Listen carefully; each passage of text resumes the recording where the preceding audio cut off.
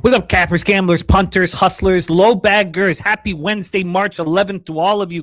Thank you for watching Betting with the Bag right here on Pub Sports Radio. Non-stop action all afternoon. Make sure you're signed in. That's the first part. Make sure you're signed in to your accounts. I had a monster day live yesterday. Very, very enjoyable. I'm ready to attack today, just using the same principles that we have been using. And I have moved on this first game. It took me a little while. This might be a little tinfoil cap-y. So if you don't want to join me on this, I understand. Shout out to all the cappers joining us here. We have tip-off in 6 minutes. 6 short minutes for the A10 Championship first round. Justin Mcelvy in the house. He's going to be starring on today's show. We got Rez Mob ready to get to work. BT in the house. Chicago Joe, J-Dub. Great to see all you guys. Serious business, ready to get to work. We're starting early because we want to attack these early games. So both Justin Mcelvy and Wine Time Sports will be joining me here shortly. 6 minutes till tip-off. And stick with me. I feel like I'm selling you guys something. Let me first say, you do not have to join me on this spot, okay? You don't have to join me on this spot. But I have been watching the A10 closely. I know it's a conference that we've focused on, and I have been watching LaSalle very closely. So LaSalle lost Jerome Brewer Jr., Jaden Marshall, 2 of 6 players they lost for the entire season. Only Boston University. It's basically Boston University and LaSalle dealing with the most injuries in college basketball. And Darius Nichols, their head coach, being their head coach for a year, has done a phenomenal job. He's got just the absolute most out of these guys. So you can sort of see where I'm going with this. LaSalle beat St. Bonaventure at home 78-74 in their lone meeting back on January 17th. Who were their 2 leading scorers in that game? Well, you guessed it. Jerome Brewer Jr. and Jaden Marshall.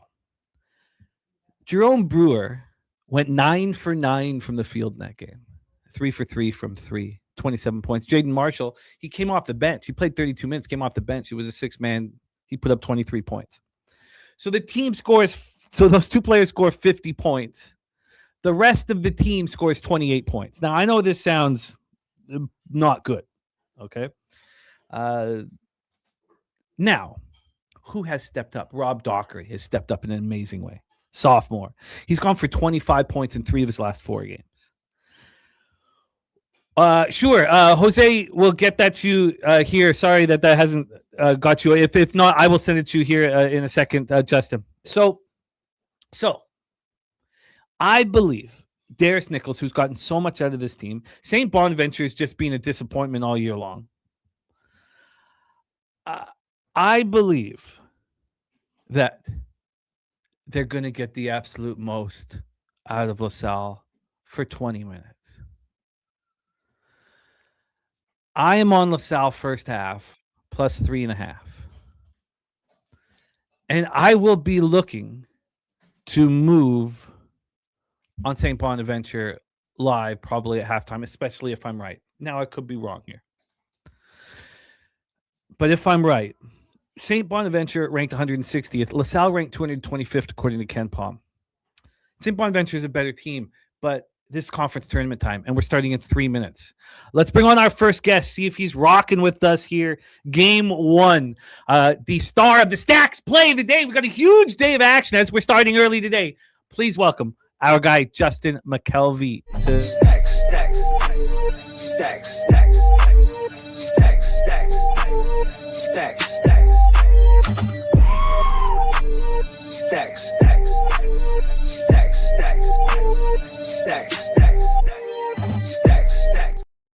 Justin, what's good, man? How are you?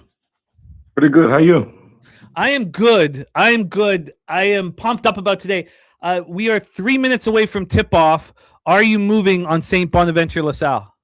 No, but it would be some Barneys or nothing. I don't believe in this LaSalle team. I really like this Bonneville team, Bonaventure, and I don't know. I really don't want to lay this many points on the neutral, but I think it would be the Barneys or nothing. I don't believe in this LaSalle team. I went back to LaSalle when they was at home, so I passed on this first game. It was just 2 weeks ago they lost Brewer and Marshall. So, and the amount of injuries that they've been dealing with are heavy. I just believe from a coaching standpoint, you can get the most out of LaSalle. It's pretty easy for the Bonnies, man. You go after Dockery every time he's got the ball, or every time you've got the ball when he's defending. You get him in foul trouble. AM on St. Bonaventure, -6. This line is moving towards St. Bonaventure. It's now 7s. Hopefully they go down, and we can lie bet it. Yes. And this is tinfoil hat. I tried to wait for as long as I could. I guess I should have waited a little bit more. AM on the Bonnies. We have Dizzy on LaSalle. Team total under 71.5, and the Bonnies under 78.5. J-Dub with his action in. So that is our first game. Now, we've got to work quickly. We have our next guest ready to rock with us. The stars of Wednesday here. Looking forward to cap with these gentlemen. Please welcome the host of Walk-Off Wagers, a man white hot right now. This man is cashing. Please welcome from Los Angeles, California, our guy Wine Time Sports. Wine Time, what's good, man? How are you? Jimmy the Bag, Stacks. Happy Wednesday, fellas. Back at it. Oh, you already know, Stacks. I'm on deck, ready to go. I'm drying out for 2 weeks here. You're good. All right. So I was thinking about doing the same thing, but I'm drying out for 2 weeks. It's the only way. I sound like a 46-year-old, but I'm drying out for 2 weeks. Drying out for 2 weeks before Bubba Palooza. Here, look, there's no doubt that LaSalle's broken. I just think if I could close my eyes and open them and be Darius Nichols, I would have the speech of my career ready for them. The amount of games lost through injuries, and here you guys are stepping up like, man, oh God, I could sell this shit, man. I could sell this shit to these guys and get the best 20 minutes out of them. So we shall see. That is the A10 championship first round. We are off. We are off and racing. Let me get this all up here. We are off and racing. Let me get sure so we can live bet. Signed into the account. Did some nice work, man. Did some nice work yesterday live. I need more. Okay, so that's game 1. Now we got heavy afternoon action. Let's go to 12 p.m. Eastern. Now, this is our guy, Wine Time's Iowa Hawkeyes here at the United Center in Chicago, Illinois. Maryland had lost 4 straight and 6 of 7 before beating Oregon in round 1 yesterday. 70-60 as 4.5-point dogs. They lost at Iowa 83-64 back on December 6th before getting their revenge on February 11th in a 77-70 home victory. Iowa closed out their season with 3 straight losses in 4 of their last 5. Here's Maryland ranked 122nd here. I've got Iowa ranked 24th. I feel like that's not right. Maybe was I looking at? Yeah, I've got Iowa ranked 24th, higher than I would have thought. But AM is on Iowa -12.5. Kristen Hess, Gooey McDougal, great to see all you guys. Ronnie Lofton in the house. Agent Parlay at home sick, but don't mind tuning in with the squad. So let's get into the line history here for this spot. There's been a real legit move towards the Hawkeyes. They open up at 11. 2 hours later, it's at 12. Now it goes back to 11.5, but we're at 12.5 now. So a 1.5 point move towards the Hawkeyes. When we get to the total here for this one, we have, here we go. From a total standpoint, we have a 135. This one opened up at 136, and now it's down to 133. So this is moving as we speak. 133. You know what I think has just happened? I think it might have just bounced back up. I think that's what they're implying here. And it did. It did 1 minute ago. Sorry. So 1 minute ago, it just moved up 2 points. The over just moved 2 points 1 minute ago, and it's juiced to the over at 135. You could call that a 2-point move towards the over. So a big move just happened at Sharp Books. The board lighting up right now. And then when we get to the cash flow, we didn't get to the cash flow for that first game. We're going to be looking at live bet, but 53% of the tickets, 65% of the cash on the Bonnies in that one. 52 on the under, 65 on the over cash-wise. Here in our second spot on the board, we have 52% of tickets and 88% of the cash on Maryland.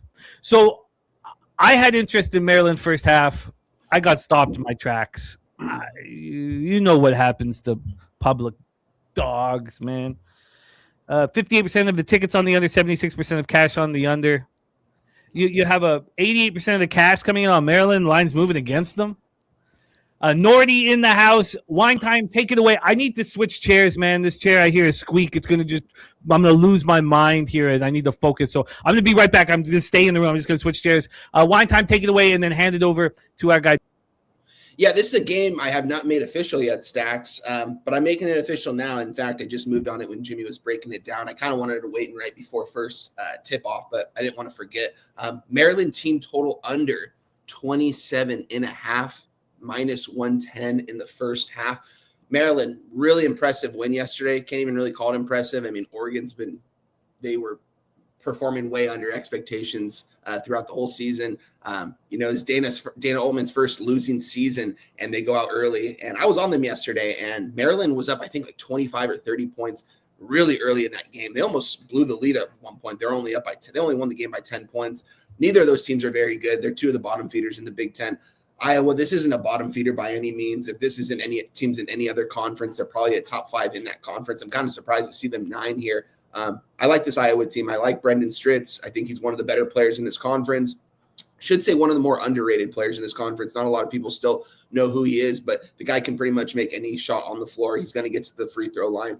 He's going to make his buckets, can distribute the ball well. I like Iowa's coach. I like where Iowa's going. Coming off the last couple losses, yeah, it's definitely been disappointing. But at the same time, I'm kind of glad to see them take those losses and come into this game being a double-digit favorite against another Big Ten team on a neutral court. This is going to be played in Chicago, Illinois, so it's going to be, there's going to be some Iowa fans there for sure. And the weather, I don't know if you guys have heard, but the weather's getting really bad in Chicago right now. So to me, I'm very curious to see if this place is actually going to be packed or not. But I'm on the team total under first half for Maryland here. I think coming on the back-to-back after an impressive win against Oregon yesterday. This is a whole different breed in Iowa than Oregon. I think Maryland's going to have a hard time scoring early in this ball game. So I'm on their team total under 27.5, minus 110 in the first half here. Wanted to get on Iowa. I'm just not going to lay this many points. I don't think they have to win by this many points. I think they win this game. But I'm afraid of a backdoor cover, if I'm being completely honest. But I think they're laying double digits for a reason, right? So I'm on the team total under in the first half for Maryland. Let me quickly say something. I was at the United Center in 2016 for the Sweet 16 Elite 8, and it wasn't the Hawkeyes. It was Iowa State. It was all Iowa State fans. The whole entire, it was everywhere, on the streets, everywhere. They dominated. Virginia was there, nobody. Syracuse was there, nobody was cheering. It was only Cyclone fans and Hawkeye fans. They'll go through storms. Now we'll have to see when the people were watching the game, but man, I mean, they travel and scream and yell. So Maryland first half team total under 27.5. Is that right? What was the VIG on that? Yes, first minus half? 110 currently. Minus 110. All right, wine time's on the board. Justin, your thoughts? Terps, Hawkeyes playing inside the United Center, outside where I smoked a bat in front of the Michael Jordan statue. Man, that Jordan statue is fucking So nice. I taken the bus to the United Center, just throwing back so much booze, strolling in there, lit, was like as fun a trip as I ever had in my life. Take it away, Justin. Terps, Hawkeyes. Was it a blunt? Actually, it was not. It was just Was it a pop paper? yeah, it was a white boy. It was a white boy joint. I wish I could tell you. I wish I could tell you it was a sick ass blunt, but I remember it was just the shabby ass fucking joint that we had to throw back fast. Nice. Just moved the point to Maryland, says TJ. J-Dub on Iowa -11.5. Kripke on Maryland. Juan Polo on Maryland. Fernando on Maryland team total under 16.5. You know, it's a public 88% of cash right now. Take it away, Justin. I didn't move on this game, but for me, it would be Maryland or nothing. And I was impressed what they did yesterday, as I was on Oregon, and I was on Oregon with confidence. I just thought that in Big Ten play, this is what Oregon usually do. I know they usually hurt. Well, this year they're hurt, but I just thought they'd win a couple games, but they didn't. So I was impressed that not only did Maryland cover, but they won outright by like 10, I think. So, familiarity, you're going to probably hear me say it a lot. Like, I like to back the teams that got a game under their belt, and not just the game. It didn't seem like they struggled, so they was comfortable in that game against Oregon.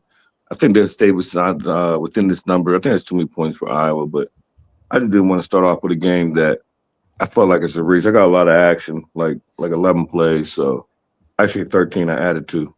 But so no action, but I really wanted to get to Maryland. If I get the opportunity to get a little bit more points live, like if Iowa jumps up early, especially if Weinstein catches his under and Maryland is getting touched up at halftime, maybe I'll get in on halftime live. But as of right now, I'm looking to back Maryland, but no action.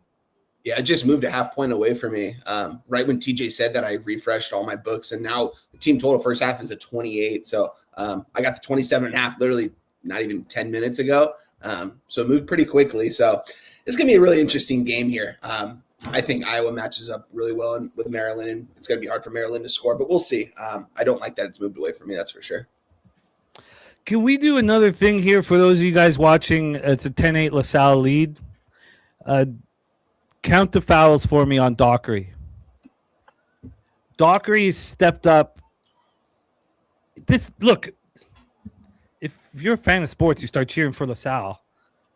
I mean, the fact that they've handled these injuries, I went over how many. I mean, in that last meeting, Marshall and Brewer scored 50 of the 78 points against the Bonnies. Dockery stepped up. If Dockery gets in foul trouble, it's over. It's over. Dav Fenn in the house at Detroit, because I thought it was starting at noon. Yeah, we're starting a little early so we can get in here. Dav Fenn with me on that first half. He's also on Maryland plus 7.5 of first half. The professional in the house cheering on LaSalle. God, I'm telling you, I get too caught up in the psychological side of these games, I think, sometimes. But this is a coach's dream. I mean, this would be the easiest monologue possible here to get these guys pumped up. But 10-10, Bonnies have the ball. We'll see how this bangs out. If LaSalle is up at the break, Dockery has 3 fouls. We know exactly what to do. So we'll see if the opportunity rises. Let's move on to the next spot on the board. 20 minutes until tip-off on this one. Need to focus on it. And then we're going to move to the 12:30 games. So shout out to Matty Ice. Taint play of the day is in. He's also at Morgan State. I mean, I put that into our show, the Morgan State-Delaware State game, because the line is insane from a record standpoint. You go to Ken Palm rankings and you see why the line opened at 2.5. But from a record standpoint, the line is insane. So obviously I gravitate towards Delaware State. But I've not bet it, and I want to talk it out here. So let's keep rolling here. Next spot on the board. Pittsburgh Panthers 13-19, 5-13 in the ACC at the NC State Wolfpack 19-12, 10-8 in the ACC. We're the Spectrum Center in Charlotte, North Carolina. Pittsburgh ranked 96th. The NC State Wolfpack ranked 35th here. And we saw what Pitt did yesterday. Opened the tournament with a 64-63 win at home over Stanford yesterday as 4.5-point dogs. They lost at home in their lone meeting to NC State, 81-72 on January 24th to 6.5-point dogs. This is a very, very interesting spot here. NC State lost 4 straight coming into this. And I understand the idea that you want to lose a game to stay sharp. Nobody wants to lose 4 straight coming into the tournament. Their last loss, 85-84 at home to Stanford, a Stanford team that Pitt just dusted. Fascinating situation here. Let's get into the line history. We have tip-off in 18 minutes. We have a total here at 145, opened up at 144. And then from a point spread perspective here, we have Pitt +8. Now, it's a +8 at -102, and this was just a 9. It moved to an 8 1 minute ago at 11:41 a.m. So, for a lot of this got up to a 9.5 at one point. A lot of this was seemingly NC State was going to smash here. 57% of tickets, 54% of cash on NC State. I see 8.5s on almost all of the legal books except for Circa and South Point. They're hanging 8s. 59% of tickets on the over, 54% of cash on the under. Justin McCelvy, take it away, my friend. ACC action at the Spectrum. Yeah, I'm not going to change nothing from yesterday. Pitt cashed me yesterday with these. A little sweaty towards the end. I was trying to avoid overtime. So I'm running it back with Pitt. I didn't post it nowhere. You give me the best number that you got. And for me, I ain't going to say that it was easy, but it wasn't hard for me to get to Pitt. I'm not really a Pitt fan. I really don't have a problem with them either, but I like their recent form rate. Prior to the tournament, they won 4 out of the last 6 games. And NC State didn't lost 6 out of the last 7. So this isn't the same team that blew out North Carolina. And something that Pete said yesterday, you got to forget the 2 weeks ahead of you. And this NC State team ain't the same team. And seemed like Pitt getting hot. I think they're a horrible team, to be honest. And I've seen them play this year, and I'm not impressed. But I'm impressed what they're doing right now. And you're going to give me 9 points, 9.5, 8.5, anything like that. I want all them points, and I think they're going to be live. I think NC State going to have a sweat on their hands. NC State's just not in good form. They're not. They're just not in good form. That's why I say this isn't the same NC State that beat North Carolina without Caleb Wilson for beating by 30, 27, I don't know. But that's not the same NC State team. And this Pitt's not the same team. And it's a whole lot of points. I understand why, but I just think it's a little bit off. And I think Pitt going to give them a run for their money. Huh. I mean, AM on the Pitt +9.5, Kripke on Pitt plus the points. The professional says, I got Pitt on the money line here. Says, if you want to play it safe, take some points. Regular season game was very close. If you watch the replay, final score is misleading. This is quite appealing to me. Let's hear from one. I'm hesitant to double up, and I've got the first half higher on my list than the full game. Let's hear from Wine Time. Wine Time, take it away. Pitt Panthers, NC State Wolfpack. And let me know what you got. I didn't actually. Oh, no, you're good. I didn't move on this game. I was on Pitt yesterday. I was on the money line plus the 205. I didn't tweet it out or anything, but that buzzer beater at the end of the game, I mean, it saved me from having – I mean, I had a bad night yesterday, but it saved me from having a horrible night. I like this Pitt team. I don't know. This NC State team has not been playing well. Listen, they have the best player on the court here in Darian Williams coming over from Texas Tech. People were saying last year he was going to go top 10 in the draft. He stays another year. I think it's hurt his draft stock, if anything. He's a really good defender. He's really good at distributing the ball. He's just afraid to shoot the ball at times. I don't want to lay this many points here with NC State, but at the same time, I don't want to back Pitt here coming off such an emotional win at the buzzer yesterday, with no time remaining to win the ball game, I believe it was. I'm not going to back this Pitt team again. I'll take my money and run with them from yesterday. We're already have action in this early slot. So I ended up staying away from this game. It was NC State for me last night. And when I recapped this game this morning, I couldn't get to it. It didn't correlate enough for me. I don't want to have action in this game.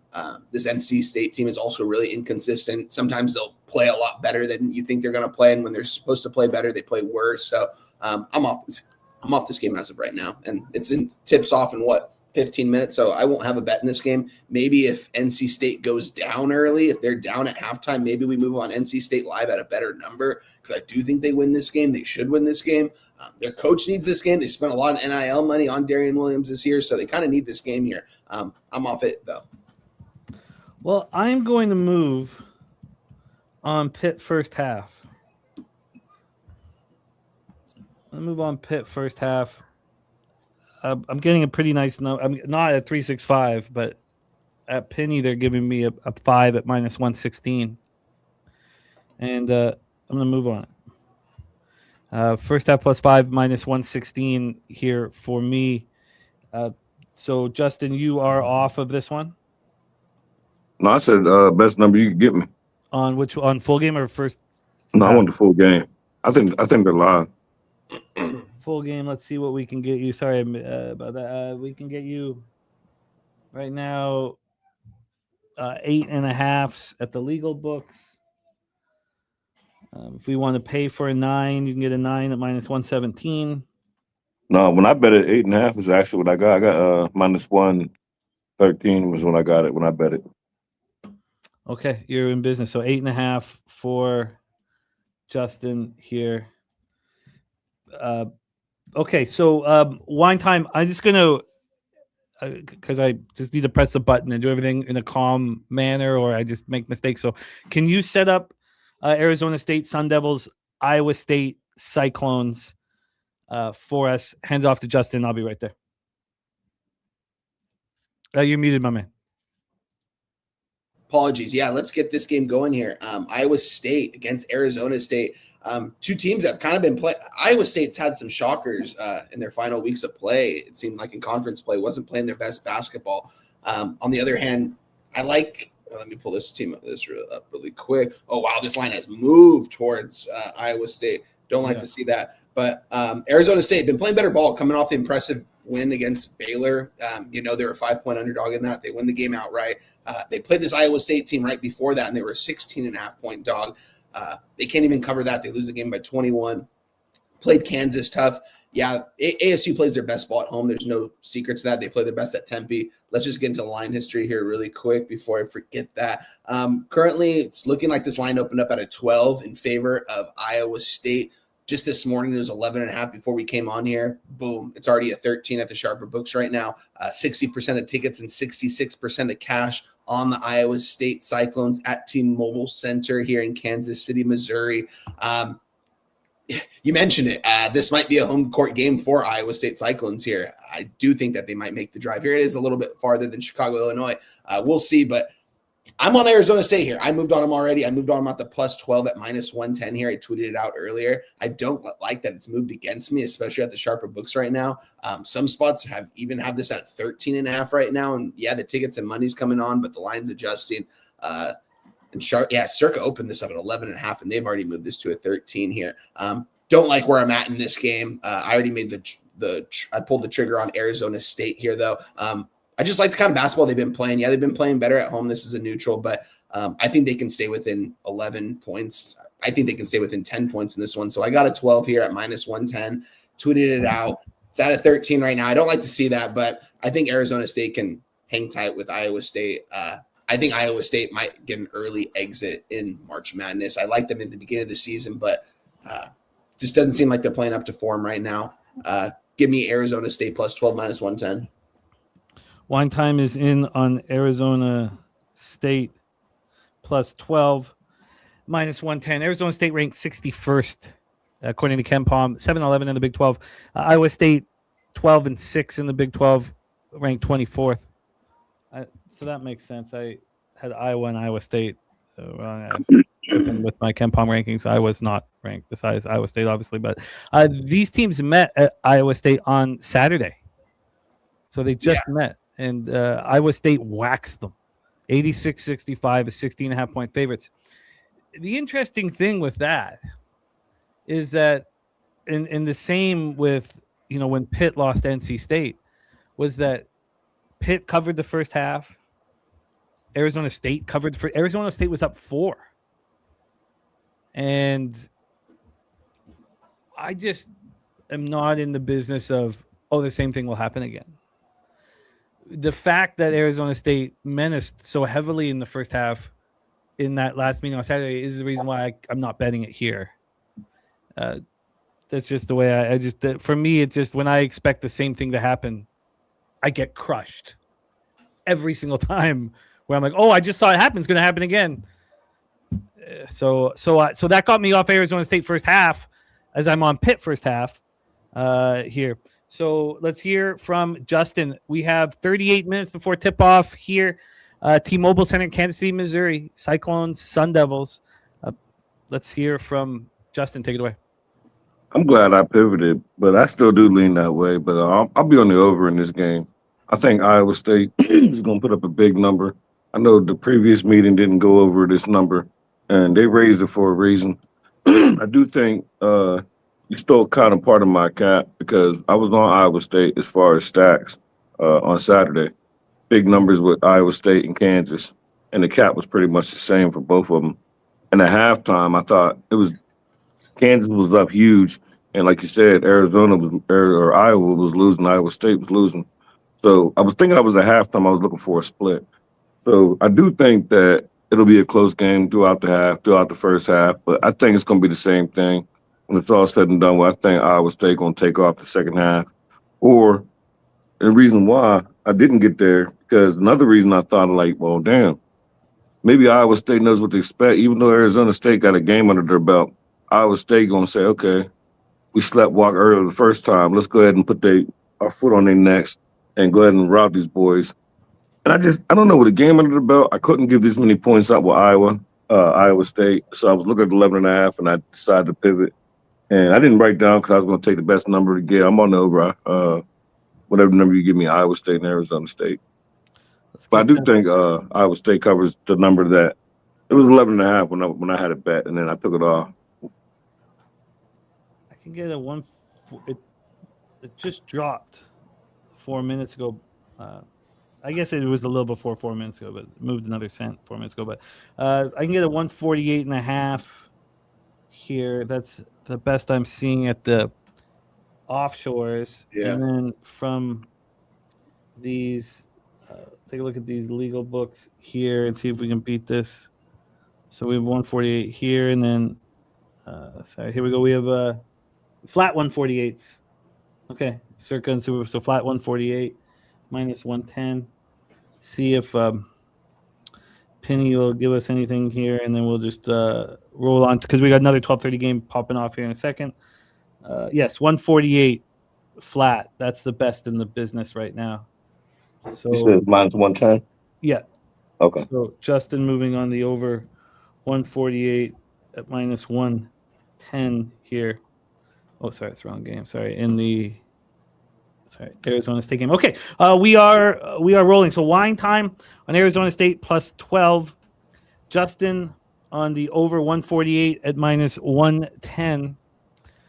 It's a 26-20 ball game for the Bonnies. They did open up an 8-point lead. LaSalle called a timeout and seemingly righted the ship for a minute. So we'll see how this one bangs out. Halfway through the half now, 26-20. All right, let's roll into our next spot on the board. LSU Tigers, 15-16, 3-15 in the SEC. We had the Bridgestone Arena in Nashville, Tennessee for this one. We have LSU ranked 63rd, according to Ken Palm. Kentucky ranked 27th. Line history-wise, we have this total at 152.5. It opened up at 154.5. And from a point spread standpoint, let's get this over here. 1 second. There we go. From a point spread standpoint, we have Kentucky minus 8.5. Kentucky minus 8.5. Now, we've already heard from J-Dub. I copied and pasted the action from the Cappers who were making moves off the hop. We got Taint in. We have our guy Pig Milk play of the day in. And we have the Respect play of the day in as well. BT's action, J-Dub's action. And J-Dub moved on Kentucky minus 7.5 at minus 110 here. This opened up at 7 and it got up. It got up to 9.5. This was a 9.5 at 10:30 this morning. This went back to a 7.5 at 6:53 last night. But now we are at an 8.5. 8.5 here. I do see some 9s, but it feels like the books are slightly moving towards LSU. In that situation, let's get the cash flow up, and then we'll hand this over to our guys. So cash flow for LSU, Kentucky, we have 51% of the tickets, 62% of the cash on LSU, 76% of the tickets, and 89% of the cash on the over. LSU 3 straight losses. Kentucky 2 straight losses. Now Kentucky losing, at Texas A&M and at home to Florida. No shame in that. LSU got blown out at home by Oklahoma 83-67. Then lost at Auburn by 14 points. I think fair to say that there is some shame in that. Now, these teams played once this year.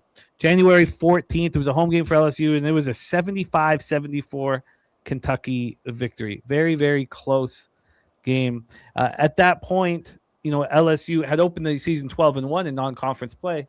They were 0-3 and became 0-4 after the loss in conference play. And we got a sense that they were going to be bad. They opened up at 4.5-point dogs, closed as 3.5-point dogs.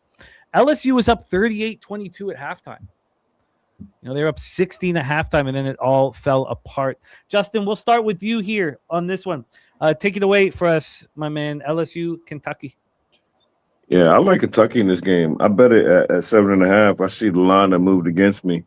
So if it moved too far, if I can't get like an 8, I think this game's going to be, I don't think 7 or 7.5 or 8 is going to come into play. This is one of the teams that I don't think they're going to win the SEC, but I do think they're going to make a little bit of noise, a little bit of ruckus, and I think it starts today. Here, I think this LSU team is a tale of two different teams, 2 different teams, 2 different seasons. If you look at the way they started earlier, you look at it and be like, LSU's like that. And then the second half of the season, they fell apart.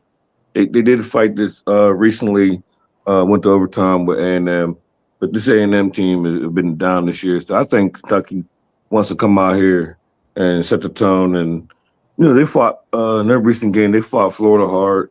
Depending on what number you got, I pushed at Kentucky +7. So they pushed. But I like the way they fought hard, and they didn't give up, and they stayed inside the number. So I think Kentucky comes out here and drills these boys.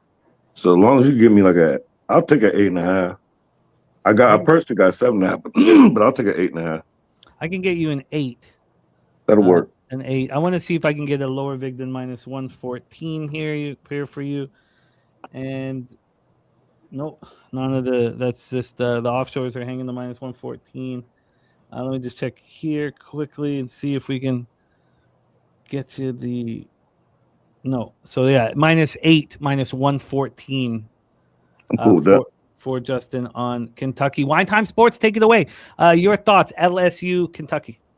Yeah, Matty Ice, he said, is Kentucky in the big dance for sure at 19-12.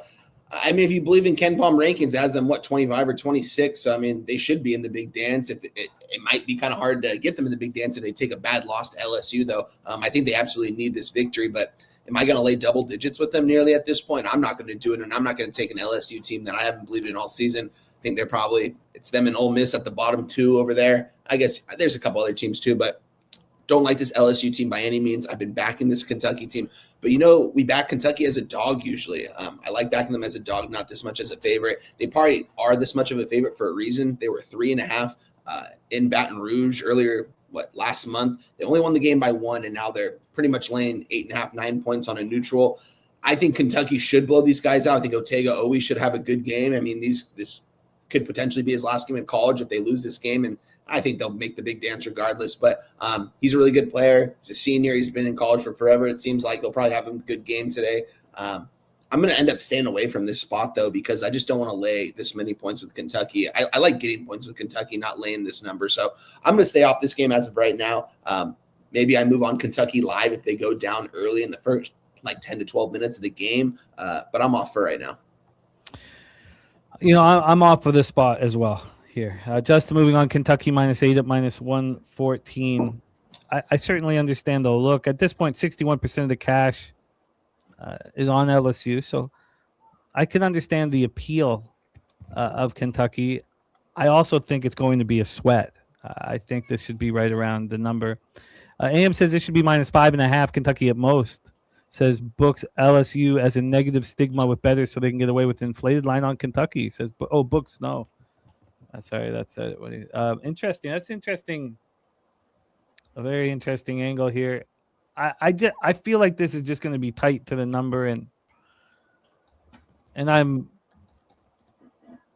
concerned. I'm going to stay off of the spot, but it does feel a little inflated. But LSU's a bad basketball team. Yeah, we've already seen these teams play in a very tight, competitive game. So, Let's roll So on. you Let's head think to my fault? You think 7.5? That's the number I originally got.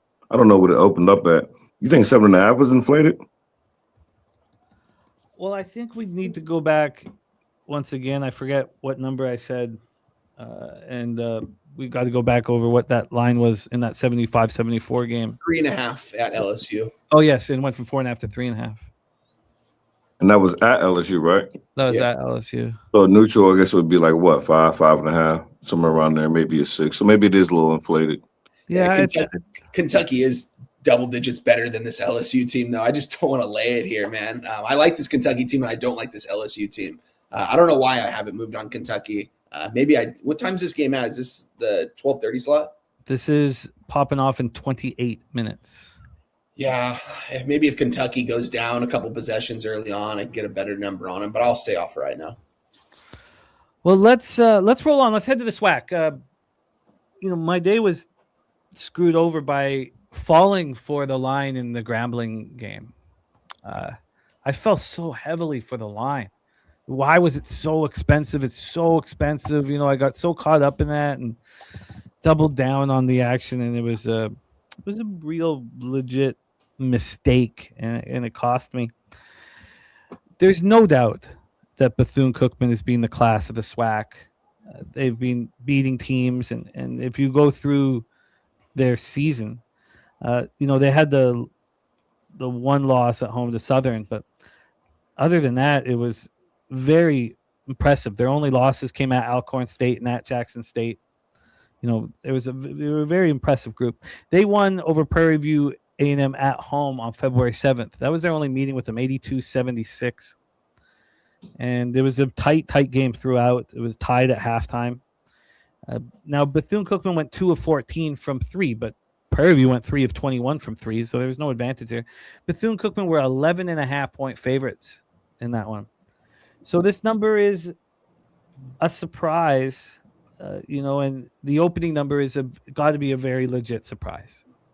And so it's moved heavily, not heavily, but 1.5 towards Bethune-Cookman, 1.5 with juice. The 4.5 was too short. It was too short. And does that mean that? I get it. It was too short. Moved to 6, but God, it feels like it's going to be a tight game here with so much on the line.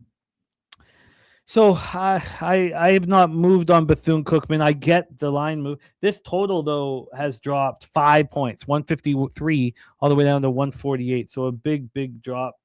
And then when we get to the cash flow here, I'm not sure if we're going to get much information with this spot. Let's see if we do.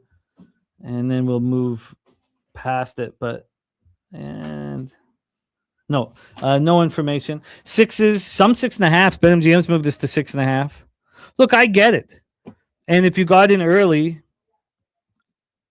look, I get it. Like I get it. It doesn't mean that it appeals to me. I don't want Prairie View A&M. I really like the way, we talked about, do you want to come in off of 4 straight losses? No, but it's not bad getting a slap in the face, and that's what they got. Florida A&M, Bethune-Cookman had nothing on the line. We were attacking those spots where there's nothing on the line for the conference leader, and so Florida A&M took advantage, and Florida A&M beat them 81-77, and now it's time to defeat Prairie View A&M.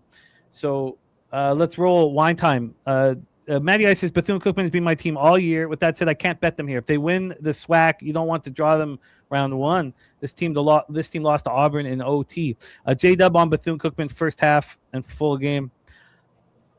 For a 14-4 team in the SWAC. Now they played a tight game, but I thought the 4.5 was short. So it was attacked and it moved to 6, which probably where it should probably be in a 5 or 5.5. Let's hear from Wine Time. Wine Time, Prairie View, A&M, Panthers, Bethune-Cookman, Wildcats. We're at the Gateway Center College Park. Prairie View ranked 307th, according to Ken Palm. Bethune-Cookman, 238th. So maybe, with the difference there of 69 spots. Is 4.5 right, or is 5.5 better? Wine Time, take it away. Yeah, the way this line opened up, it definitely is a little bit is fishy. I think it's more appropriate now at the 6.5, which is why I'm going to stay off this. The only action I can read off right now is action report. They're telling us 32 and 38 is on Bethune-Cookman, the favorite, and the line is moving towards them. I'm going to be off this game. Going to have, I think, 10 or 11 games today, so no action for me in this game. I'm going to pass on this.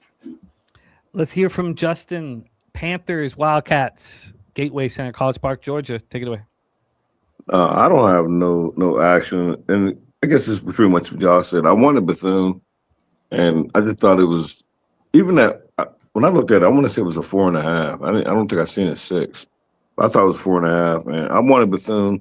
They treated me right all year. I think they're going to win this little conference then, but I don't know.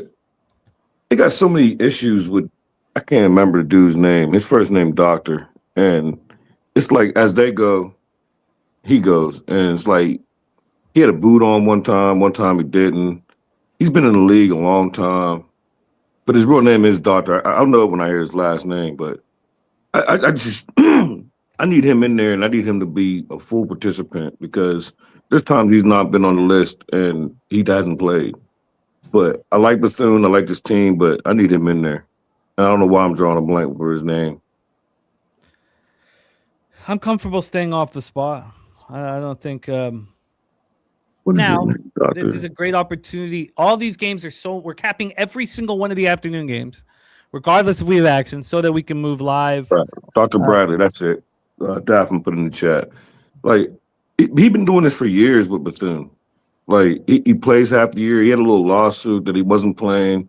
I don't know what it was about in depth, but then he was on the boot and he played, and I faded him, and he wasn't supposed to play, and he played. So, but that's it, Dr. Brad. I don't know why I couldn't think of his last name, but so I just stay away from this team because it just seems like there's a lot of NBA manipulation when it comes to this particular player. If you look it up, you'll see like it's always something with him. Yeah, I'm off.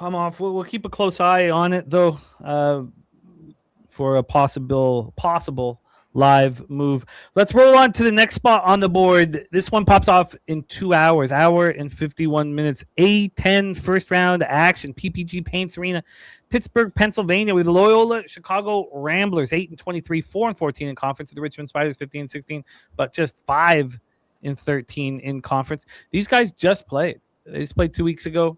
69-66 victory for the Ramblers at home. They were 2.5-point dogs. They opened up as 5.5-point dogs. So the market was extremely telling in that. That was just the third win for Loyola. Loyola did close a little stronger because they beat George Washington at home as well. So a little bit better as what we've seen from, winners of 2 or 3, because before that, this was a team that had to deal with a 9-game losing streak before they beat LaSalle at home, and then a 4-game losing streak before winning 2 of 3. Their only meeting with the Spiders went well. We know the history of this program, and we should forget it, basically. Richmond minus 5.5 for Ronnie Lofton. We got flank steak in. Shout out to Markel in the house. So this total opened up at 143, got up to 144. It's now 142. So we've dropped 2 points there. And then when we get to the point spread here for this one, we've had a point move towards the Ramblers. Some books have moved it 1.5. This opened up at 6.5, and it was a 5. It was a 5 until 2 this morning when it became a 5.5. So it's a 1-point move at this point to the Ramblers. And when we get to the cash flow for Loyola Richmond, let's see if we can get it here. Taking me a second. I apologize. Should be right here. 64-77 right now on Richmond. Wow. Huh. That does make Loyola more appealing. Let's hear Justin, take it away. Loyola Chicago, Richmond Spiders. Yeah, I really wanted Loyola too, but I couldn't get there. And I also questioned this line when I started capping it, but then I kept thinking neutral maybe come into play. But I kind of thought that Richmond would be a little bit little bit bigger of a favorite, but they coming off a win. I want to say they came off an upset win. It was the reason why I liked LaSalle or Loyola Chicago. I didn't get there, and I just think that ever since this isn't the same Sister Jean that team that Loyola we expect to go on a run, but I do expect them to keep it close.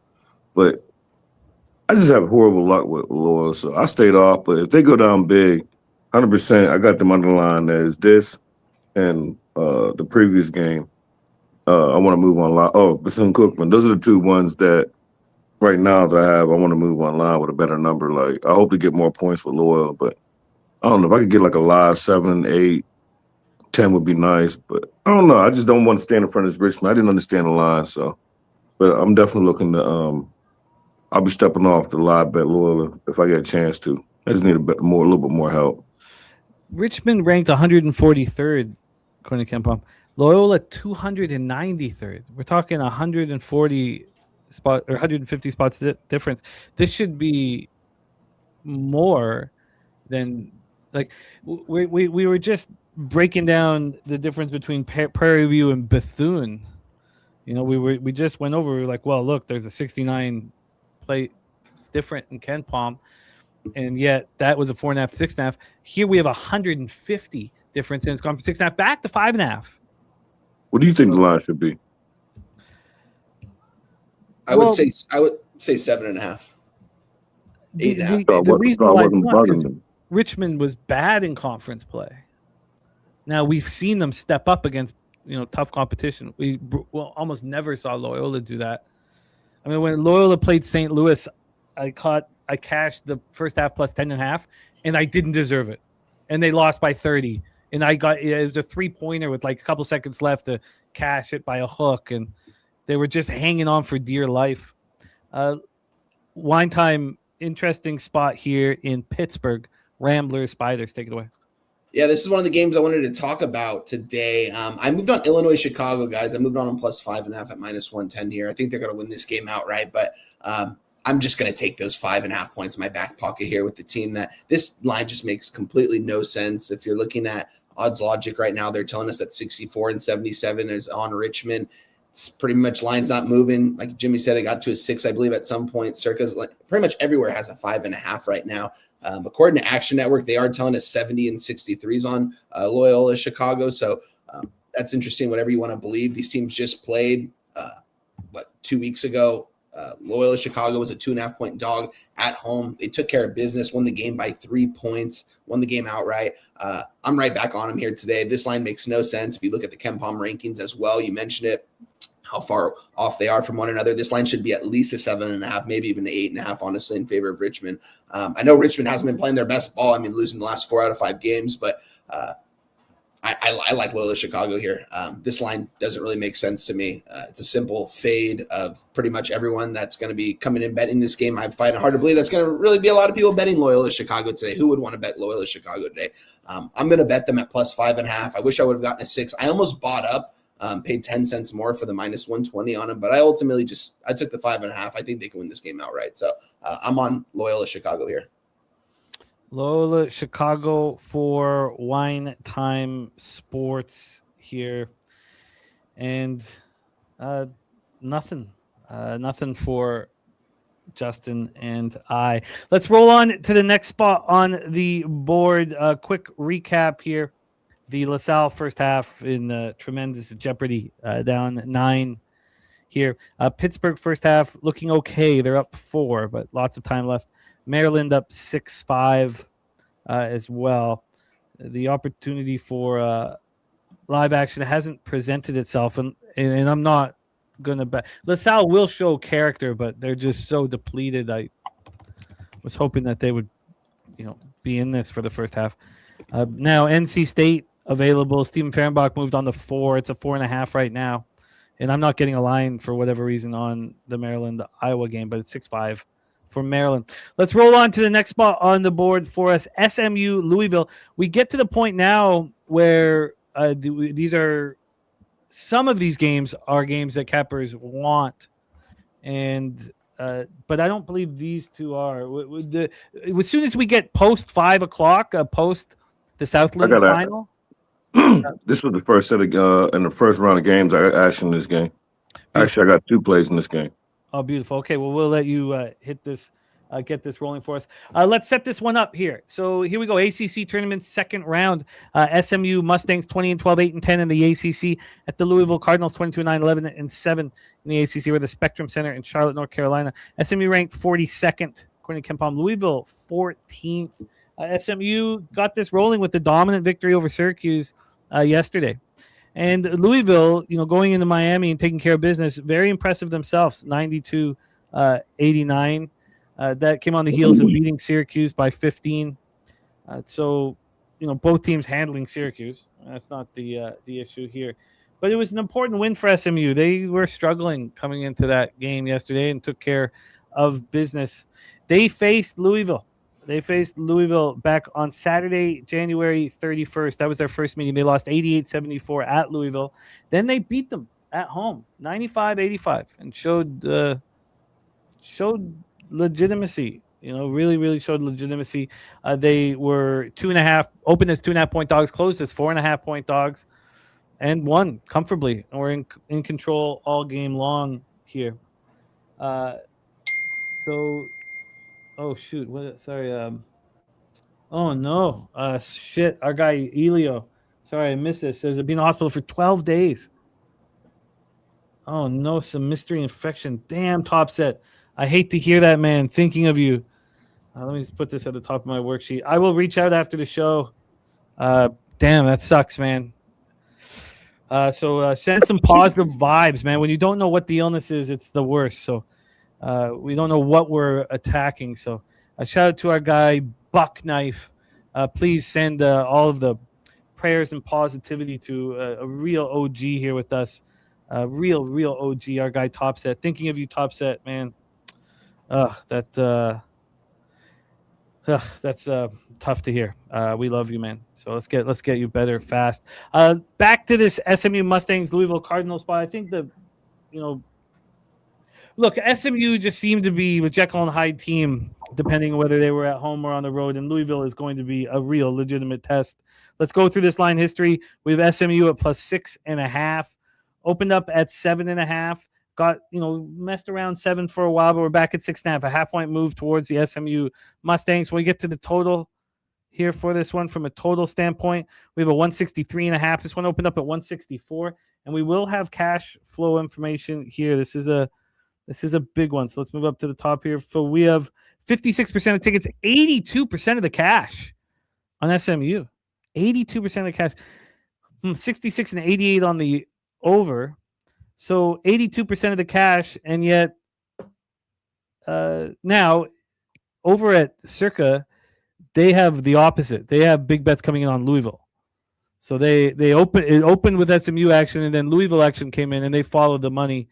So they've moved Louisville from -6.5 to -7. So that tells a bit of a different story here. But we've action. Double up action from Justin McKelvey. Take it away. ACC tournament second round, Mustangs Cardinals. Yeah, my first bet, I'll be on the SMU. I didn't make it official, posting nowhere, so best number you could get me.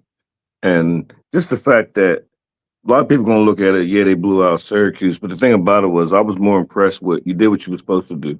Coming off or struggling with the games. When you see these weak opponents, you're supposed to take them out back and reasonably double digits, closer to 20. That's what SMU did. So I think this is too many points, especially with Brown not going to be playing. He's out for the whole Mikael Brown for Louisville. He's out for the whole tournament at ACC. So I just don't think there's a way that Louisville beats this team by 3 possessions without him. And they split in earlier meetings. And I think there's going to be a whole lot of points scored. I think it's going to be back and forth. I think SMU is going to stay inside this number. I think this game's going to go up and over. I think this line's a little bit low. Both the first 2 meetings went over. I think this meeting's also going to go over. So give me SMU plus whatever points you get me and give me the over. Let's get the over here for our guy here, Justin McKelvey. The over and SMU. Let's hear from Wine Time Sports. I'll be line shopping for Justin. Wine Time, take it away. I'm off this game, but that was impressive what SMU did yesterday. I mean, that game was pretty much tied, I believe, going into half, and SMU really blew the doors off of them. I'm going to stay off this game. I have no action in this one. I've got so much action to talk about today, fellas. Nothing for me in this one. All right, nothing here. Line shopping, nothing for wine time. We can get you a 162.5 here. Let me see if I can beat that at these legal books. Can we? No. Oh yeah, 162.5 here as well. 162.5 over 162.5 at minus 110. So we'll get it started there over 162.5 minus 110. And then let's see if we can get I mean, I know there's a 7. We just talked about it, but I don't think there were 7s on the offshores here. So we have, come on, here we go. Okay. Offshore. Oh, yeah, we got lots of 7s. Sorry, I take that back. So 7 minus 110, is there 7.5? No. So plus 7 minus 110 and the over 162.5 here for Justin. 24-21 Pittsburgh, which takes more importance now because that LaSalle was a terrible bet. Maryland up 11-10. So we need Pittsburgh to come home with it right now. All right, let's move on to our next spot on the board, and we talk about USC Trojans and, of course, Baker Mazzara. That whole situation was an ugly way to finish off the year. Is there any fight left in the dog now with the old man Baker Mazzara off to Puerto Rico to play professional basketball? At least that was the story as of a few days ago. What a clown. Like, it's one thing to like say, look, but time it right. Now who's going to have faith in him when he's just going to sit in the crowd and just watch his team go down? I mean, it's just clearly a selfish basketball player, but he's got some skills, so we'll see where he goes. And we'll never see him in the NBA or nothing like that. But USC losing. Now, in that game against Washington, that was the first game without Baker Mazzara and Wine Time. You thought you were going to see life out of the boys. And we talked, and I was like, I don't know. I was like, I don't know what we're going to get. And I stayed off of it. You were right. You cashed the first half, and then they fell off with about 5-10 minutes left in the game. They followed it up by getting just ganked by UCLA 89-68. So it's not been very, very good. So Washington took care of business. Now, remember, didn't cover the first half, but took care of business when these teams met just 7 days ago. So let's take a look at line history. USC opening up at plus 5.5. Now we have a plus 4.5. So we've had a 1-point move towards USC. Bit of a surprise there with how easy Washington dealt with them. And then from a total standpoint here, we have a 153, which is exactly where this opened. And then when we get to the cash flow for this spot, we have 50% of the tickets, 57% of the cash on Washington. It's 86 and 86 on the under. Wine Time Sports. The Trojans, is there any fight left in them here? They're ranked 77th according to Ken Palm. Washington ranked 54th. Take it away. I think there's going to be plenty of fight in the Trojans today, Jim. In fact, I think they're going to beat these guys outright here. I'm on USC. I didn't take them outright, though. And as we get into these really tight games and these tight spreads, I'm going to take these points. I'm not going to take the money line. You gave me 5 points with USC. At least you gave me 5 points right before the show when I tweeted this out. Seeing 4.5s across the board right now. It's just funny. Action and odds logic, it's like we can't even really look at both because they just tell us the complete opposite almost in every sample size. Let's see, pull it up right here. Washington's getting 50-57 according to Action Network. They are getting 31 and 35, so they're seeing more people are coming in on USC. I just think who would want to bet USC at this point? They just feel like a dead program coming off getting blown out by UCLA. They lost their cross-city rivals twice within, a week or two. Can't feel good about themselves, but they still probably have the best player on the court in arenas. They got guys like Asar down low. They got Coffee as well. They've got some really talented players over at USC. Just crazy if Baker Mazzara would have stayed. This team actually probably could have made a run and in this tournament and probably had a ticket to the big dance. Washington, I've talked about them a lot on the show with you, Jim. This is a team that has 2, maybe 3 NBA players when it's all said and done. Not saying that they're going to play at a high level, but they're going to get a shot at it. And Washington has been playing a lot of better basketball the last week or two. I feel like they just went on a really rough streak and they lost a lot of close games. I'm on USC here. I don't think Washington should be laying this number. I only think they are just because USC, who's going to want to back USC, and Washington just beat these guys. So give me USC plus 5. It's down to a 4.5 right now. Love this spot. I honestly think USC is going to win this game outright. It's going to be interesting to see if they have any life here. They're going to have to go on a run to win this conference tournament, but nothing's impossible. Not saying they're going to either, but they definitely still have a very talented team. USC's talented. They have NIL money. I mean, they got Arenas. That guy's one of the more talented players in college basketball. He's 18 years old out there. He missed the first half of the season because he got into that bad car accident. He's getting into form. I think USC is going to win this game outright. So give me the 5 points in my back pocket with the USC Trojans. I know you were watching that first meeting, and what the hell happened?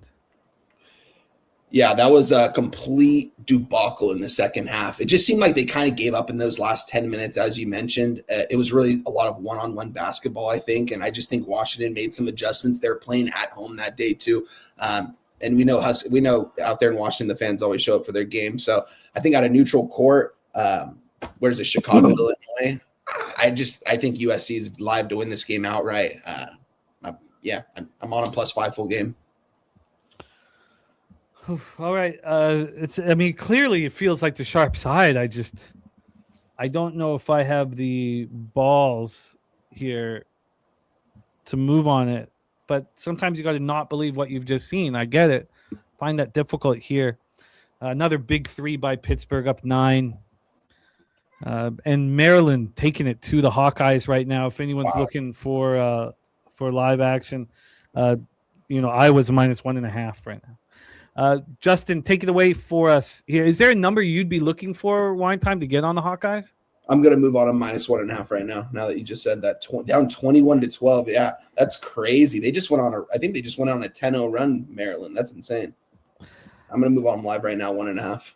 So we've just seen now NC State going the line for 3, but we've just seen Pittsburgh, who played yesterday, Maryland, who played yesterday. These teams wreaking some havoc here. But just 2 games here. Justin, take it away for us here. Trojans, Huskies, far from home. These cats. Chicago, Illinois, take it away. Yeah, I'm good to finally me and Juan Time get along earlier in the day. I don't mind not getting along then, but I'm also with them. I'm with USC, and I'll take the best available number. I personally got a juiced +5. I want to say I didn't write it down because I feel like Juan Time, I think they're going to win this game.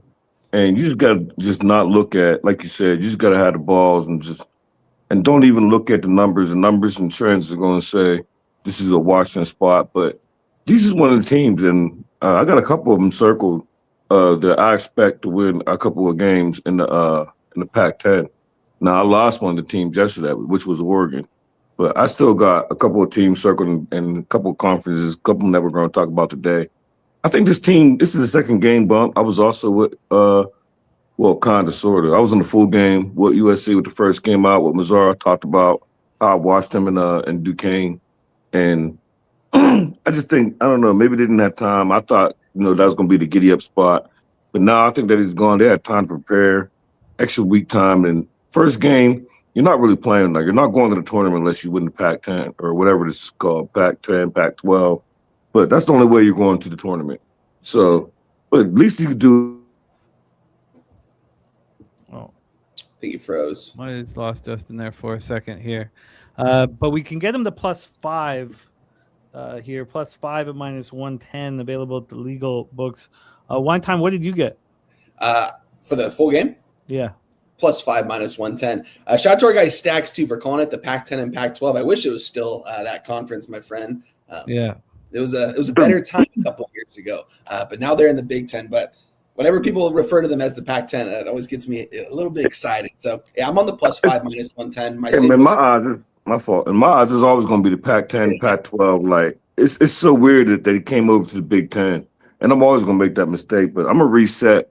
We got a little bit of storms, and it's like the third time that mine went out on. So I'm gonna reset after this. But I'm on USC.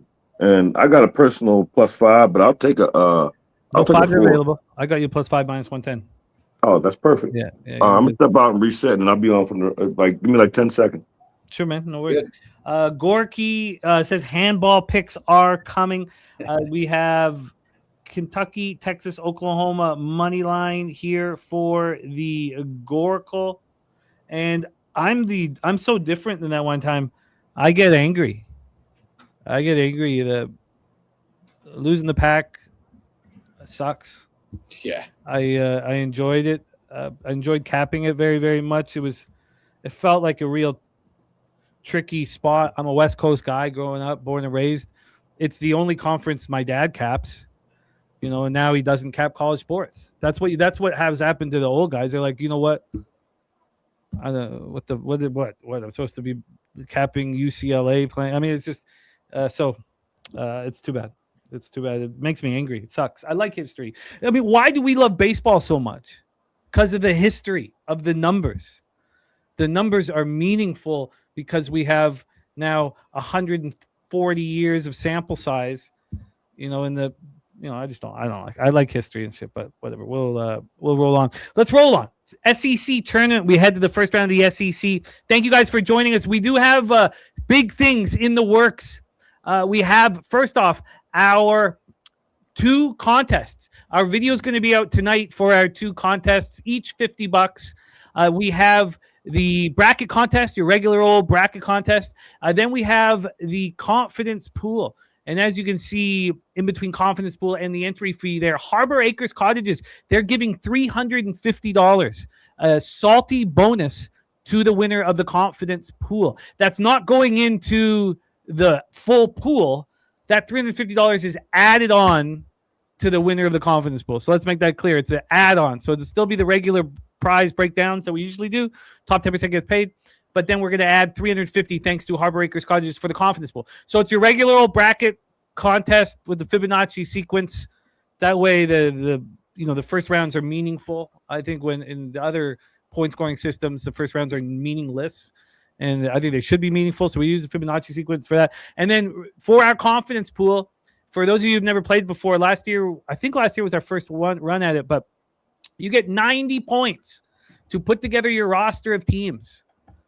And a number 1 seed costs you 16 points. You can fill up as many teams as you can with your 90 points, or you could, if you take all four 1 seeds, you're talking there's 64 points right there. And the points raise when you get wins. 5 points for the round of 64, 10 for 32, then 15, 20, 25, 30, something like that. So please join us, and shout out to Harbor Acres Cottages. It's very dope that they're supporting us, man, and adding to the prize pool. So let's roll 3 p.m. So you can sign up on our website. Sign up on our website right now, or anytime here. Let's roll 3 p.m. Eastern. We have the SEC tournament first round. Mississippi State Bulldogs 13-18, 5-13 in the SEC at the Auburn Tigers 16-15, 7-11 in the SEC. We're at Bridgestone Arena, Nashville, Tennessee. Another big difference between these 2 squads. Ken Palm rankings: Mississippi State 99th, Auburn 39th. So a big difference there. Let's get into the line history here. Hand this over to Wine Time, and then continue the breakdown. The Bulldogs finished poorly, 5 straight losses. Their last win was at home over Auburn, 91-85. That came on the heels of them beating Ole Miss, but a whole lot of L's here when you look at the body of work from the Mississippi State Bulldogs. And I took a couple L's backing them. I think I did cash on one. Maybe it was the Auburn game. I did. I mean, there was a couple wins there, but they're not a team that is an enjoyable team to back here.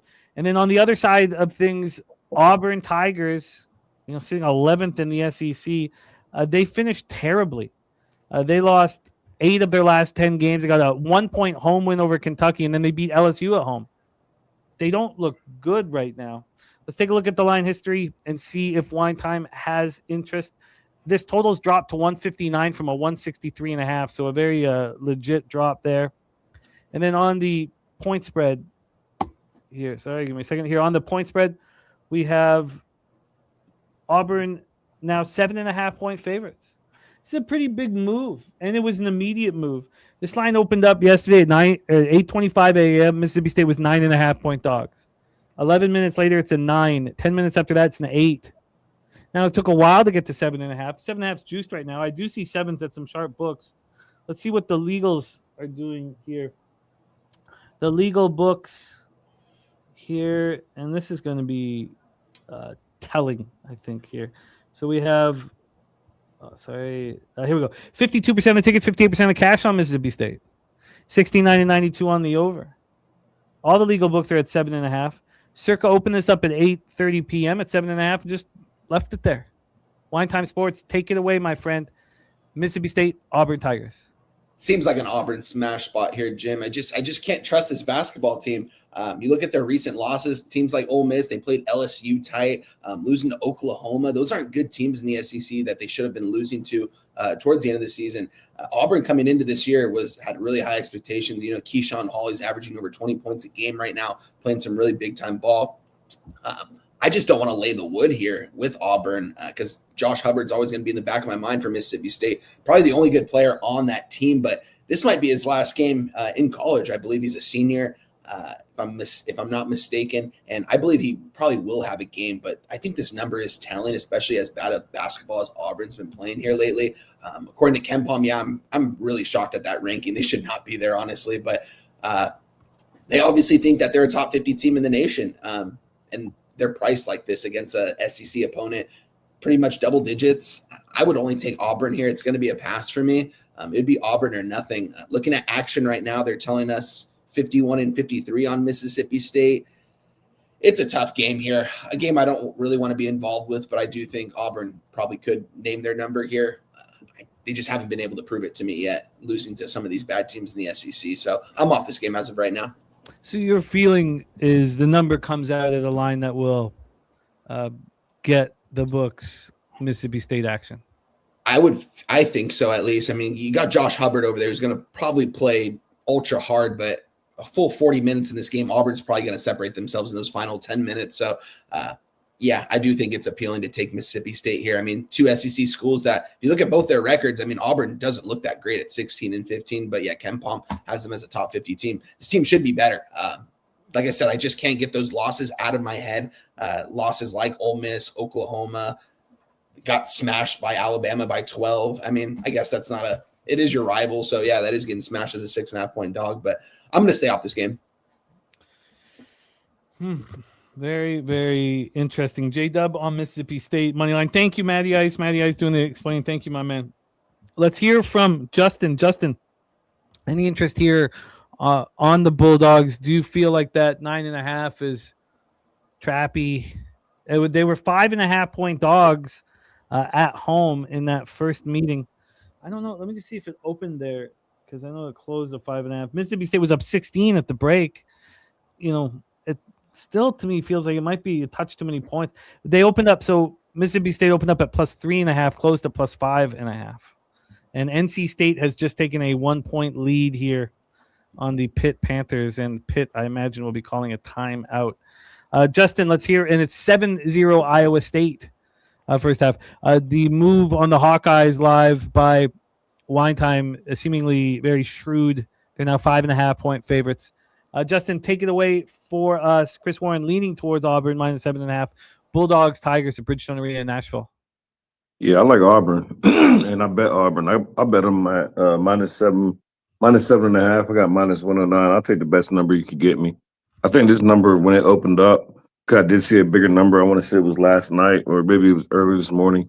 But I did see a bigger number, and I didn't feel comfortable. When it came down, I did feel comfortable. This is not one of the teams, talking about Auburn, that I do think is going to make an SC run, but I just think this is a good matchup for them. And I think they're going to come out here and make a smash spot. I think they're going to win this going away. 7.5 when it came down from 9 or 9.5, whatever I said. I think I seen a 9. I think it's moving in the wrong direction. I do think that this line is designed for Mississippi State bettors, but I try not to cap that way. And the only thing was I like to back Auburn when they was at the Jungle, and this being a neutral, but this is another team that they need some big wins in this tournament. I don't think they're going dancing, so I would like to say, like, if they don't cut the nets down for the SEC, which they're not, they'll probably one and done. They'll probably win this one, and depending on their matchup, I'll probably fade them. But give me Auburn. That's per team. I think this Mississippi State team is based on one player, and I don't know his name off by heart, but he had like 35. Yeah, he had like 35 the first half, like a couple games ago. So I think Auburn going to trap him, double him, do whatever you need to do, slow him down, blow his team out, and he won't even be around in the second half when it gets late. So best number you get me for Auburn. -7, -110 for Justin. Oh, big 3 by NC State. man. 38-34 now, NC State. Stephen Fehrenbach says Iowa State isn't playing with these boys. Iowa State 7-2 early. Kentucky up 11-10 on LSU. And Iowa State gonna win the Big 12. Plus 770. Oh, it's a nice spot. All right. I am interested in Mississippi State. Ah, good. Big 3 back. Thank God. Pittsburgh. Fight, man. Wait, you like Mississippi State? I like the line move towards them. I guess I don't care. Auburn does not scare me. So I think that line move was appealing. And What's keeping you off? I guess you. Damn. Yeah. But that game doesn't start for 2 hours, 18 minutes, so we still got some time. Let's roll into the Mountain West. As I said, all games 5 o'clock and earlier, we are capping, and then it goes to games that we're moving on here, except for the Morgan State game I wanted to talk about, which I may not be moving on. We head over to the Mountain West. Man, it sucks that our guy DJ Big Boss won't be rocking with us at Pub 5 because this is where he does it best. Mountain West. Let's roll here. Wyoming Cowboys 18-13, 9-11 in the Mountain West at the UNLV Rebels 16-15, 11-9 in the Mountain West. We're at the Thomas Mack Center, Las Vegas, Nevada. These teams are very closely ranked. Wyoming 98, UNLV 104th. But despite being so closely ranked, UNLV -4 opened up at 3.5, got to 4, 3.5, and 4. So we've had a half-point move towards the running Rebels. Let's take a look at the total from a total standpoint here. We've got this now sitting at 153.5. So another game where we've seen so many of these huge moves to the under from 158 to 153.5, 4.5 point move up here. So let's get the cash flow here as well for this UNLV spot. 62% of the tickets, 86% of the cash on Wyoming. Huh. And the books just don't seem to care. AM, though, is on Wyoming. Joseph Gomez says Colts extending Danny Dimes on a 2-year deal.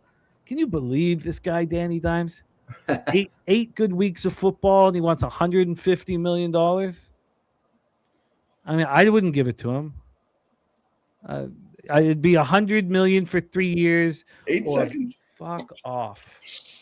Or find another team to play for. You're damaged. What is he? I mean, he had one good year. Team total under for Maryland. They scored 5 points in the final 9.5 minutes of play in the first half. Incredible 5 points in the last 9.5 minutes. Cash the under 27.5 team total first half. Nice job. That's incredible. That's one of the best beats I've had or best wins I've had in a long time. That's pretty incredible right there.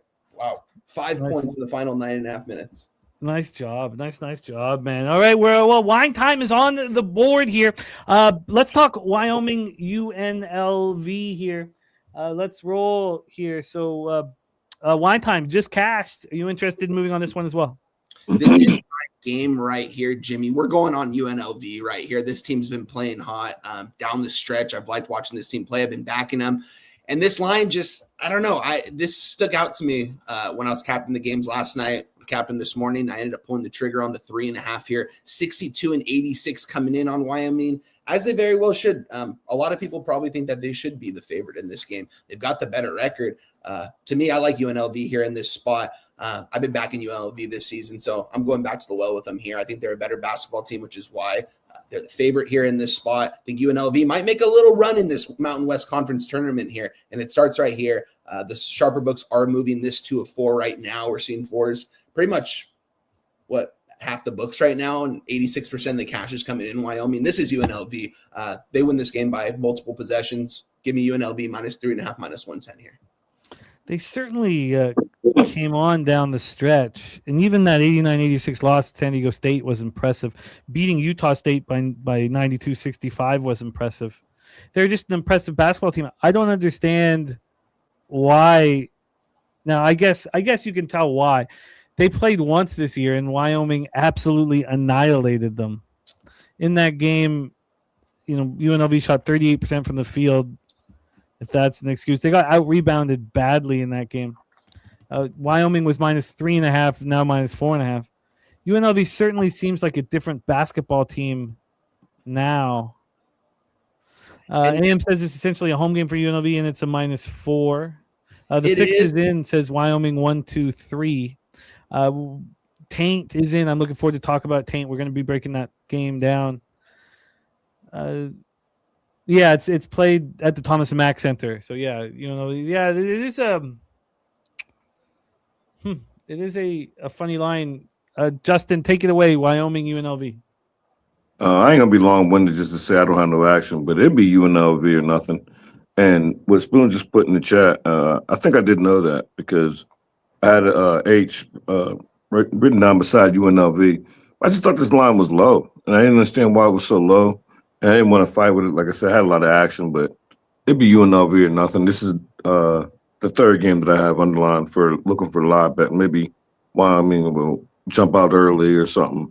If I get UNLV at like a pick 'em -110, anywhere, I wrote down up to 127. If I can get a money line live, I'll take it. So, but other than that, no action. And if I'm still on here, I'm not going to be score chasing. And it wasn't like something that was mandatory, but I just couldn't understand to be home.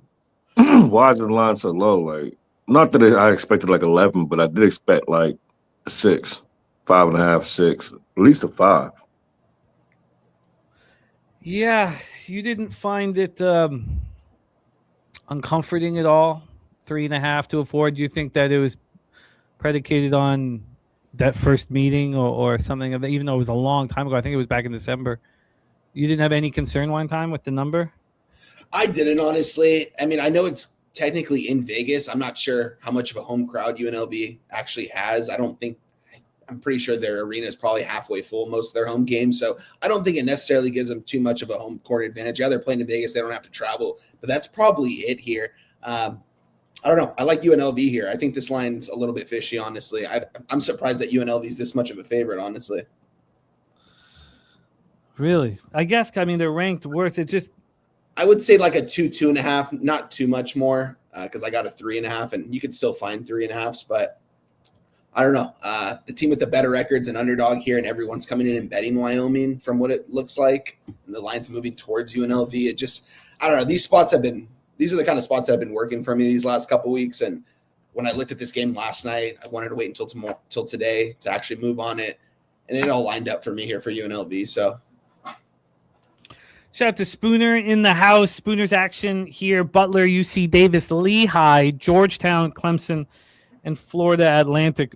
We'll be breaking a lot of those games down here. Also, for those of you guys loving the World Baseball Classic and Italy's big upset over USA, and now a lot on the line in today's game. I believe if Mexico wins by 4 runs or less, USA's out.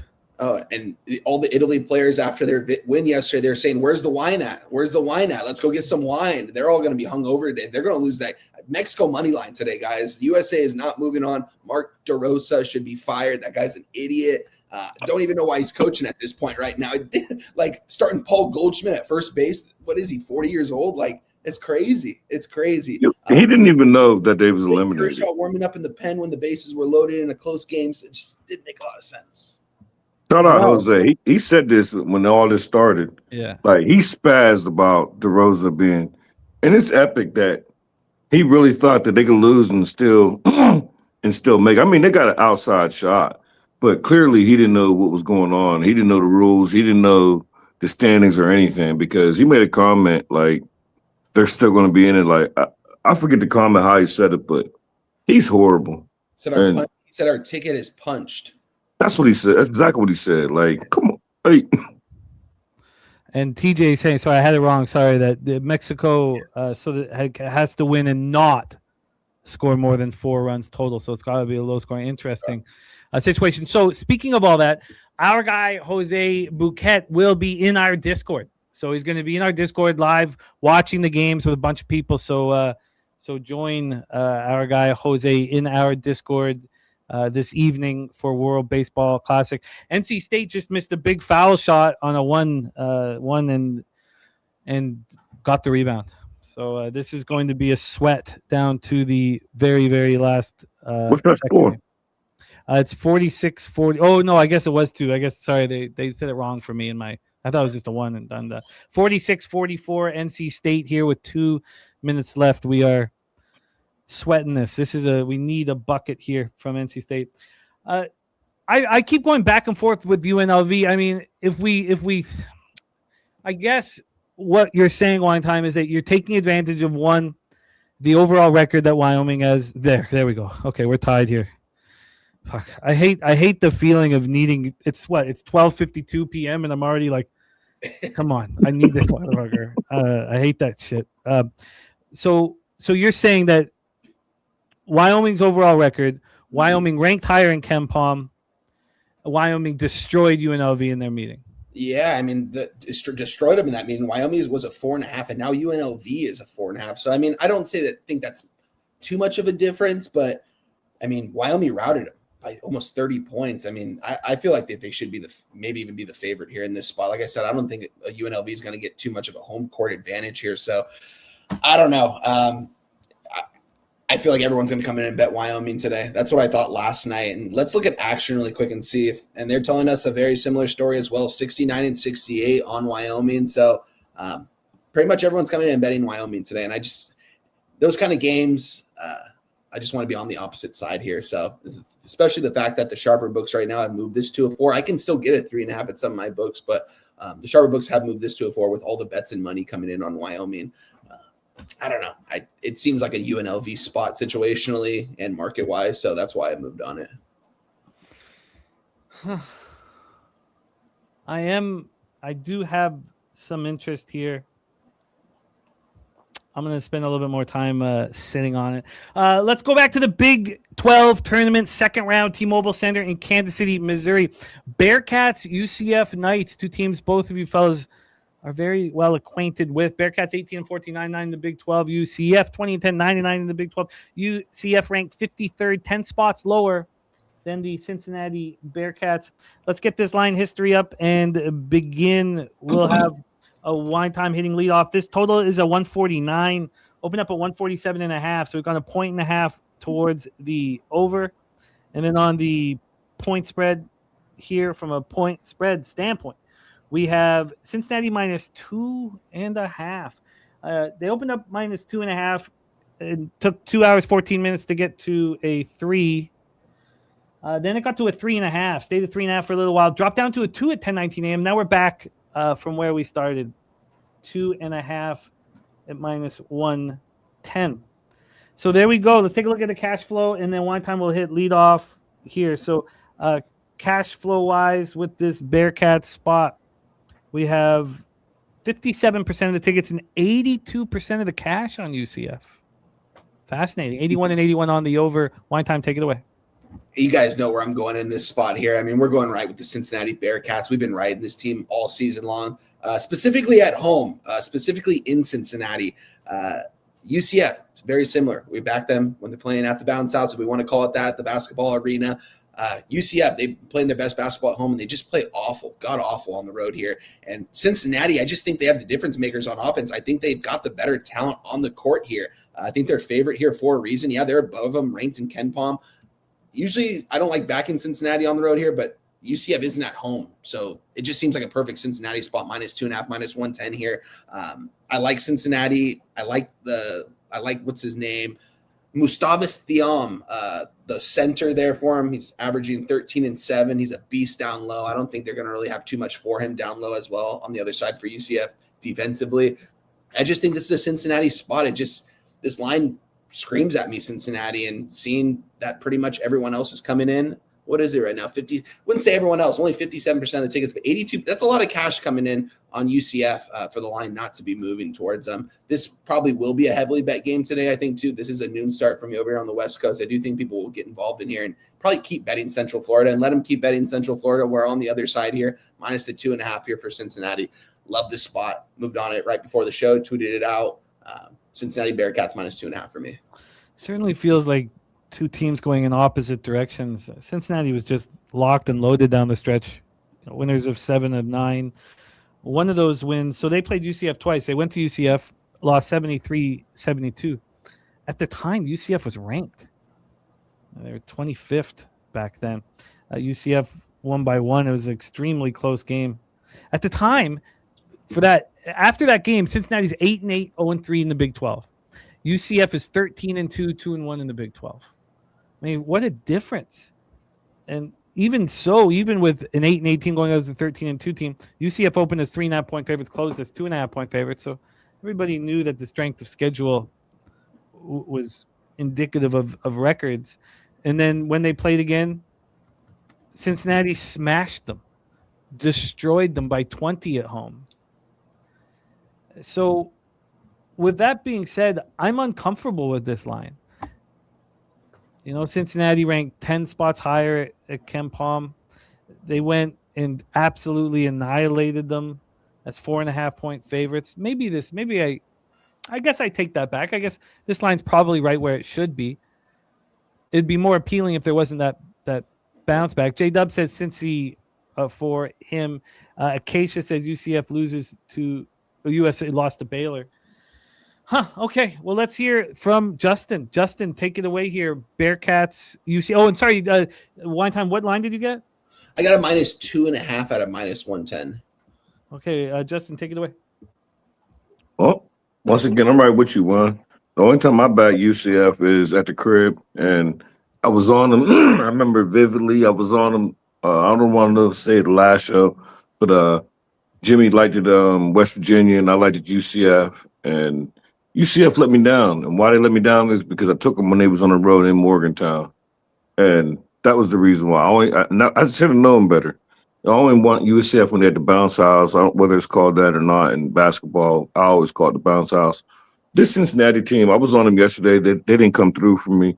But I was impressed with the way they fought back. They went down big early and came back and had a nice halftime lead and just gave it away. I want to say they was up 9 at halftime, but they was down like 7 or 8 early and in the first half. And they came back. So the fact that they got a game underneath their belt, this is another team that I think in the Big 12 that they're also going to make a little run.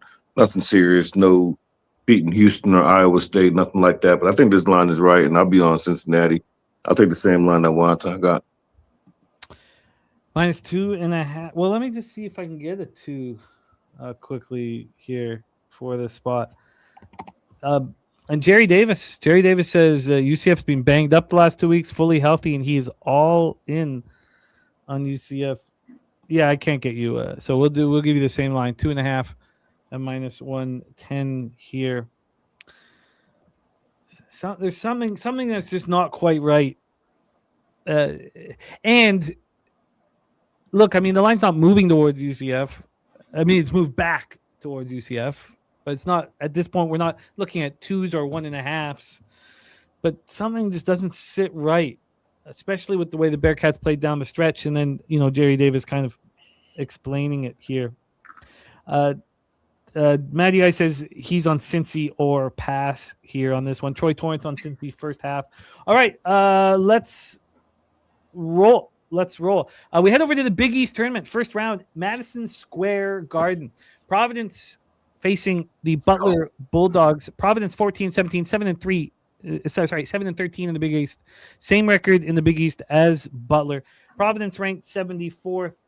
Butler ranked 81st here. We have Providence as 1.5-point favorites. Open up 1.5, drop to 1, back to 1.5. So looking at where I've been succeeding and where I've been struggling, as I told you guys, I cut the 1 and 1.5 points, but I haven't cut the dog to favorite or the favorite to dog, and both of those cashed.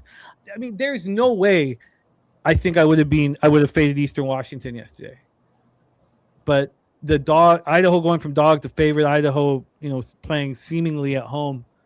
Idaho is in complete control all game long. So I don't want that. So the pick'ems are pick'ems, but if one team goes from dog to favorite, even at the 1.5, I will bet it. I cashed 2 of them yesterday, went 2-0 on those spots yesterday. So I'm going to keep moving on them. Here we have a 163 total. It's come down from 165, a 2-point move towards the under. We have AM on Butler plus 1.5. Robert Cherry, by the way, on UCF money line.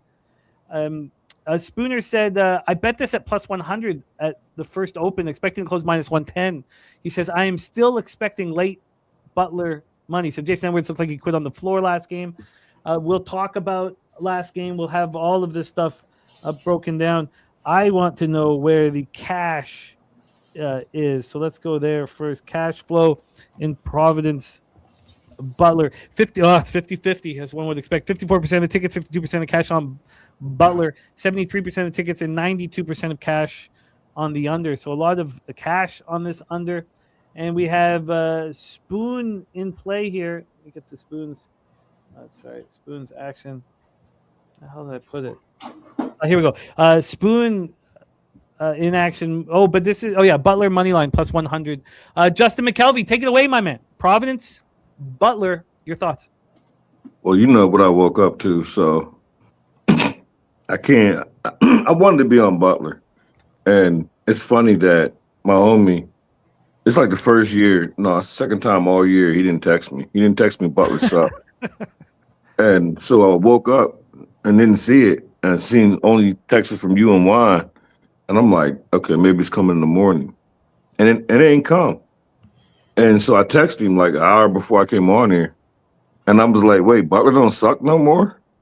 And his response was no comment. So that means he bet Butler. And then I seen Spoon on Butler.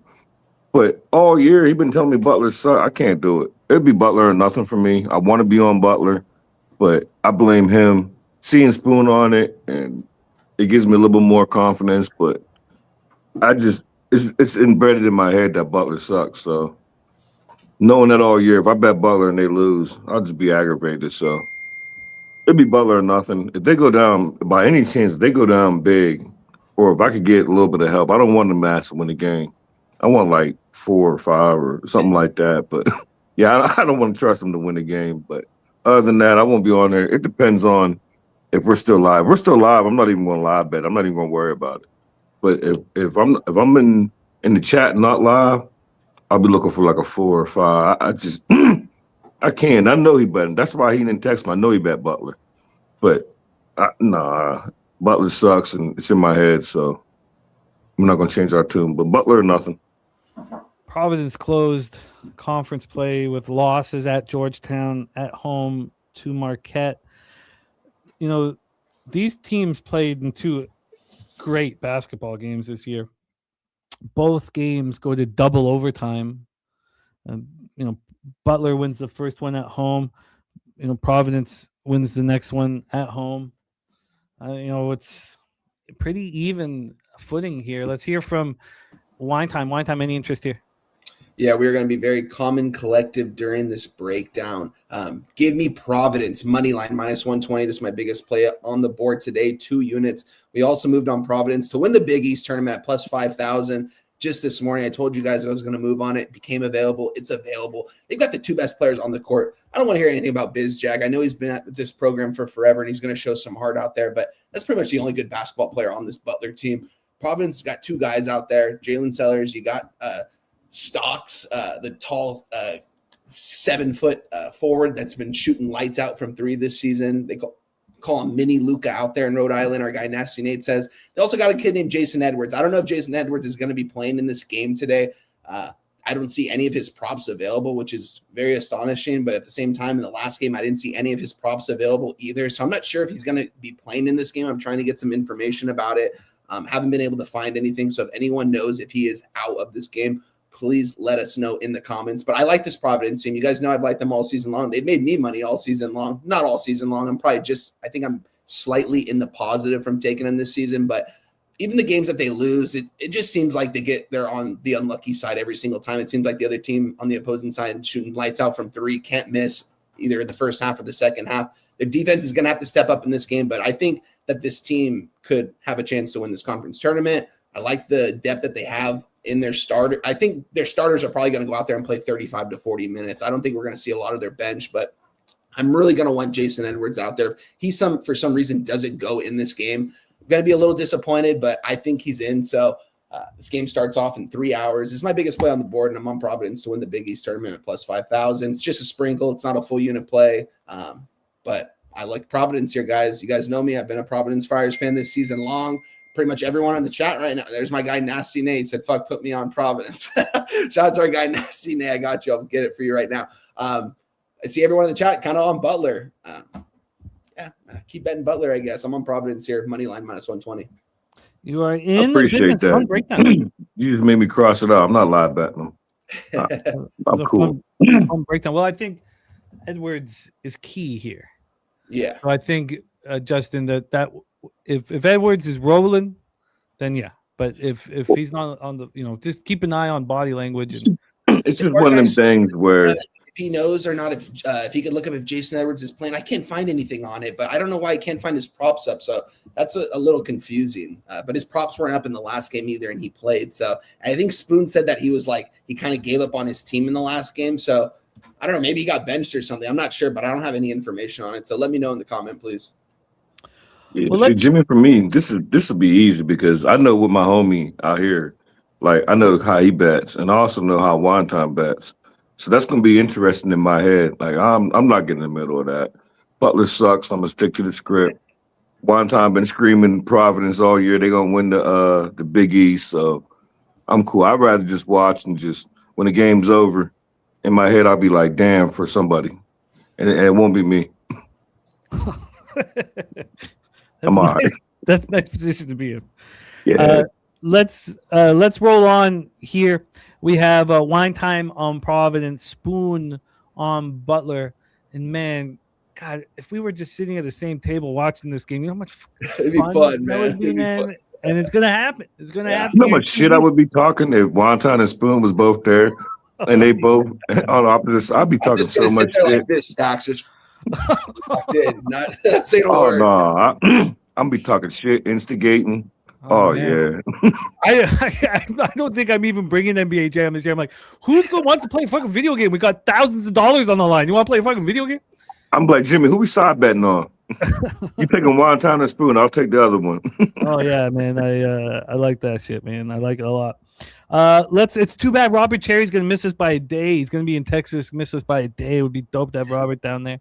Let's roll on, fellas, because this is, to me, the most interesting game on planet Earth today. The Southland tournament final. These two teams have been fucking awesome this year. I faded both of these teams yesterday. Cashed on both. So I've now love the Southland. McNeese, Cowboys, SF Austin, Lumberjacks. This was written in the stars, man. We knew these teams would meet. Now, fucking Corpus Christi, man. The Islanders, whew, and then triple overtime for Rio Grande Valley. That was a sweat. I needed that win so bad. That was my last bet. And, I was not going to bet it.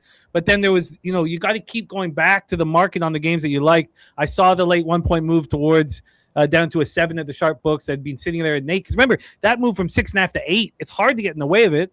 When you get in the way of it, you generally get slapped in the face. And you just saw that happen to me with LaSalle. But we got it back with Pitt, but we're down a bit of VIG. Fix is in, giving us the Wednesday records. Thank you for that here. AM says SF Austin plus 3.5. The wrong team is favored. Well, you were right. SF Austin 20-2 in the Southland. McNeese Cowboys 19-3 in the Southland. And McNeese coming off that triple overtime game yesterday where they're very fortunate to get this matchup. So hard to find losses, but they each took an L playing each other. The McNeese, the first time McNeese took on SF Austin, they beat them 66-64 at home. That was on January 5th. A very tight game. And we had McNeese were 10.5 point favorites. 10.5 point favorites. McNeese is rated 69th according to Ken Palm, with SFA rated 90th. So then they go to Stephen F. Austin and they lose 67-60. Yeah, Jerry. Even though I thought this matchup was written in the stars, I faded both of them yesterday. It was unfortunate. You had some big scores that were very close. So McNeese are 10.5 point favorites in game one. Then at SF Austin, they opened up as 3.5-point favorites and closed as 2.5-point favorites. In that game, McNeese got shut down completely. 19 points in the first half. When it was all said and done, both teams shot poorly. Both teams played sloppy. There was not one issue really at fault. Now, I'm so excited about this game. So you're like, well, who you want? I've not moved on it, but I'm very interested in the game, and I've watched these teams and want to be on it. This total opened up at 137.5. We're down to 133, a 4.5-point move towards the under. And then on the point spread here, and Iowa is taking the lead. Remember, wine time moving on Iowa minus 1.5. That timing was perfect. It goes. I have this system that's been so good to me, and I'm very hesitant to get off of it. But that one is probably one I should have forgotten about the number that I'm looking for and just taken the better team on the money line once it was available. It's just I have a losing ROI in that situation. Taking the 7 or 8 point favorite, waiting for them to be on the money line and betting them. I have a losing live ROI, and I tried just to completely cut that out, but I digress. McNeese opening up at minus 1.5. They moved to 3. The initial move wasn't towards them. This line came out at 4:10 a.m. and it moved to a 1. This got up to 3.5 at 11:30. Now it's a 3. I mean, I think this is a pretty telling situation. It's a pretty big line move to McNeese. Let's see if we can get any cash flow information. By the way, my account, the year I paid for action is finished, and I'm not. So I have no action information anymore at all. When we get to the cash flow, we get no information, but we can tell you that Circa's got McNeese minus 3 at minus 115. BetMGM's moved it to a 3.5. FanDuel's at a 2.5. This is going to be very, very fun. Wine Time Sports Southland Tournament final. McNeese, SF Austin.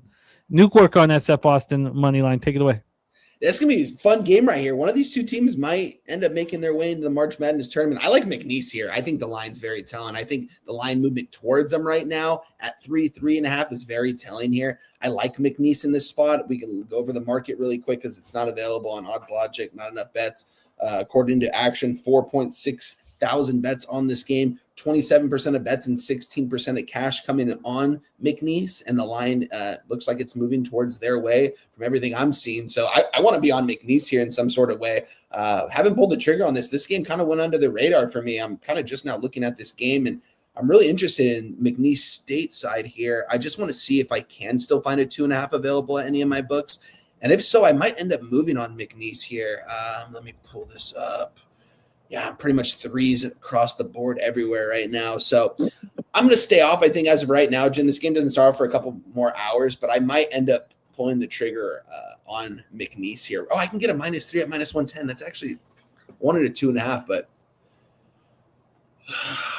I'm going to think about this for a couple minutes. Jim, Stacks, what do you think about this game?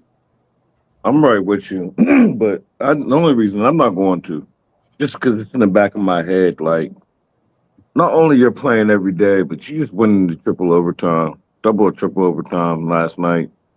And I just can't hit that submit button. Like, just knowing that the second half, and then my cap was like, all right, well, maybe I should jump on them McNeese first half, and in case they get tired, maybe they'll have the adrenaline. But I don't know how these kids is feeling. Like, if I could get a money line, I'm not saying I'm asking for that, but if I could have got a pick or something, I just can't back a team.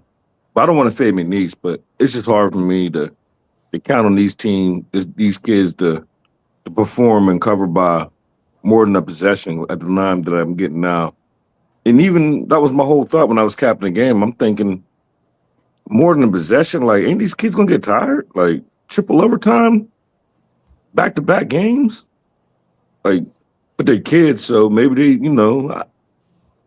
it would be McNeese or nothing. If I get a chance to live bet it, maybe, but I'm not going to be able to get over that triple overtime, just feeling like the second half that they're going to be dragging. So, McNeese or nothing, but I'm not going to get there. And while y'all was talking, I just crossed out the McNeese looking for a live bet if they go down. I don't want to be interested in it. I'm hesitant. I'm very hesitant as well. What So direction I'm you was take? What direction you was looking into? I thought all year that this was set up for McNeese to be in the dance. So I have a bias. And SF Austin should have shook that out of me. And now seeing, a bunch of cappers on SF Austin makes me uncomfortable. Jerry Davis with an important point. McNee's best shooter by a lot went down in first overtime, sat the rest of the game with a towel on his head. So 30-cent money line move on Cincinnati, says Will Rondo. What up, Will, my man? All right, let's roll on. So other than this game, every single rest of the games has been picked by either Wine Time or Justin, and they are moving on it. But this game I had to talk about because Delaware State Hornets went 2-12 in the MEAC, and they were 2.5-point dogs when this line opened up. And that appeals to me. Now, you can explain, Delaware State is only ranked 10 points back of Morgan State here. We're in Norfolk for this one. So from a Ken Palm standpoint, yeah, you can kind of understand this. Matty Ice says line moving to Morgan State. This is one of the spots where I was certain that was going to be the case. How could it not be? Who could possibly look at these two teams and not think, oh, wow, they're going to give me a 2.5 on Morgan State? These teams just met 82-68 victory at home for Morgan State. It wasn't a complete control. They took over with about 10 minutes left. Morgan State played okay, and Delaware State played like trash. At that point, Delaware State's 1-10 in the MEAC. Morgan State 5.5-point favorites, closed as 5.5-point favorites, and won by 12. Delaware State did win their last game by a point on the road, which was, a surprise. It snapped a 7-game losing streak. How could this line make sense? This is a team that if you take out Maryland Eastern Shore, so if you just take out that trash-ass basketball team, this is a team that's lost 14 straight games. Or 13 straight games.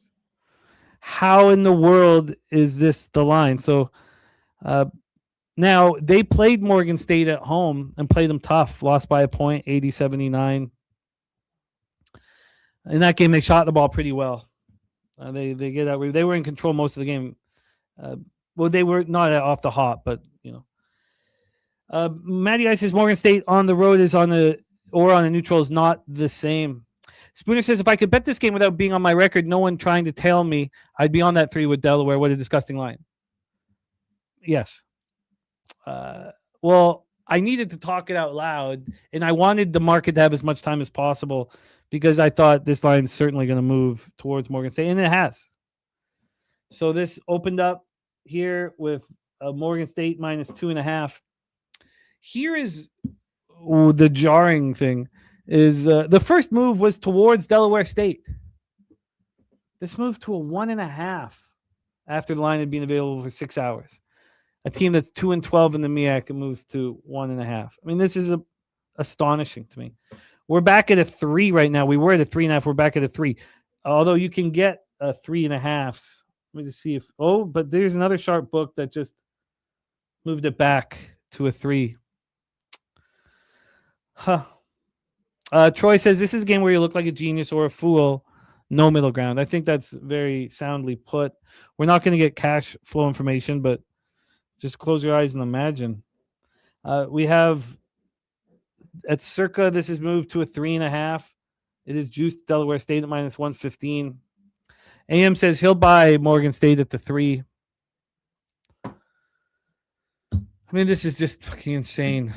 I'm sure Jose has it queued up in his book right now. This is the stuff he loves.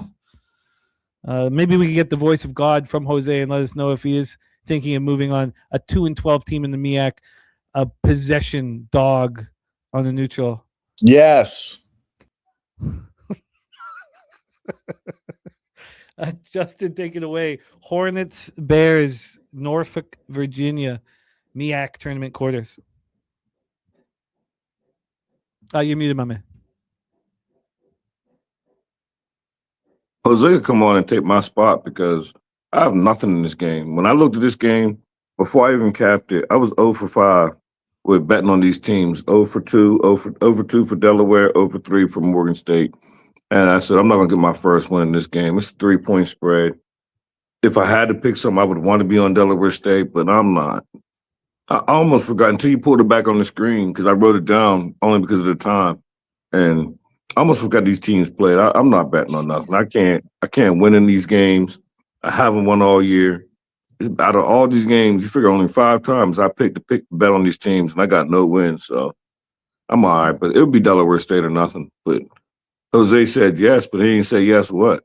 Well, he should come on here. Oh, no, I know what he means. He's interested in Delaware State. I just went to 365, and it's a 2. A flat 2. Morgan -2? Yeah. Good God. This is just that tells me the line moving towards Delaware because that's not what I seen when when I wrote down I'm not capping it. It was more than 2. I want to say it was moved. It just moved. So it came down. Yeah. Wow. This is fucking nuts. But there's still 3.5s out there. That tells me Delaware State money line is live. That's what that tells me. And I was on the right side, but I can't. That's why I write down teams. I don't even write down they was the favorite of the dog, like teams I'm successful with. And when I seen I was over 5, I'm not fighting with this game, but that's telling that I like the Delaware State and it's moving that way, but I'm cool. Hopefully Wonton got something interesting to say. I'm not cool. I don't have too much interesting to say in this, but I want to be on Delaware State here. I want to be on Delaware State money line here. I think I'm going to pull the trigger. What time does this game go off at? This is 6 p.m. Eastern, 3 p.m. your time. Got some time still. I think I am going to pull the trigger here on them, though. I can get right now. Let's see what best number available I can find right now while I shop for this. 1 second. Respect, Steve, my man. Thank you. Thank you, man. Steve's going to come down to Pub 6 next year, man. Oh, yeah. It's the wild thing about pubs. Every year is so much different than the next. This makes it a lot of fun. Well, I'm not going to bet Delaware State right now. I'm going to let it sit here. But I think I'm going to do the same thing. I'm going to hold off because I can get a 3.5 right now. I'm going to see what the line does in the next couple hours. I'm going to make sure to keep checking the market for this game because I want to be on Delaware State money line here. Well, this is my favorite game on the board now. So, it is what it is. The Hornets appeal to me very much here. So I have made a decision, and the decision is I'm going to join Wine Time on UNLV, and I'm going to move on them right now. So because of that, Wine Time, can you set up Xavier Marquette and then hand this over here? Spooner said, I feel like a similar amount of people would still bet Morgan to -5.5, but significantly less amount of people would bet Delaware plus 2.5. Yeah, I think you're absolutely right, Spoon. I think this is goddamn game of the night now. Fucking Miak, man. It's you just, watching it?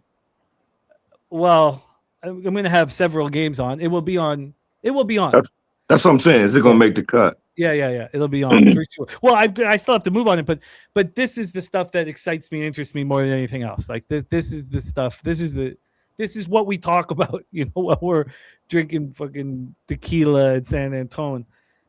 When now there's deep fakes too. So I'm with TJ, who says this is a game where you wait to bet Delaware State till tip off. Says Morgan State will get steamed.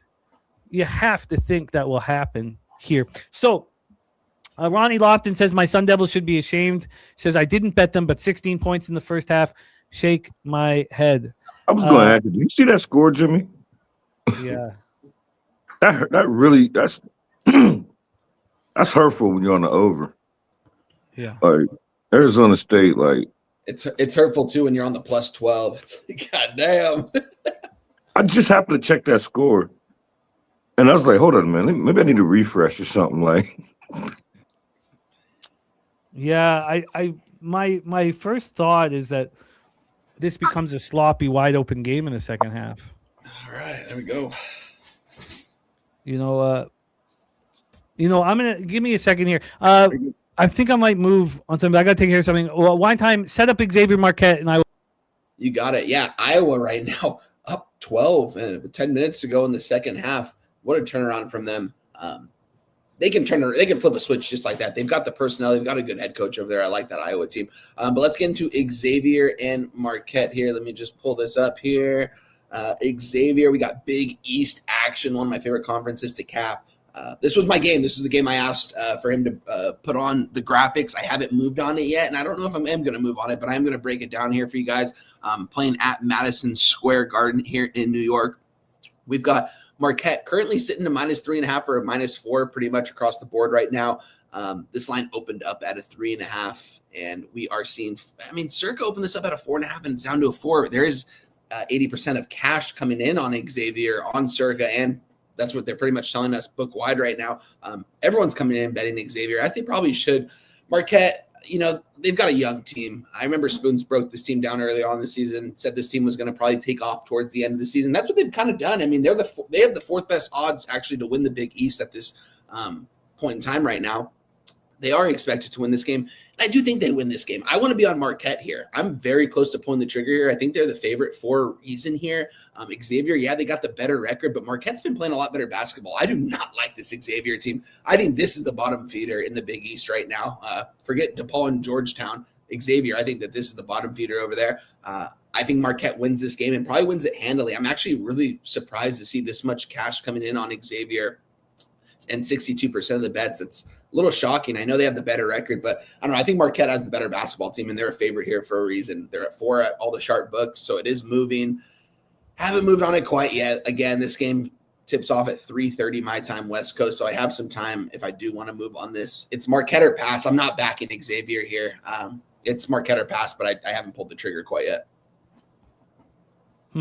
Let's hear from Justin. Justin, take it away. This is gonna be the first leg. I don't want to trust Marquette to lay no spread, but it's gonna be the first leg of a parlay.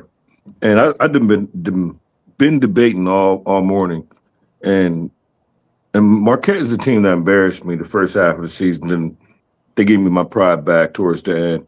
And the only thing that worries, there's a couple things that worry me. One thing that worries me, they're coming off of UConn, which I was on them. I wasn't on the money line, but I was on the spread. But I feel like, I don't know, I just don't want to back a team off a win like that. But I think this is different because that was the last one that you got going into the tournament. So your spirits, your momentum, everything's high. I think Shaka going to have this boys ready. So I don't think it'll be we beat UConn, celebrated, storm, whatever. So I just want to ask them to win the game, be a first leg. And it's going to be an all-college money line parlay, just 2 legs. So the first leg, I'll let you know the second leg when we get there. But Marquette money line be the first leg. Certainly feels like these are two teams moving in opposite directions. You have every right to be uncomfortable after that win against UConn, but it seems like Shaka's building something. Yeah. We knew this team was not very good to start the year, and it didn't seem like there was too much stress, that Shaka was just very relaxed. Spoon talked about the situation that it appeared that Shaka didn't care that much. Maybe he was just resigned to the fact that this is not the team this year and that we're building something here. And that's what happened. 62% of tickets, 80% of the cash on Xavier. This line opened up at 4.5. It's these teams are 13 spots apart here in the KenPom rankings. That doesn't warrant on a neutral site a 4.5 point opener. No, so clearly the initial models were saying there's quite a difference between these teams over the last few weeks, and we're going to put it into the line. Pick the pros and ponies says Marquette wins one game and they get all the respect in the Big East tournament. I don't think if they hadn't have beaten UConn, they were coming off destroying Providence and destroying Georgetown both on the road, that would be more appealing to me here. I think it'd be more appealing to everybody. I think pick the pros. I think the concern is that win over UConn. I don't think that's a bonus here. I think it's more of a concern here. I mean, I think this is a very, very telling line. Very, very telling. Full game, TJ. I moved on him full game. Spooner says I had Marquette at 3 circled, saw the 3.5, and thought Xavier Money would push it. The solution says Marquette gets revenge. I mean, that first meeting between these teams, Marquette wins by 1 at home, and then they go to Marquette and they lose by 8 on February 14th. So what that line was, Xavier opened up at 2.5 and closed at 1.5. So this line does fit. It does fit. Yes, it just moved to 3 too for me as well.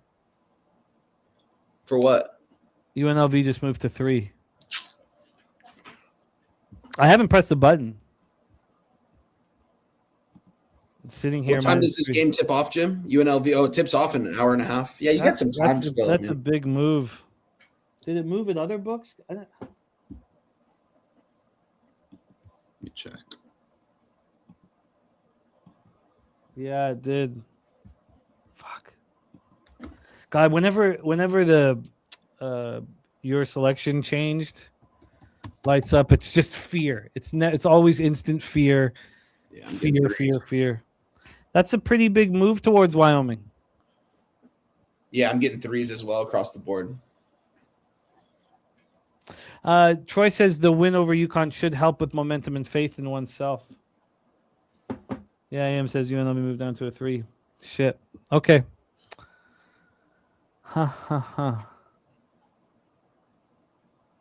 Wow.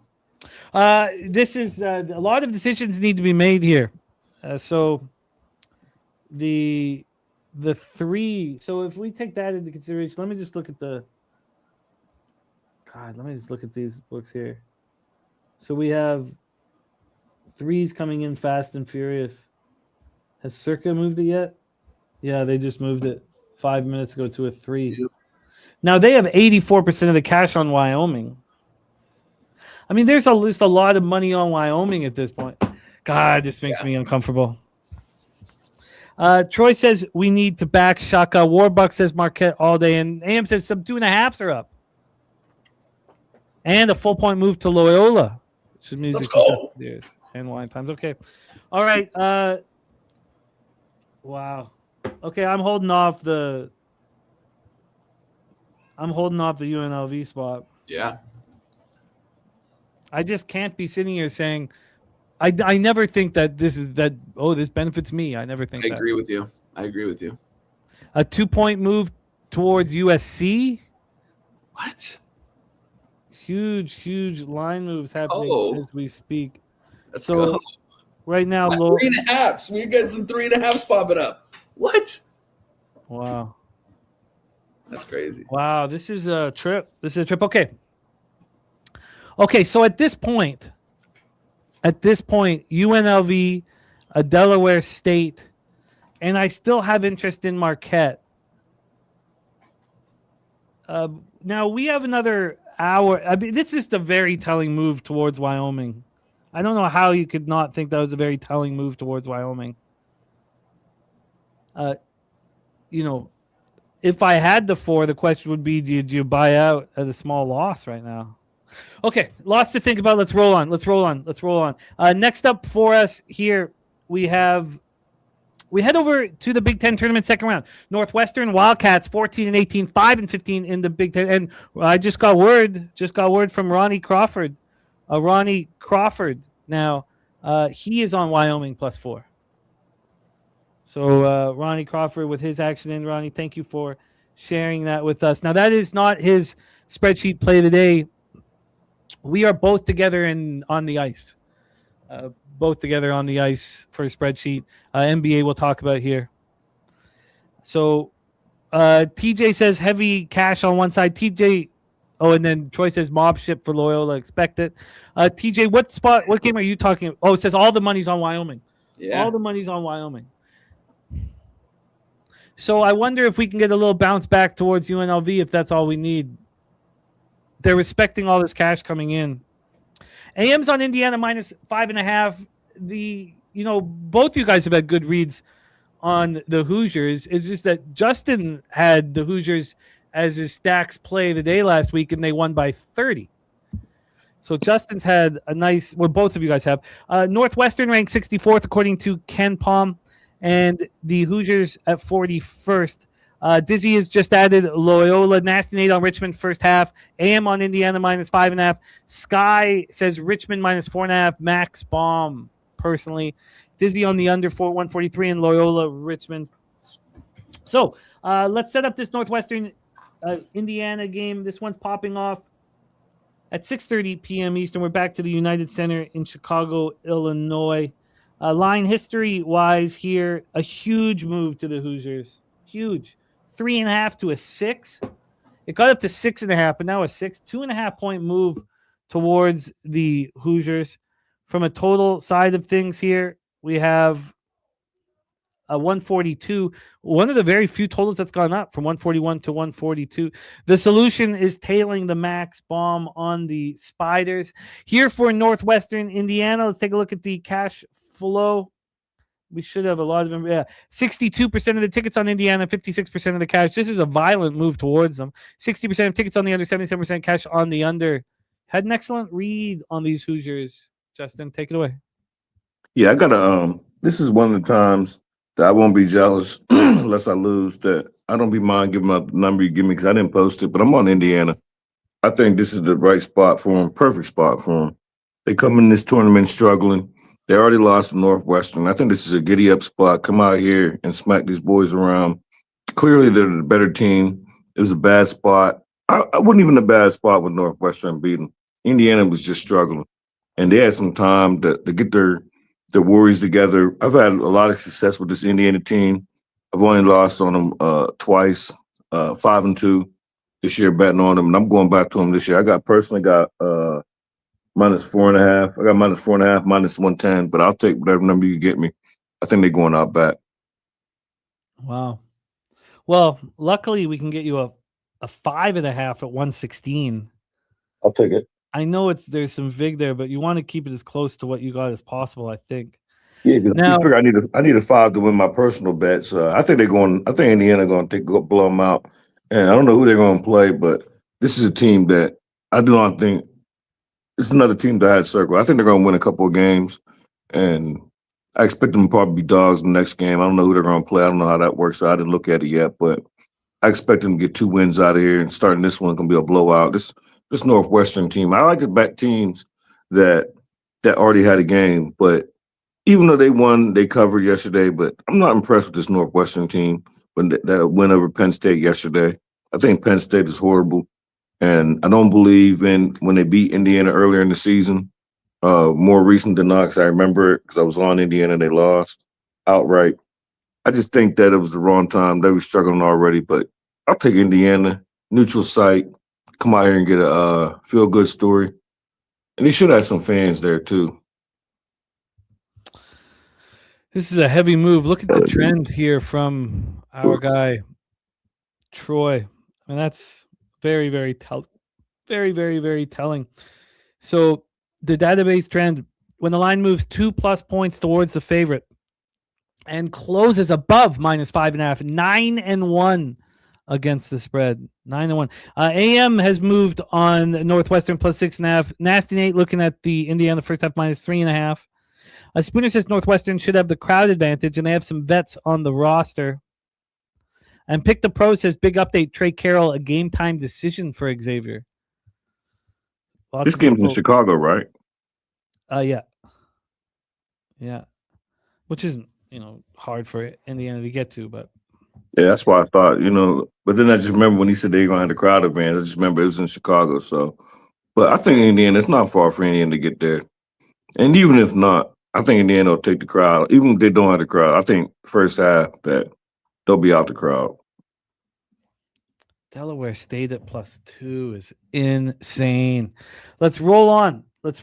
Now, I know when one time comes back, I know that he wanted to, I think he's got action in Northwestern Hoosiers. So we'll circle back to them. But let's roll on here with Justin McKelvey. We go to the Big 12 tournament second round. BYU Cougars 22-10, 9-9 in the Big 12. Same conference record as West Virginia Mountaineers. West Virginia 18-13 overall. Big difference in the Ken Pong rankings. BYU ranked 25th. West Virginia ranked 56th. This total has not moved, sitting there at the 141, juice towards the under. And then when we get to the point spread here, I don't know if I do have a bit of an issue with that over. I do. If I had a free bet, I'd be on that second half over in Arizona State, Iowa State. I just think that Iowa State is going to slow the game down. That's the only concern. I still like it, but I'm not going to move on it live. I've not moved on a live bet yet here, and I'm itching to get involved. But let's get back to this one here. Let's get back to our next spot on the board. BYU, West Virginia. So there's a real move here towards West Virginia, a legit one. +6 down to +4.5, and that 4.5 is juiced. Do we see 4s on the board yet? We don't on the offshores. That 4.5 is juiced. Let's see if we got it here on the live. Here, let's see if we can. And we have no 4s here as well. And in fact, some of these spots. Oh no, it's clearly this is so. Cash is on BYU. At Circa, they got 72% of the tickets, 75% cash on BYU, and yet they moved it 1.5 towards West Virginia. Overall, 63% of the tickets and 66% of cash is on BYU. Pick the Pros says something has to give here. BYU all offense, West Virginia all defense. By the way, Jerry Davis is on Northwestern here. So let's roll here. Let's roll. Take it away, Justin. West Virginia becoming more and more appealing as the game goes on. What do you think? I disagree. This will be the second leg, the money line parlay, Marquette. It'll be Marquette, BYU money line parlay. And Stacks play today, number 1, my fault, is BYU -4.5, -110. I did post that. Got that this morning. And I just really like that the fact that West Virginia just beat them. And BYU got a game under their belt. First game that they played, they slowed down. I mean, for Diabonce, for his stats, he only had 20 points the first game. He had 40 last night. I feel like that he's playing with a chip on his shoulder, got a little Big 12 non-mention, so I think he's going to try to run through this tournament. I do have BYU as a team that's going to upset some people, so which means in order for them to upset somebody, they're going to have to win this game. I just think it's the wrong time. West Virginia, their rest, I think it's going to hurt them in this game. I think BYU, the way it was the second half, because they was either up or down by 1 at halftime. And then second half, they just all gas, no breaks, and then won and covered the second half. Like I said, Diabonce had every single time I say his name, I call him Beyonce for some reason. But Diabonce, he had 40 last night, and I think he's going to pick up right where he left off. Big game. He played this game matched up against West Virginia. They do play a lot of defense, but some players I think are going to make adjustments. Big game from him. BYU covers. Everybody agreeing with you in the chat, and Troy's idea that it's the opening line that was the tell. Two teams that have the exact same conference record. BYU dealing with the Richie injury. Very, very interesting. So West Virginia won 79-71 at home versus BYU in the lone meeting. Taking advantage of that. I mean, I understand why West Virginia was appealing. The line moving towards them, and we just all cashed on them. Wine Time got us there. You said, Justin, you were on the other side, but Wine Time got me on West Virginia on Friday, and it became a very important game here. AM on West Virginia +4.5. AM, we are going to circle back after this, Jose. So if you can get that Northwestern Indiana graphic ready, because we're going to circle back and hear from Wine Time. But let's hear now for BYU West Virginia. Take it away. Yeah, guys. We're going to West Virginia here, +4.5, -110. I was very close to taking the money line here in this spot with the Mountaineers. in these tournaments, I want to take these back points that they're giving me in my back pocket because I do think some of these games are going to come down to the last possessions of the game. If you're going to give me 4 points in my back pocket, I'm going to take it with West Virginia here. To me, looking at the market, guys, I mean, looking at the chat right now, it seemed like there's a lot of love for BYU. I get it. Coming into the season, West Virginia didn't have high expectations. Normal expectations to go probably 500 in conference. BYU, this team was I believe a top 10 team at one point in the season.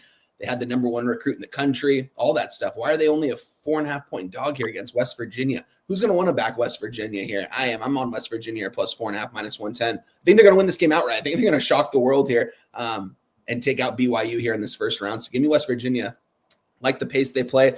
I like their head coach as well. I think he's got Ross Hodge. I think he's got these guys playing at a high level here coming into this tournament. They know they have to make a run if they want to make the March Madness. I don't think they're going to, but I think we're going to get all-out effort from them here against BYU. Give me West Virginia plus 4.5 minus 110. I tweeted this out right before the show. The same number is still available across the board right now. This line's not moving, and everyone's coming in and taking BYU. So I'm on West Virginia here. Wow. And it's like, I get it too. It's kind of tough because West Virginia, they just beat BYU, but it was in Morgantown. And we know that this team's different at home. And they're not playing in Morgantown. I get that. But to me, it just seems like a West Virginia spot. This line just smells so fishy. Like this might be one of the fishiest lines, I think, today. If it is that easy, I get it.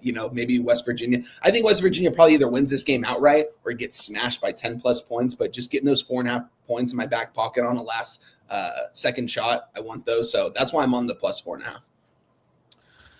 Great breakdown, fellas. I mean, you're on opposite sides, but the breakdown makes a lot of sense.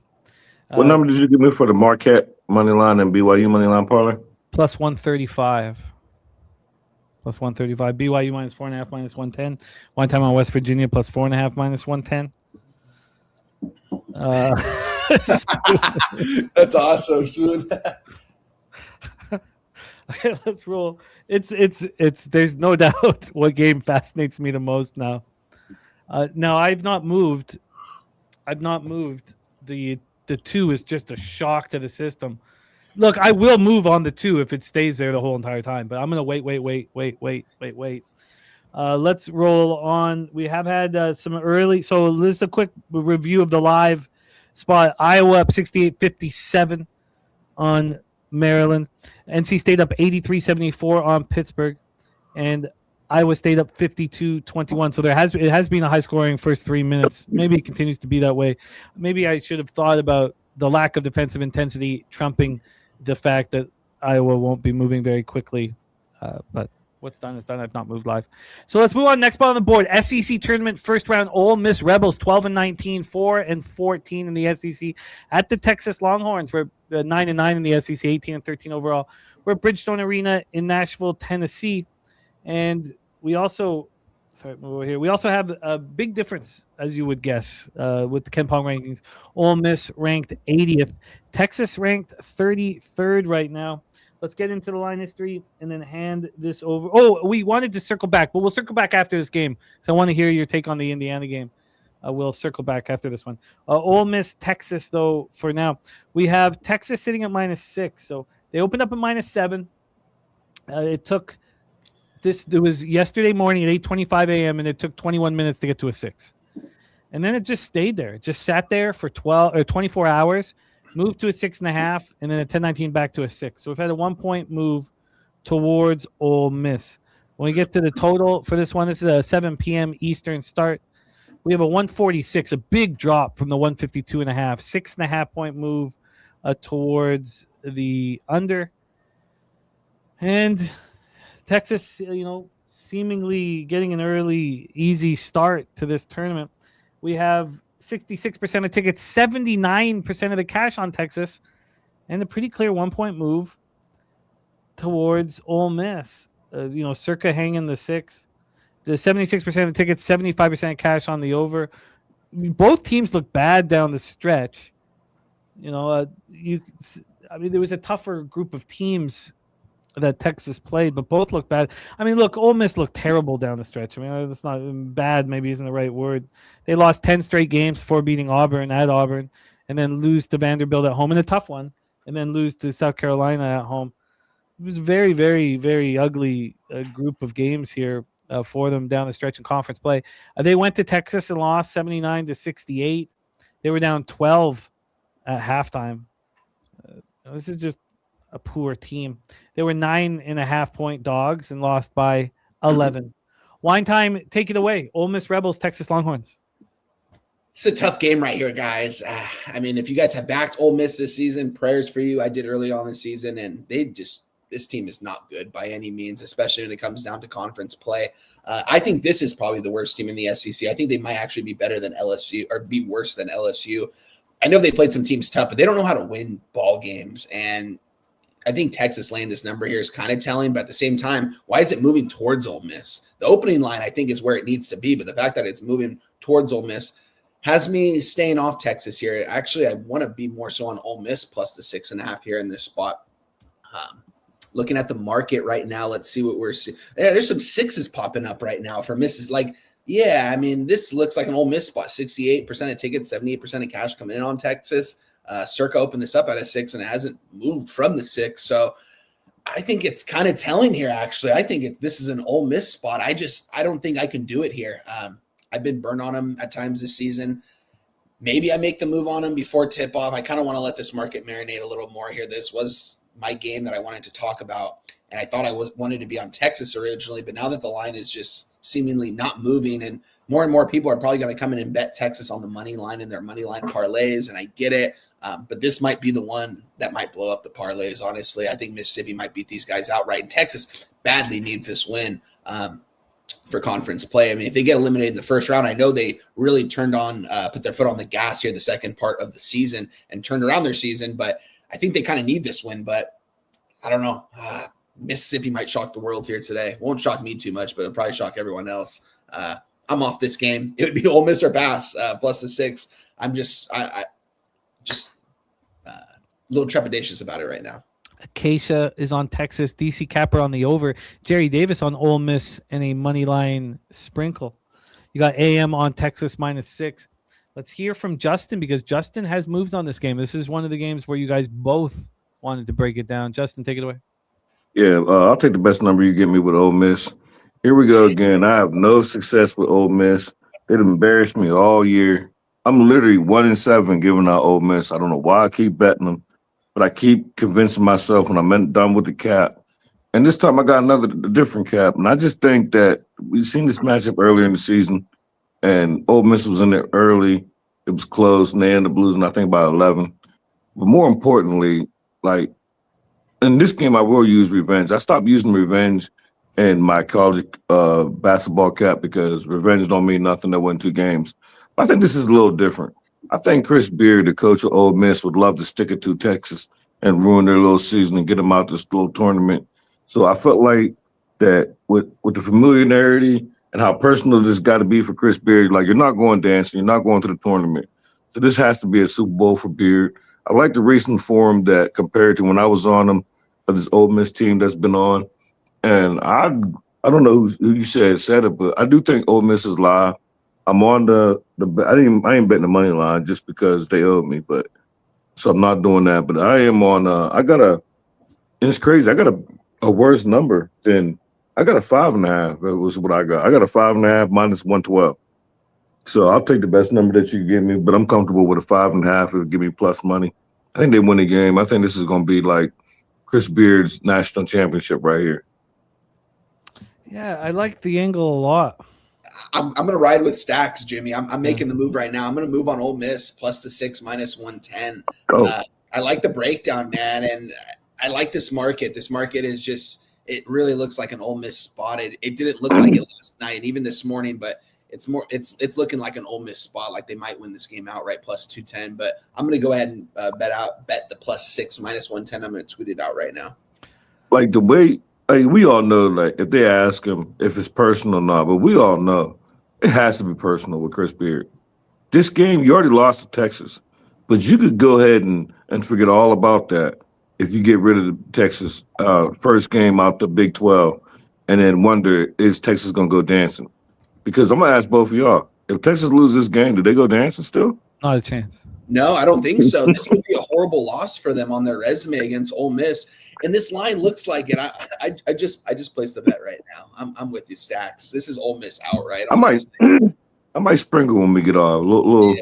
Maybe I'll buy me a little pizza tonight, a little pizza money, and because if I was Chris Beard, and I'm not going to the tournament. Like we all know, Ole Miss not going to the tournament. They don't got a chance to win this.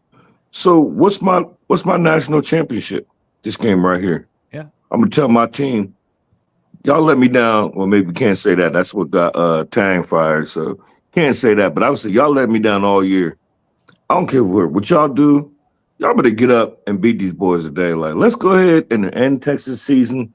I've been back in Ole Miss unsuccessfully all year. I got one win with them, but I'm not scared. I believe in this team for a one-day get-up spot, and I think I am. I'm going to write it down as soon as I find my ink pen. Well, you have an option here, Justin. Do you want – because you said you take the 5.5 plus money, so you get both opportunities. You can get the 6.5 at minus 112 or the 5.5 at plus 105. I'll take the 5.5 plus 105. All right. You are in business here, plus 5.5 at plus 105.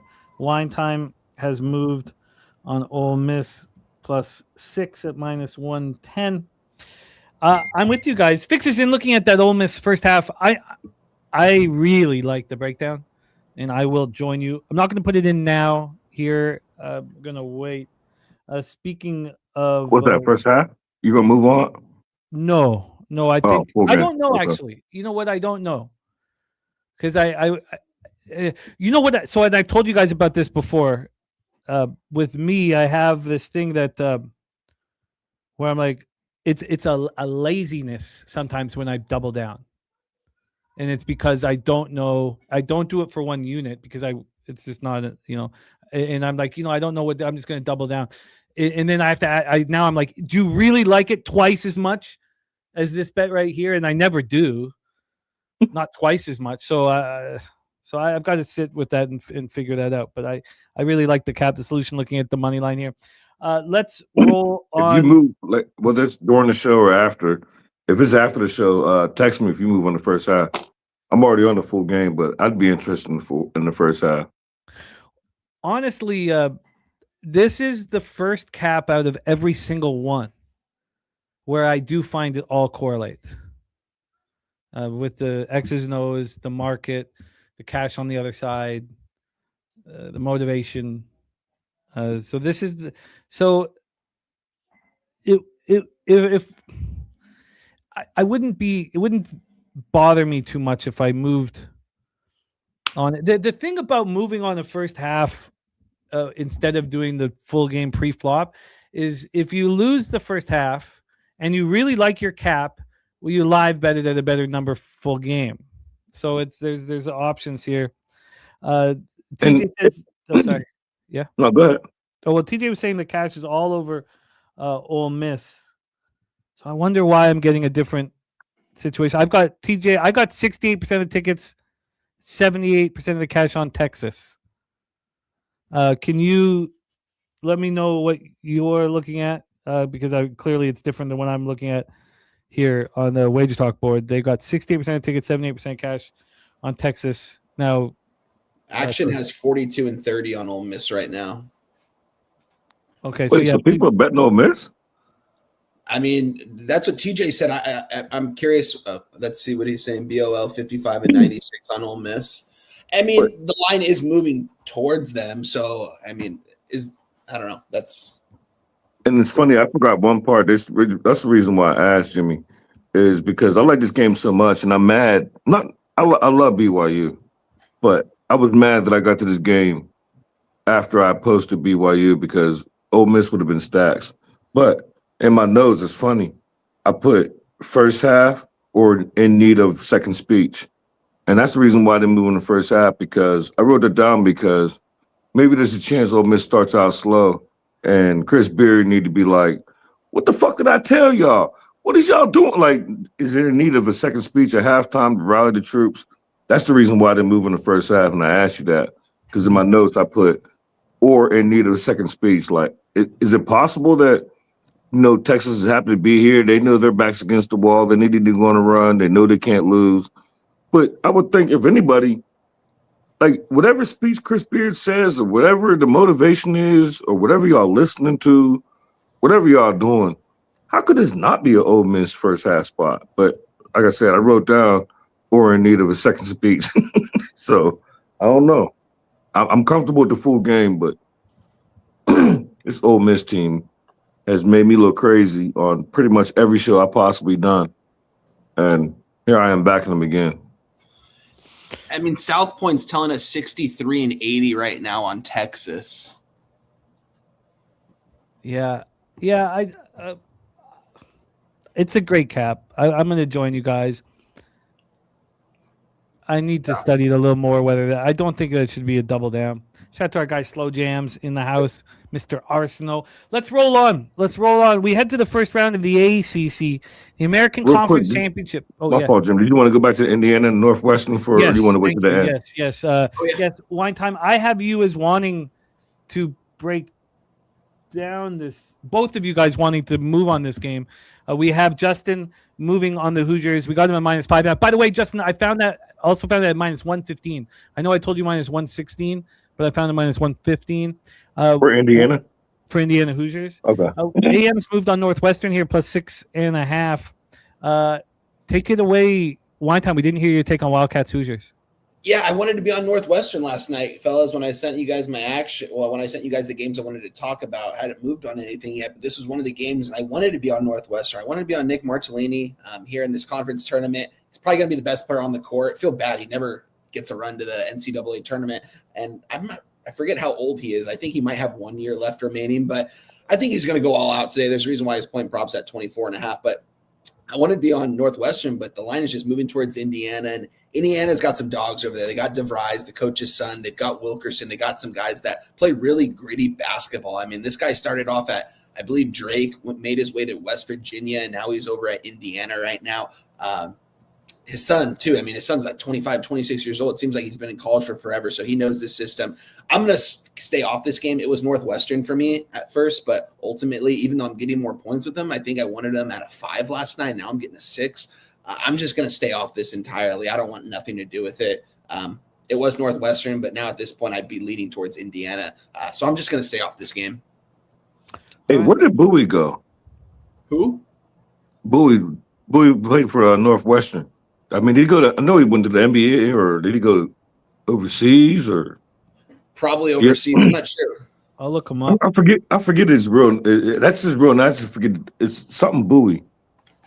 I can't. I'll look him up. I'll get him. Yeah, I want to say he was there last year. He was like the best player. He probably the best player ever to play for Northwestern. Let's roll on. Maybe Saturated is listening. Saturated. He would know. Yeah, let's see. It was like Ooey Booey or something like that, but he was nice for Northwestern. Yeah, Jam saying he's overseas. Let's roll on to the ACC. We have I liken Memphis and what we saw from Memphis this year. Respect, fellas. Get it in you. Get it in you. I liken what we saw from Memphis this year to what we saw from Shaka Smart and Marquette. I think there's a lot of similarities of a seemingly weak group. Maybe the eye was on next year or future. And a team that looked like they were improving as the season went on. The Marquette game here, where is it? Sorry. Here at 6:30 p.m. I don't have either of you guys moving on it. Xavier, Marquette? None of you guys? No, I was leaning towards Marquette in that spot. Wait, you said Xavier Marquette, or are you talking about Tulane Memphis? Oh, I was talking. No, because you've got Marquette money line with BYU, but do you have Marquette on the spread or just on that money line? Okay, no, just the money line parlay. No, I'm just comparing Memphis. I just feel like they've had a similar storyline as Marquette this year. You know, a well-known coach, a weak team that looked like they were improving as the season went on. These teams just faced each other. I mean, we just saw it 3 days ago, and it went down right to the wire. 96-95, a Memphis win over Tulane in Tulane. Memphis opened up as 1.5-point favorites, closed as 2.5-point favorites, and Memphis got the win. If coaches know who they're going to play, you just don't show them anything. I mean, who cares if you lose to them? Memphis got to snap their 7-game losing streak. Memphis had already lost to Tulane 78-76 at home earlier in the season. So we've seen 2 extremely close basketball games here. Spoon says, I think you're selling Shaka short, putting him in Penny's category. Very legit. Yeah, I agree. I hear that. I was going to say something about that. I hear that. That's very fair. So let's get into the line. Well, first off, this total is 151.5, opened up at 150. So we have a slight move towards the over. And then on the spread here, we have Memphis -4. Memphis -4. And it certainly seems like it's just too many points to me. Now, if you go to KenPom, it should be more. Memphis ranked 130th, Tulane ranked 211th here. So this is a fascinating spot here. And Wine Time, I know you wanted to move on this game. So take it away for us, Tulane, Memphis. Yeah, I wanted to be on Memphis here. I wanted to be on Hardaway here in this spot. I don't know if I want to pull the trigger at this point. The line's moving in the opposite direction from where I thought it was. I believe I saw this at a 4.5 last night at some point, if I'm not mistaken. I just want to double check. 71% of the tickets, 95% of the cash on Tulane. Wow. And it's a 3.5 at the public books here, like FanDuel and DraftKings. And what's the consensus opening in this one, Jim? What was the opening number? Well, I had this not moving, opening up at 4, closing at a 4. Okay. And the fact that all the money is on Tulane and Memphis is a favorite here. Memphis coming off finally winning a ball game, and shout out to them. I was on them -2.5, and they fucking lose for me. That was BS, but they should have covered that game, and they only won the game. That was a tough one, but Hardaway crying in the presser, a couple games before that after they took a loss at home. It's just like, what are you doing, man? Like, come on, like, get a hold of yourself. I don't know. This guy lost a lot of talent in the portal this last year. He lost his guys, and PJ Haggerty, who's, not doing anything over there in Kansas State. And it just seems like he's lost his guns. And I don't know. I don't want to be on Memphis here. It would be Memphis or pass, because it's like, why are they a favorite here? And why are they laying a 4 here? Really doesn't make a lot of sense to me. In my opinion, I know the line, they just beat these guys, and the line was at 2.5, and they beat them by 1. Both these meetings have been relatively close. So I'm going to stay off this. It was Memphis, and it's going to be Memphis or pass, but I won't end up betting this game. I'll stay off this game. Dutch delivering the goods here for us. Magic +4. We'll be breaking that game. We're going into NBA right after this here, right after college. So thank you, Dutch, for sharing that with us. Let's hear from Justin. Justin, what do you think about this spot? It's I feel like the 4, when we've seen two extremely tight games, and then 95% of the cash on Tulane, it feels like Memphis is going to take care of business. And why would they give out a 4 when these first 2 games have been so tight? A bigger line. What was the line? Sorry, what was the line when Memphis was at home? Let me grab that. I think it was 2.5. It was 2.5. Let me double check. Memphis was a -2.5 on the road in Tulane. Yeah, but what were they at home? At home, they were -8.5. Okay, that makes sense then. Yeah. All right, and Jerry Davis moved on to Orlando as well. Loyal to Chisel, we'll be talking about that game here shortly. So take it away for us, Justin. I'm all ears. Tulane, Memphis. First thing I'll say, I think if Shaka Smart heard what you said about comparing him to Penny, if he was in the chat, I think you would have a problem on your hands, Jimmy. I'll take your back, but I don't think Shaka's too scary, man. No, but I think he would have a rebuttal. I think I have a sharpened chopstick, and we'll see who does the talking. I would back you, but I would back him saying, how dare you compare me to Penny? I think Penny is out of his league. I think he got one more year of disappointment season, and he'll be done, and he'll just go off to the sunset. This Memphis team is horrible, Jimmy. Like, I compare them to my always so famous. I don't never want them as a favorite. I always want them as a dog. And then this year, even as a dog, like, I have no faith in them. It would be Tulane or nothing. I had planned on having circled to make them official. And this when I came on here, and the only thing Wonton slowed me up, but when you said 95% of money on Tulane, I'm all right. But it'll be Tulane or nothing. But I can't bet Tulane with 95% of the money on there. But I think it's Tulane or nothing. I think they're allowed to win this game. I don't know. I don't want Penny. I don't think he's a good coach. I think when he's had more talent that he's been unsuccessful. I think he's a drama queen. Like, you're crying. Like, what are you crying for? Like, so I don't know. He just need to be fired. Let somebody else coach. Just live off the dream that you're not even good as your cousin Vince. Just know that. Like, live with that the rest of your life. Like, you're not even the best in your family. Maybe you're a better coach, but you're not a better player. Just retire before your legacy is tarnished. God, I feel like they're putting this Tulane number at 4 to get Tulane cash. But then when you think about Memphis being 8.5-point favorites, then I guess that kind of throws it out the window. You think about Memphis being the favorite, period. Like, that's something I want to look at maybe when you're breaking down hockey. Like, the times that Memphis has been favored and covered the number. It couldn't be, I would 30%, 40%. Definitely not 50-50. Memphis is a favorite. There's no way in hell it's a profitable bet. I wouldn't be on Memphis. That's why 95% of the cash is on the other side. Right, and that's why I'm not making it official. Yeah. Because I wanted everybody to come out here and scream Memphis and all the money be on there. And you're not telling me that, so I'm not making it official. But Tulane or nothing. Maybe, I don't know, maybe everybody's right, but maybe 95% ain't thinking what I'm thinking. It's just Penny as a favorite. Like, it just sounds crazy to me. No, I get it. Let's roll on to our next spot on the board, and this will add a little bit of fun here to the spot.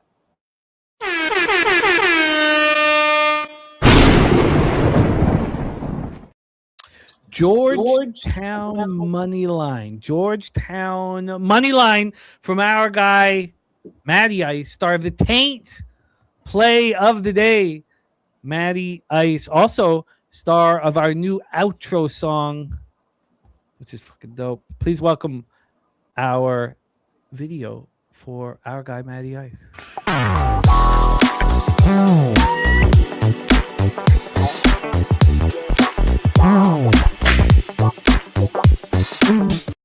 So Matty Ice back in the Hoyas here, 14-17, 6-14 in the Big East at the DePaul Blue Demons. We're in Madison Square Garden. Georgetown ranked 83rd according to Ken Palm, while DePaul is ranked 101st. Let's get this one set up for our guys. Justin will be hitting lead off for us. DePaul closing with 2 home losses and ugly ones by margin. They lose by 19 home to Villanova. They lose by 10 to Butler on the heels of 2 strong road victories. Very strange watching them scuffle at home. But this is an improved DePaul squad. Georgetown closed up shop with a home victory over Providence by the slimmest of margins, but they went to St. John's and played tough.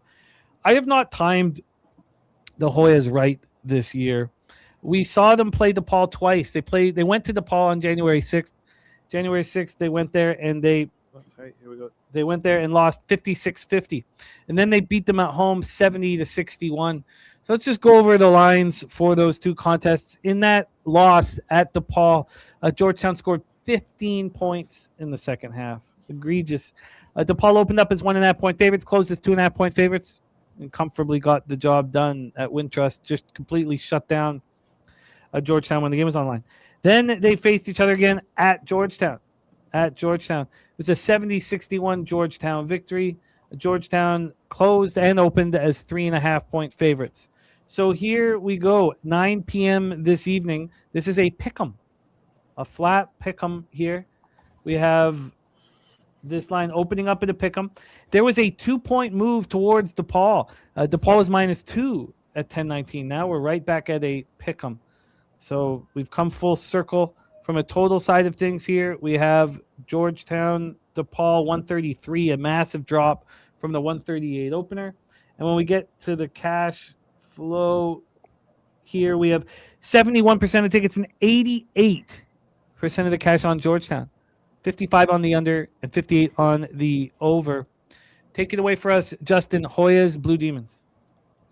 I really, really, really wanted DePaul when I started capping this game. And I don't have no action in this game, but I don't know. I think this is the first season that DePaul actually showed like some fight and some spunk. Like they had a lot of, I don't know, this DePaul team, we so used to them being drilled by 30 points every game, 7 wins, maybe 4 wins.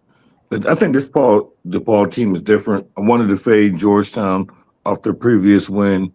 I didn't get there because I feel like DePaul is still DePaul that we used to know. And then the line, when I seen it, I want to say it was like DePaul -2 or 2.5. Maybe I'm bugging, but it seemed like it's moving towards Georgetown. So I stayed off. And then I seen that Spoon was on Georgetown. So it was a no-brainer. To me, this is a toilet bowl game. Some people might think it's good, but DePaul, Georgetown on a game day like this, it'd be DePaul or nothing, but I'm okay. I mean, the market makes me want to move on DePaul, and I wonder if there's just I can't even assume that there's a vividness bias on DePaul, because how could there not be a vividness bias on how bad Georgetown's been the last few years? So I feel, yes, DePaul's been worse, but they've both been trash. Let's hear from Wine Time. Hoyas, Blue Demons. Yeah, shout out to our guy, The Godfather, said he's busy workday, but wanted to let us know he is on Iowa State -13.5, looks to cash, and he's also on Louisville -6.5. Stoked to rock with you in San Antonio. He's coming out to San Antonio. He's going to be kicking with us. So shout out to The Godfather. Excited for that. Yeah. As far as this game goes, fellas, this is the Big East game I really want nothing to do with. I think these teams are very evenly matched. I've watched these teams play a lot of basketball this season. I think the line's priced appropriately. I think I would be on DePaul from a market standpoint. That's where it's leading me. I mean, they opened up at a pick'em, and they're pretty much a 1.5 now. According to our friends at Odds Logic, what's the ticket? 71 and 88. Yeah, that's a lot of money on a team for the line moving the other way. Circa has this a -1 right now, and they opened this up at a -1. It got to a 2 at one point with 87% of cash on Georgetown on their end. So it's DePaul or nothing. This is one of the late night games. Not super late for me. It's only 6 p.m., but I might, if I do move on this, I would be on DePaul. I kind of want to let the market marinate a little bit more. If I see Circa start moving this to a 1.5, maybe a 2, I probably will get involved with DePaul. But as of right now, it's a pass for me. Not going to bet this game. Well, Wine Time, we can't talk about college basketball with a schedule that includes the Golden Gophers without asking you about them. Now, you are already moving on this game, so we didn't have to fight hard here. Rutgers Scarlet Knights 13 and 18, 6 and 14 in the Big Ten, facing the Golden Gophers at the United Center in Chicago, Illinois. Rutgers ranked 129th according to KenPom, while Minnesota ranked 73rd. By the way, Richmond is taking a 4-point lead on Loyola. But let's talk about this spot here. This is a fun one. So, past it. 9 p.m. Minnesota banger. And here we go. Okay, so big tournament, second round here. Let's take a look at the state of these two squads. Rutgers, beating Penn State 74-62 last out. Minnesota taking out a Northwestern. So that's how these teams are coming in. We watched Rutgers go to Minnesota and get annihilated 80-61. It was just a couple weeks ago. Minnesota was in complete control from the jump. 8.5-point favorites, opening and closing, and a smash and grab of sorts. But it's fair to say that Minnesota is different once you get them, on the road or in a neutral environment. That matchup was the only time these two teams have played, and it was an 80-61 win at Minnesota. So let's take a look at the line history and then hear from Wine Time. We have this total at 134.5. It opened up at 137, so we've dropped 2.5 points there. And then on the point spread here, here we go. On the spread, we have Minnesota right now -5.5. Just a 5.5. That was 8.5 at home, so maybe that makes sense. This did open up at a 5, 8:25 yesterday in the morning. It took 26 hours for it to move to 5.5. So not much movement. Miss smokes a lot. Rutgers money line AM on Minnesota here. And then when we get to the cash flow for this one, 50% of the tickets, 74% of the cash on Minnesota. So big bets are coming in on Minnesota. No books seem to be blinking. Circa did open it up at 5. It only took them 14 hours to move to 5.5. You have to ask yourself, is that enough? Is that enough? Wine time, take it away. Yeah, I would like to see this move a little bit more towards Minnesota as the day goes on. This game probably won't be starting until 6:30 or 7 p.m. West Coast time. By the time the other game's done, I like these time slots. This isn't going to start at 6 p.m. It's probably going to start 30 or 45 minutes after. But I think Minnesota fans are going to show up for this one. This isn't too far of a drive from Chicago, Illinois. I think these fans are going to show up. And you got two teams that I think going into 2027 or 2026/2027 next season, this Minnesota team is going to be a top 10 team in the Big Ten, sitting at 11 right now. I mean, this team showed a lot of heart this season. They had a couple upset victories, beat UCLA. They had some really key victories, specifically at home in Minneapolis. So this game isn't going to be there, but I do think they're going to have a lot more fans in the stands than the Rutgers Scarlet Knights will. This Rutgers team is really going nowhere going into next season. I think they're going to have a lot of question marks going into their offseason. I think Minnesota is going to absolutely blow the doors off these guys. I think they can name their number. I think Cade Tyson's going to probably have himself a game. Senior point guard for Minnesota. You guys have heard me talk about him all season long. I hope he gets a chance in the NBA. We'll see if he does. I mean, the guy can make any shot on the court at any time. He reminds me a lot of that guy, Bennett Stritz from Iowa. These two kids are really similar to where they pretty much can spot up anywhere and make that shot. And I think Minnesota is going to try their best to make a run in this Big Ten tournament. Not saying they're going to win the Big Ten tournament, but just to make a run going into next season to give them hopes. I think Coach Nico coming over from Colorado State's done a really good job in his first season there. They've had some really key victories, and I think there's actually a lot of optimism going into next season for this Minnesota program where Rutgers, I think, are heading in the wrong direction. So I think this number is priced pretty much appropriately, 5.5, 6. I would like to see this get to a 6, especially with more of the money and tickets coming on Minnesota. We will see as the day goes on. This game probably won't start for 7 more hours. So I'm on Minnesota, though, -5.5, -110. I think that this is easy for Minnesota here in this game. I shouldn't say that. I hate to say this is easy. Not saying this is easy money, but I think for these teams, I think they match up really well with Rutgers. I think Minnesota can beat these guys by double digits on a neutral court. They did it in Minnesota. They beat these guys by almost 20 points. They can do it here in Chicago, Illinois, in a game that really matters for them if they want to make a run. So, yeah, I'm on Minnesota. What was the number you got? -5.5, -110.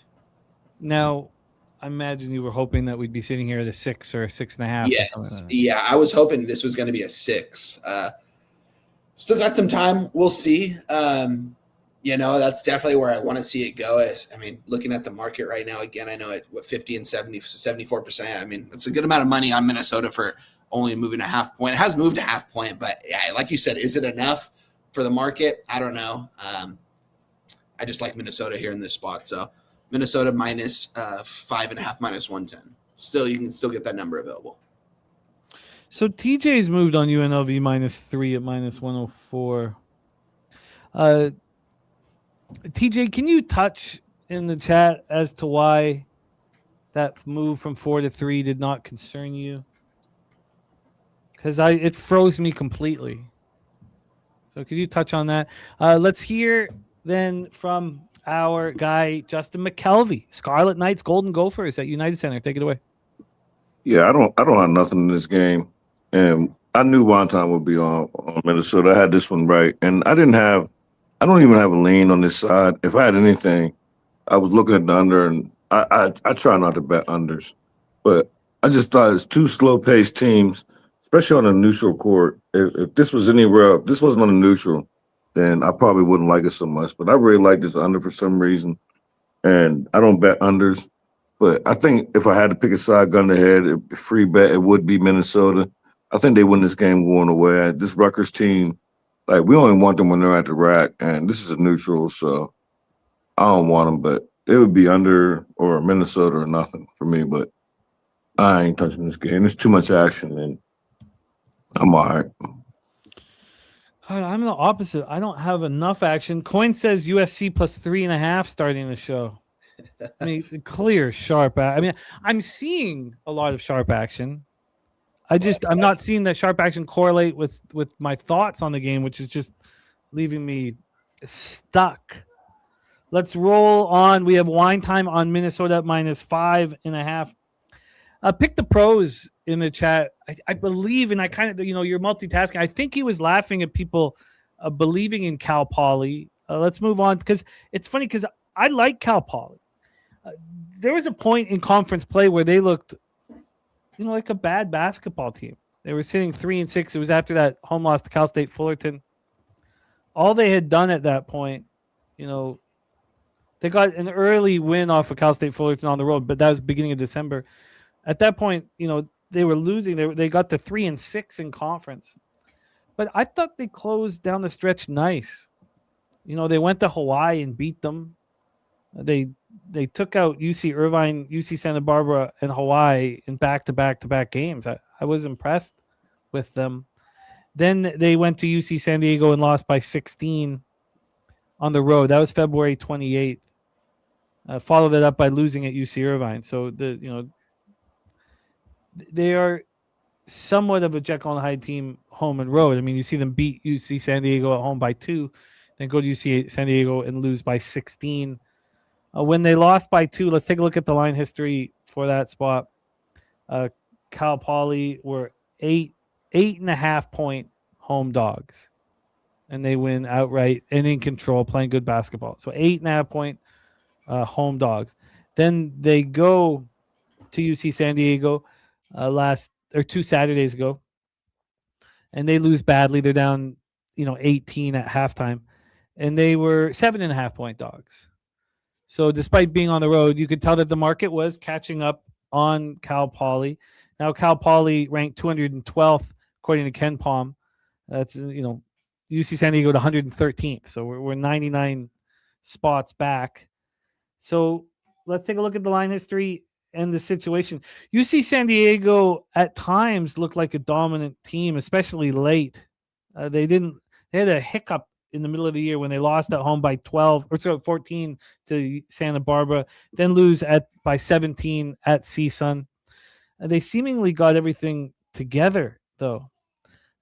Lose at Fullerton, but then beat UC Santa Barbara. I just thought that there was. I think both teams were getting better as the season went on, but Cal Poly started at a pretty bad place. And UC San Diego had a chance to win the conference. Of course, the Anteaters got it, but that was a situation where I thought they had a chance to win the conference. So let's take a look at the line history here. We got Cali ball, so we'll let Wine Time hit lead off here for this Cali spot. We have a move towards Cal Poly. This opened up at 7, immediately went to 6. This is yesterday.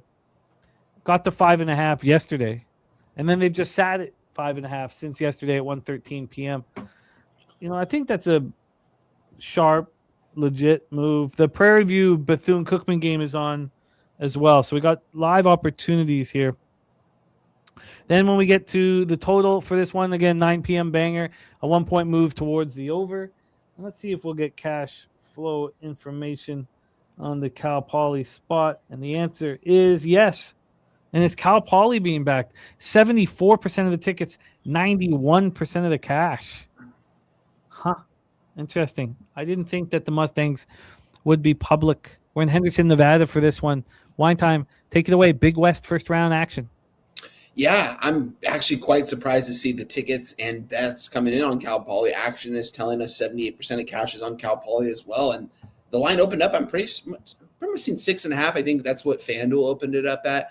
All the Sharper books open this up at currently where it is right now, a 5.5. And yeah, this is definitely a fishy line. I haven't moved on this game yet, specifically because all the money's on Cal Poly, but it might be sharper money. I don't really know who has really, anyone in the chat, have you actually placed a bet on this game? If you have, let me know. But this game isn't going to be a very heavily bet game today. And the action that is coming in is on Cal Poly, and the books have moved it. The Sharper books opened this up at probably the appropriate line, but Cal Poly faced these guys in UCSD back on the 28th, and it was a 7.5 point favorite for UCSD at home, and now they're on a neutral, and they're just I don't know. To me, I feel like Cal Poly, this line screams Cal Poly, but with this much tickets and money on it, and the Sharper books aren't moving it towards Cal Poly, is going to keep me off it as of right now. if the Sharper books start moving this more towards Cal Poly, if this gets to a 5, I might have to pull the trigger on Cal Poly at +5. I'm not going to back UC San Diego here, that's for sure. It would be Cal Poly or nothing, but it's probably going to be nothing for me. It was last night when I texted you my games. I was looking towards Cal Poly as well. I was just unsure what the market was going to tell me today. And it's telling me a lot of tickets and money are coming in on them. So, or a lot of the money is. As of right now, I'm off, but I'm pretty close to Cal Poly. Yeah. Truth teller. I mean, we've talked about this before. It's some people believe your ideology behind it, and some people don't. It's a debate as old as time here. Do the books want 50-50 action? We've heard, Ski talking to a guy who runs a book in Vegas, and he wants 50-50 action. He said, this isn't my money to gamble with. I know for a fact, I've hung out several times, 20 times, with a guy who runs a book in Vegas, and he's actively destroying his clientele, setting them up and laughing. And if you think you can get a $30,000 bet down at his book, if you're a winning capper, there's a 0% chance it's going down. If you're getting your $30,000 bet in, it's because he knows you're wrong and he's laughing. So it's true. And that's from his, like, I've watched him. Yeah. Again, truth, I'm not saying you're wrong. There's people that believe it's 50-50. Yeah.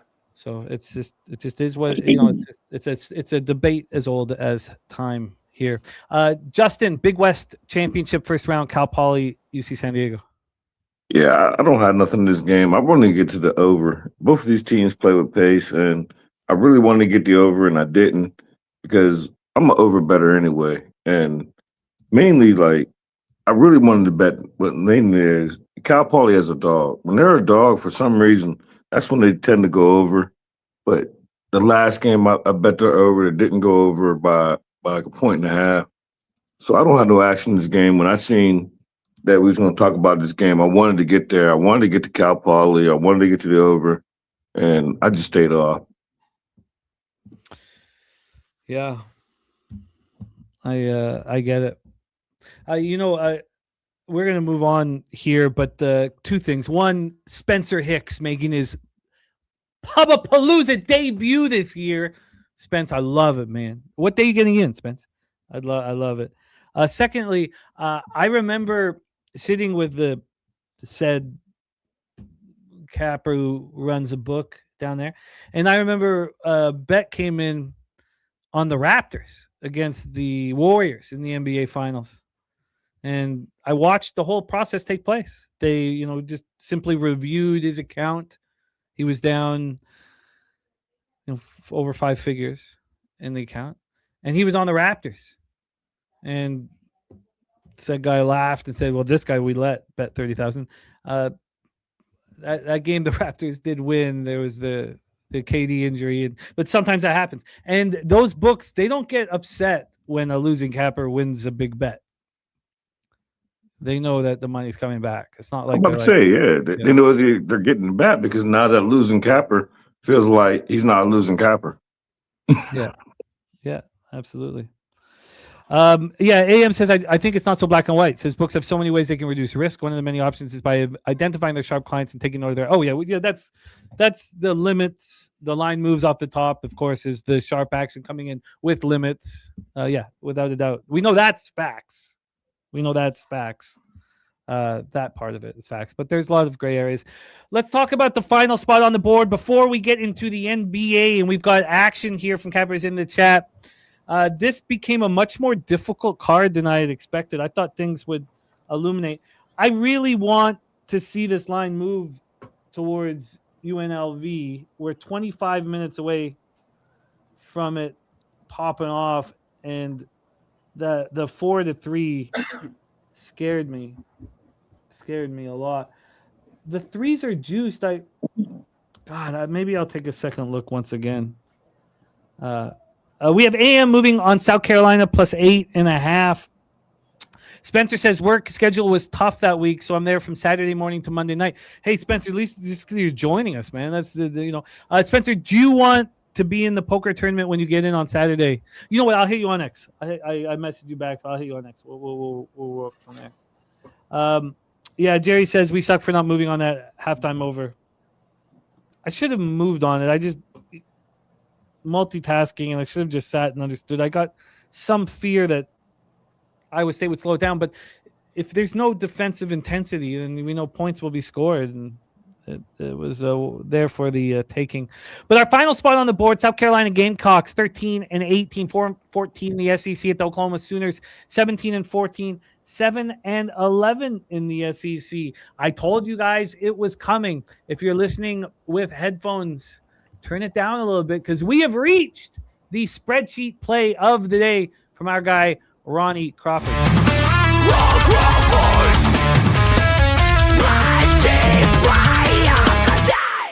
He is on Oklahoma minus 7.5. Jerry Davis is Oklahoma minus 5 for me, but that's long gone. Let's get into the line history here for this spot. Our last college basketball game here. This total is a 149.5. Opened up at 150, dropped to 149, got up to 149.5. Let's get to the spread, the point spread here for this one. From a point spread standpoint, we've got Oklahoma minus 8 at minus 112. What a job snaking a 5. This opened up at 8 here yesterday at 8:25 in the morning. Got up to 8.5, down to 8, down to a 7.5, up to 8.5, and we're right back from where we started. So no movement at all. When we get to the cash flow for the spot here for the Oklahoma spot, then we'll hand it over to Justin to hit leadoff. Oh, that's Oklahoma State. God, come on, show it. I'm struggling finding it here. I should just command F. Oh, here it is. 57% of the tickets, 67% of the cash on Oklahoma. Circa hanging an 8, FanDuel hanging a 7.5, 50% of tickets on the over, 59% cash on the over. Justin McKelvey, our final spot on the board, South Carolina, Oklahoma. Your thoughts? Yeah, I love this over. Best number you could get me. I got 140. I think I got what's on the screen, 149.5 minus 110. And lately, I don't know, this is another team that's been, speaking of Oklahoma, it's another team that has been a tale of 2 seasons. They started off pretty slow, and I don't know, they turned it on at the right time, and they got some big wins.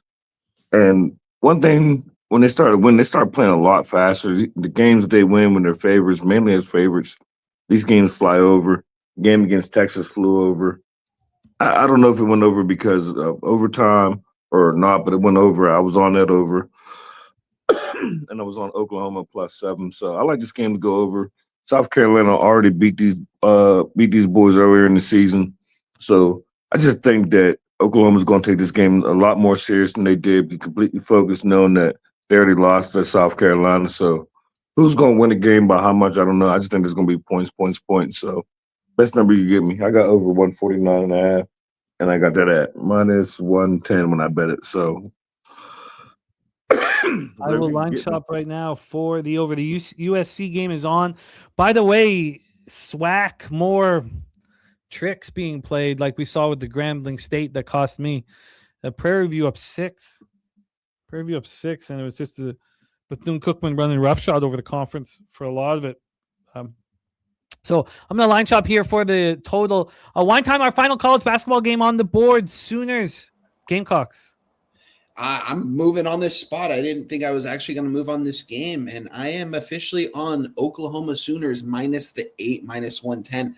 This line is very telling. I mean, you guys just mentioned it, Stacks. I mean, this was a 2.5, and South Carolina beat these guys outright. You know what? They said not 2.5 points. This is a neutral site, and we're going to move it up to an 8 right by now at this point. I think it's very telling. I think Oklahoma's going to smash. I think these are 2. South Carolina might be the bottom feeder in the SEC. I know there's them, Ole Miss, and LSU. It's really tough between those 3, but I think Oklahoma is a step above. I think one of you guys mentioned they had higher expectations this season. They've been playing better basketball down this stretch. This line is where it is for a reason. I'm making it official right now. I think this is a smash spot for Oklahoma. So I am moving on Oklahoma minus 8, minus 110 here. this line is pretty telling, and the market is too. Let's just go over. I know you already touched on, what is it, 57 and 67 on Oklahoma right now, and this line's now at an 8. I mean, it's only moved a half point at Circa. It's moved more at some other spots, but I think this line's telling. Give me Oklahoma -8, -110 here. That's going to be my 11th play for today. So I wanted to get a nice at least 10 plays today, and we got 11. So let's go. You are in business. I'm just trying to find a flat 149 for Justin, which is I can't do. I know, I'm surprised I can't find it anywhere. Let me just see if I can, how much it would cost here for the flat. It costs -114 if you want a flat 149. So you have a flat 149 at -114. Costs 4 cents here because the 149, sorry, the 149 and a half is -110. 149 is -114. I'll take the flat number. -114, 149. See if I can get you. Yeah, it's all -110 across the board there. Crazy. I wonder if I can get a. Here, just check the legal books one last time. See if I can get a less vig for you. And yes, I can get -108. So we'll just give you a over 149 and a half, -108. All right, let's review all action here before we get into NBA. And these two gentlemen on screen have not only been excellent in the NBA this year, but incredibly consistent. So we have, we'll start with Justin, because Wine Time's quantity of action slowed down because he's been eating in college basketball. But Justin Mcelvy, 120 wins and 113 losses, an average line of +102. So he's hitting at 51.5%, but he's up 10.26 units with an ROI +4.40%. Wine Time, same story, 49 and 45, 52.1%, an average line of +101. So he's up 5.45 units with an ROI +5.80%. NBA is a tough nut to crack. And these fellas have been cracking them nuts, man. Shout out to Goracle all over Oklahoma here, all over Oklahoma. So let's do a review, and I'm going to drop the action just to make sure I've got everybody's action here. One thing we didn't talk about is our guy Billy Friedrich's Pig Milk play today. SF Austin moneyline +140 says McNeese will not have such an offensive rebound advantage in this game, even though they have the refs. So from our guy Billy Friedrich, the Pig Milk play of the day, SF Austin +140.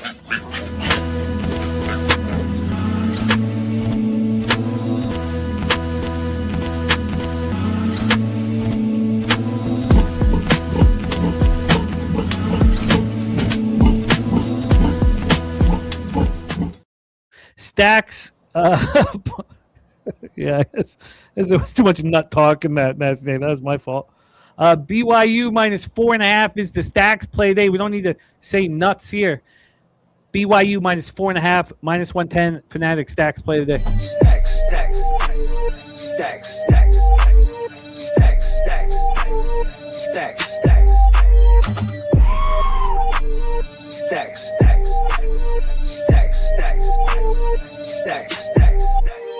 stacks, stacks. Respect play today. Cal first half +2.5, -108 from Res Mob. Steady mobbing here. We have J Dub on Iowa -11.5. That got Kentucky. So the Kentucky's sweating out all his action early. But his play today is Butler moneyline. J Dub Butler moneyline. We talked about Taint play today. It's Georgetown moneyline. Morgan State -2.5. Air Force +20.5. His SGP, which is the second biggest bet of the day, is Minnesota moneyline with Tyson 2 or more threes, and Oklahoma State +4.5. 1-1 to start the day here. Pittsburgh first half came home. LaSalle first half fell apart. We already watched Wine Time Cash Maryland first half team total under 27.5, and then move at the perfect time live for Iowa. Wine Time gave back some with Arizona State +12, and then that over, although there was a scoring outburst in the second half, I don't think that over came to fruition for Justin in Arizona State, Iowa. So Justin sweating this Kentucky game here right now. Can you guys get Kentucky home? It's right there.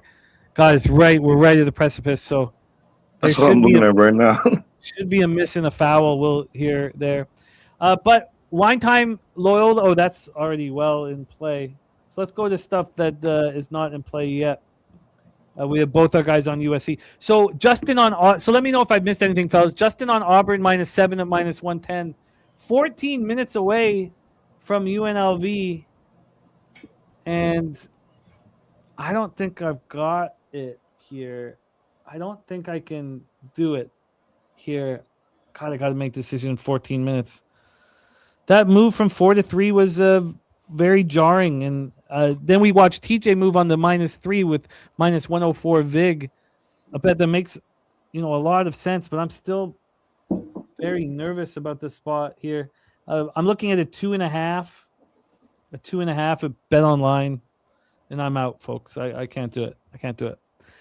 So then we have Spooner on Butler moneyline, UC Davis +5.5, Lehigh moneyline, Georgetown moneyline, Clemson -4.5, and Florida Atlantic -1.5. Both Wine Time and Justin are on the Bearcats -2.5. That tips off in 13 minutes.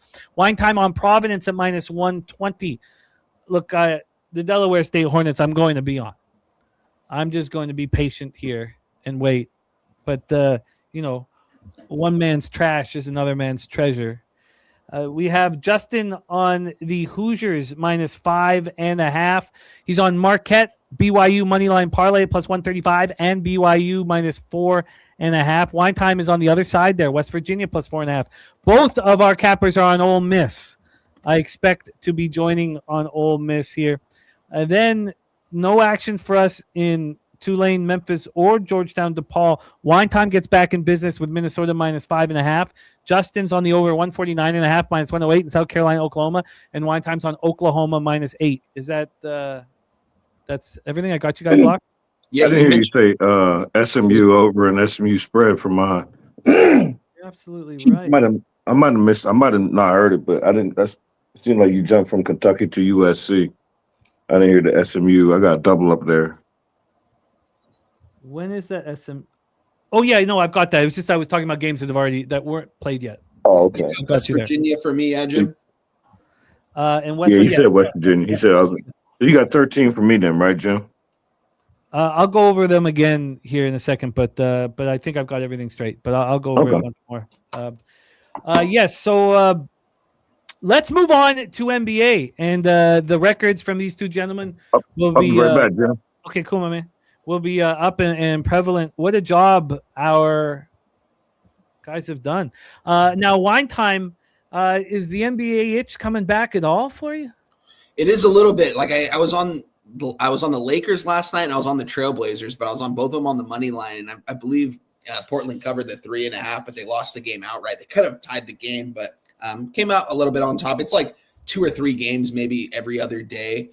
It just depends on if it looks right. I've just been so locked into college basketball, focusing in on that. The NBA really been trying to wait until to post my action like an hour before all the games tip off. I've just really been waiting on the market for the NBA. So, well, you've done a great job. The one thing I've caught from both you and Justin is the consistency. There have not been swings, and NBA can get away from you. And NBA can get so frustrating and feel like a weight on your shoulders. So excellent work from both of our guys here.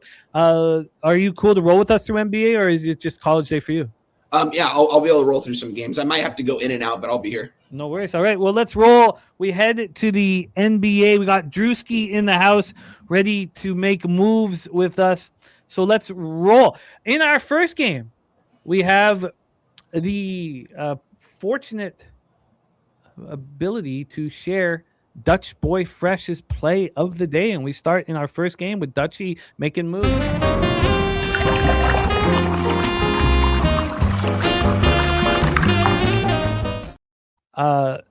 The Jam saying lost Lakers under by 3 points has had me livid. I was crushing. I even cashed out just because I'm trying to build cash for our trip in San Antonio. I was crushing live betting all night, and then of course I close on the Timberwolves plus 8.5, and that was it's just a shit. Of course, capping. It doesn't matter how much money you make that day. You're like, go to sleep like a schmuck, even though you're up.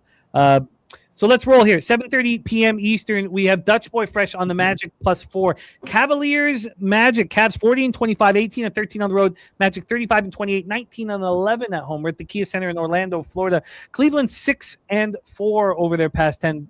Playing at a slow pace. Both these teams are playing at a slow pace post All-Star break. This is not last 10 stats. This is post All-Star break stats. 6-4 are the Cavs, 28th fastest pace, 95.41 possessions a game, shooting 46.7 from the field and 36 from three.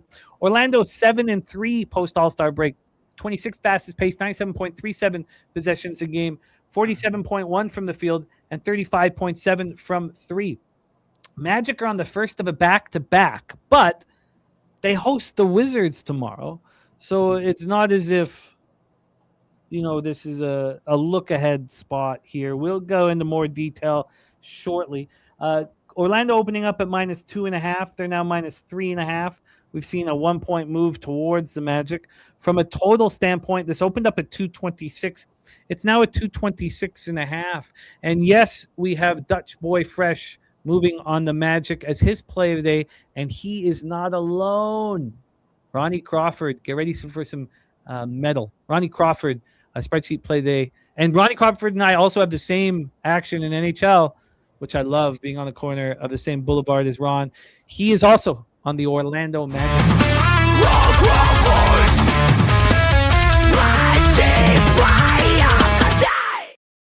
Now, Drewski says the Magic are jank artists.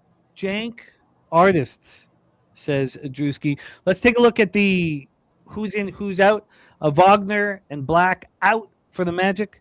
Strus and Jarrett Allen out for the Cavs. So Dean Wade will be at the 4. Sam Merrill will be at the 3. On the other hand, for Orlando, you got De Silva at the 3. Take it away for us, Wine Time. Cavs, Magic to get it started. This is a tough game right here. Magic, I mean, the last time these guys played each other, it's a different Magic team. Now that they're finally all healthy and getting it together, this Magic team, second half of the NBA is going to be fun to watch. I mean, it's going to be fun to back them in 7-game series, too, if they can stay healthy. I like the core players that they have. Cleveland, everyone just loves this Cleveland Cavaliers team. I mean, I get it. They're playing some really good basketball. They still have to prove it to me when it's all said and done in a 7-game series. They haven't been able to do that yet with either of their stars over there and any teams over the last decade. So we'll see about that. But I like this Magic team, and this number right here kind of wants me to take the Orlando Magic here at home. Looking at the market here, what is it, 62-74 on Cleveland right now? The sharper books open this at, the sharpest book we know opened us up at a 3, it got to a 4, and now it's down to a 3.5. So it has kind of gone up and down a little bit. Like I said, guys, for the NBA, I've kind of really been waiting until about an hour before these games tip off, so I know all the information and pretty much the market and see where these lines close at. I always know if I'm going to win a bet or not in the NBA, if the line moves in my direction right before or if it moves away from me, or if it moves in my direction. If it moves away from me, it's almost a loss every single time. So I've been waiting, and I want to be on the Orlando Magic here. I want to be right there with Dutch, and I want to take them on the money line here in this spot. I don't think I need the 3.5 points. I just want to let the market marinate a little bit more here. Very curious to see if this, at any point, the sharper books move this back down to a 3. I would love that. If they move it back down to a 3, I will be moving on Orlando. I'm just going to give it a little bit more time to marinate. It's Orlando or pass. I like this Orlando team. They're going to be a team I'm going to be bet on going forward when they're healthy. So I like the Magic here. I just haven't made it official, and I haven't pulled the trigger quite yet. Really just want to let the market marinate probably a couple more hours, like 2 or 3 more hours. Yeah, I think the issue here for it not being perfect, because there's a lot that works with this look. First off, the Magic with the extra day, and it was just it was a back-to-back trip, Minnesota, Milwaukee. They dominated both teams, and then they come back, and they have the Wizards on deck. Who cares? I mean, it's not like you really need to save anybody or anything like that. I think that the issue is just the fact that Orlando is a 3.5-point dog and opened up as a 2.5-point dog. This team's 19-11 at home. They just destroyed their opposition. So, shouldn't it just doesn't make sense to me. Flush. The fellas moved on the Trojans. So I can understand Dutch and Ron looking at this saying, Well, I have an advantage here, and I'm going to take it. I'm going to take the points. This is an advantage. While I'm sitting here saying, why do we have this advantage? Shouldn't this be a 1.5 or a 2 at the most, or a pick 'em? PJ said this line's gone from 2.5 to 3. So, I like the look, but I'm not going to bet into it here. Now things can change as we've capped it. Let's hear from Justin. Justin, Cavs Magic, take it away.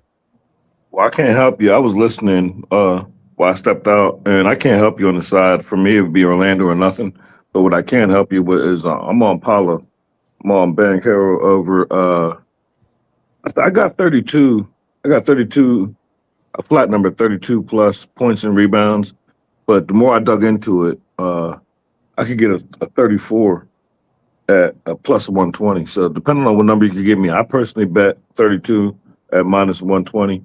But I was looking into this while we was doing in college and before came in there, and I just think he's in a position to have a monster game. And I think it's going to be a whole bunch of points. He could probably clear this number in points, but I want the rebounds. You don't never get no assists. So, and I like the matchup. He statistically has good numbers against him. And then with Jared Allen, he's out, right? Or questionable, doubtful. He's out, fully out. Yeah, so know him. I know Evan Mobley probably gonna have a good game, but I'm on Paula. So best number you get me. I'm looking for.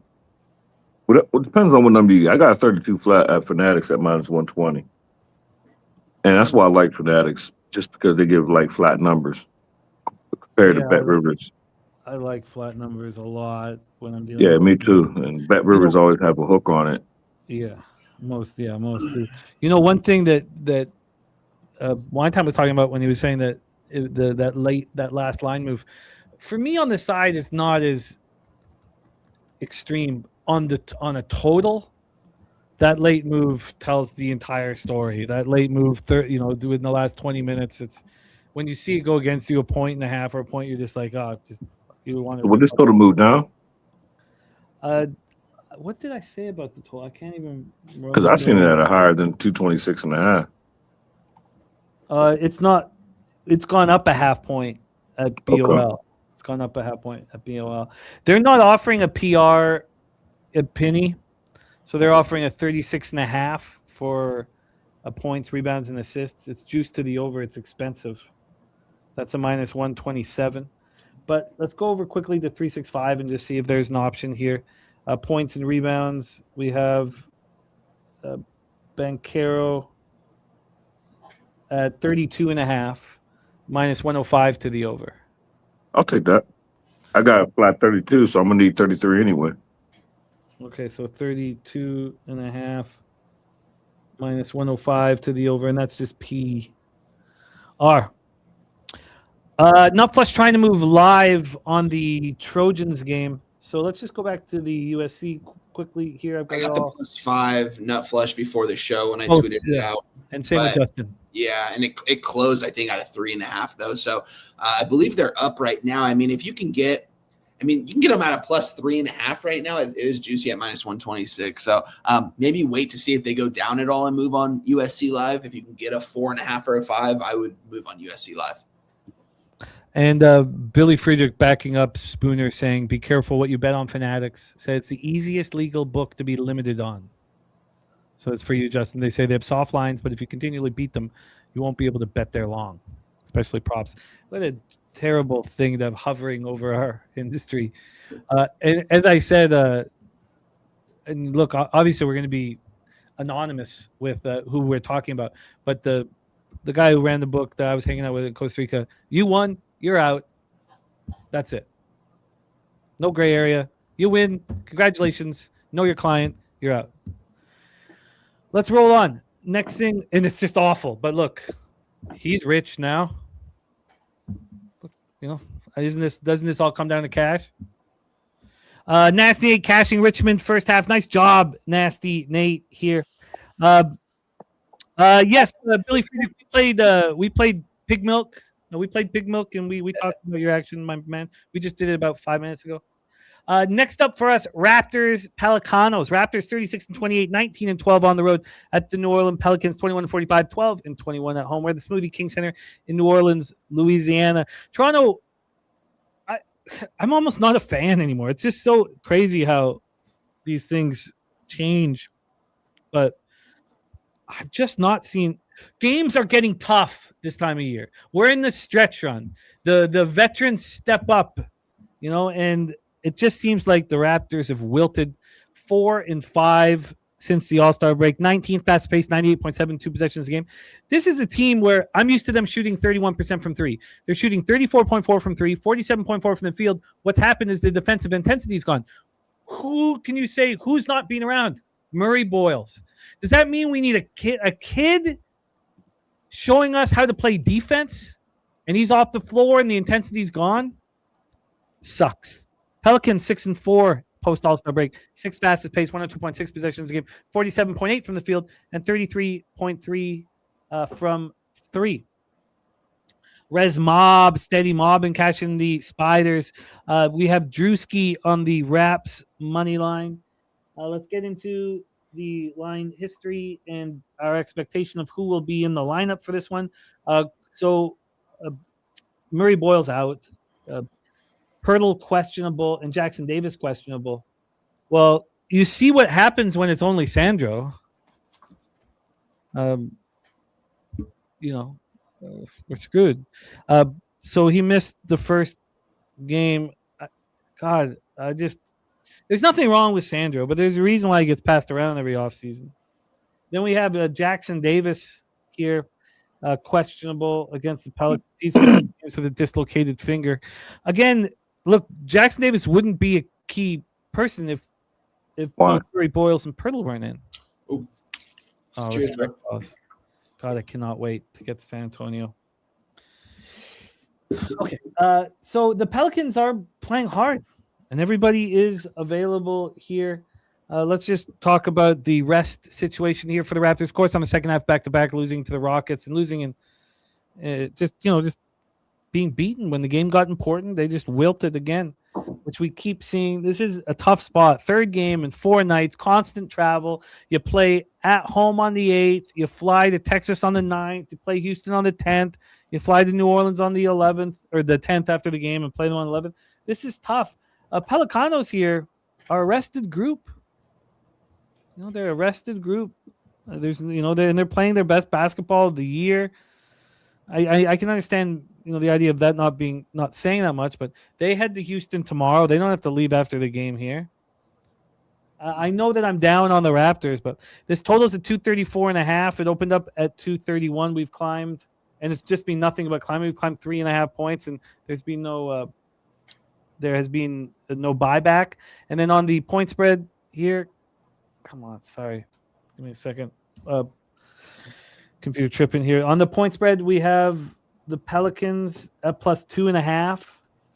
This line opened at +1, and they moved to a favorite. Now it's come back again. Look, the Raptors are 19-12 on the road. Why did it open up at 1.5? I mean, is it the opening line that's more important than the spread here? Solution on the Pelicanos money line. Yankee JJ BI over on points facing his old team. I get that look for sure. Justin, take it away. Raptors, Pelicans. Yeah, I don't. I was looking at something about a later game, and I missed the breakdown as far as where the money is and all that. But I'm on the Raptors, and I said it yesterday. Me and Dutch, we was actually texting for hours about our two spots. We was against each other, and go figure, we split. But he knows he stole that Boston game.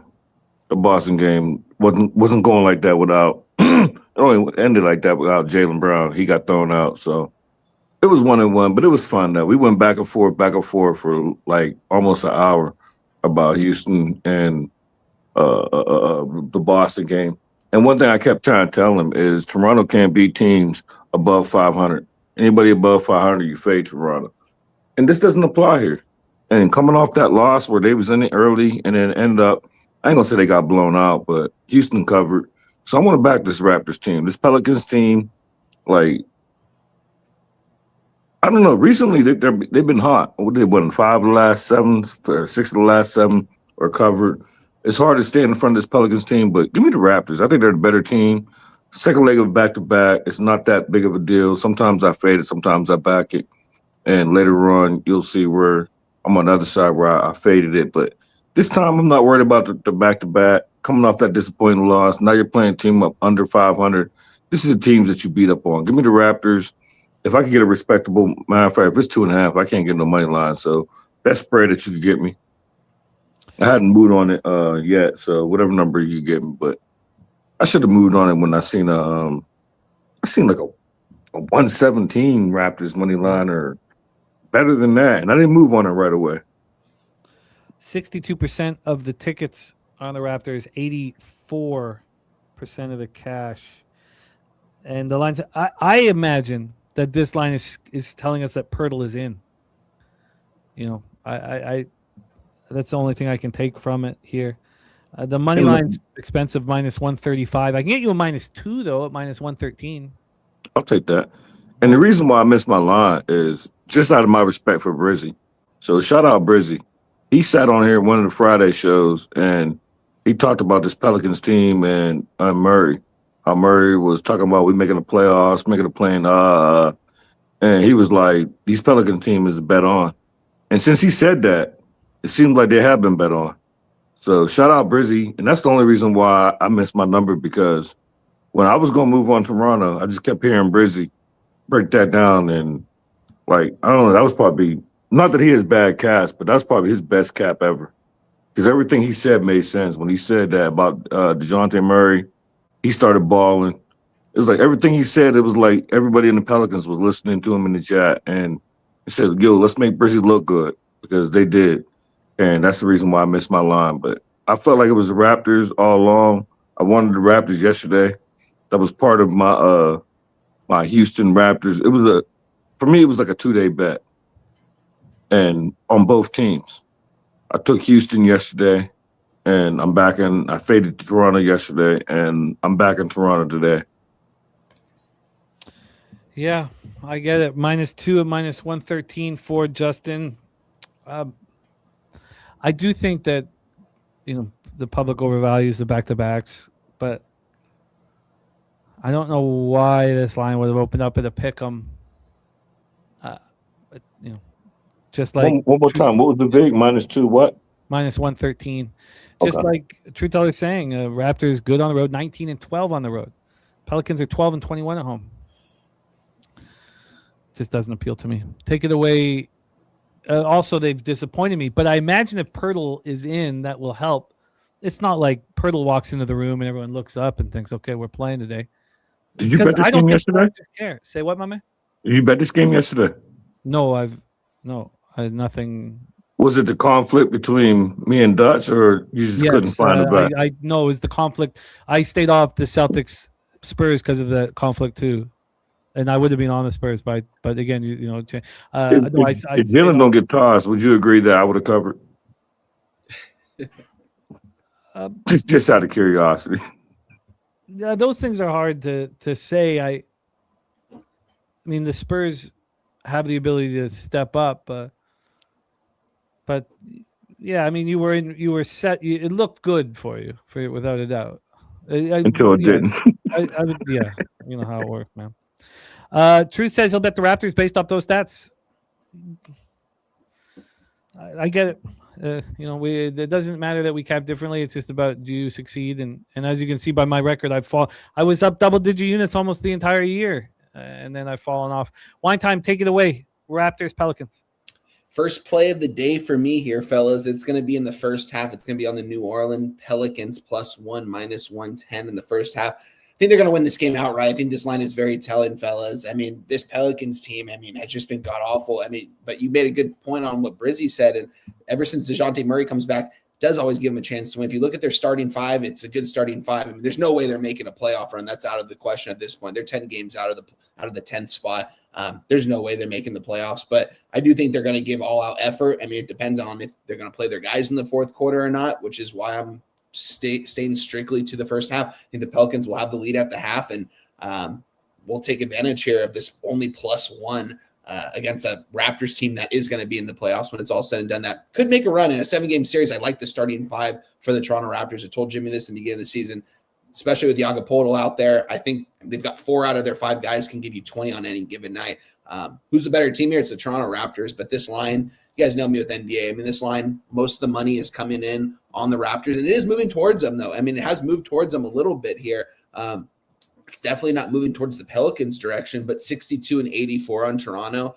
To me, that's a perfect spot on to bet a team that is a bottom feeder in the Western Conference against a team that's going to make a potential playoff run in the East. So give me New Orleans in the first half. I don't want to have to worry about the full game in this one in case they pull their players late. I think DeJounte Murray, Zion Williamson, Sadiq Bey, you got guys like Herb Jones out there, guys that can play defense. I think they're going to want to come out there and give some really good effort in that first half. So +1, -110 for me for the Pelicans. You are in. So we have wine time on the first half +1, -110. Justin on the Raptors -2 at -113. We roll on.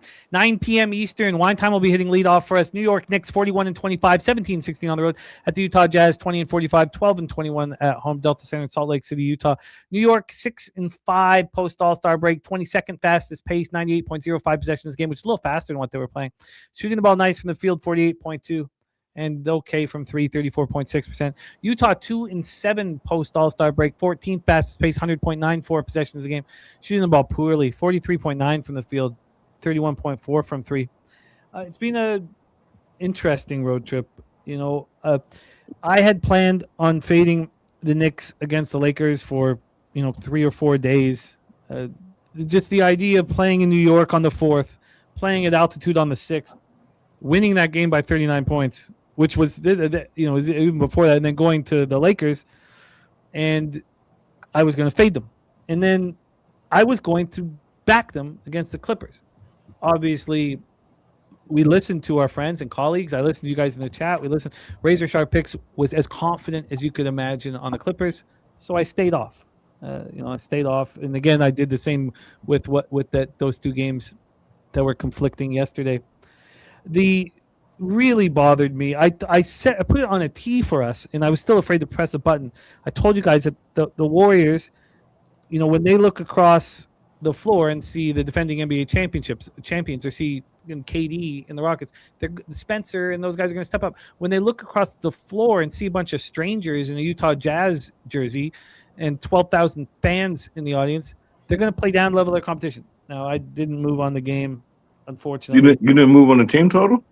I didn't move on either. No, you mean on the Warriors? No, for the Warriors game. No, I didn't move on either. I didn't move on any. I was. Yeah, they cashed the team total before overtime. They did, yeah. They only scored 6 points. I had over 116. Yeah, and just thinking about that, that's the reason what made me think about it. I didn't want to lay 6.5. I just wanted to count on them to score a bunch of points. I didn't think it was going to be a sweat. It turned out to be a sweat until overtime, but it got there. Yeah, no, it got there before overtime. Yeah, no, I was watching it closely. I knew you were on it, and I knew I had to. I was just leaving money on it. I was very caught up in live betting. Again, the National Hockey League, man. When you have the favorite, like last night with the Stars, the Islanders, they go down a goal. The Islanders went down 3. Now I only bet it once when they're down 1-0, but the teams, they fight back. They fight back. Here we have New York on game 4 of a 5-game trip. It closes with Indiana here. So you lose to LA.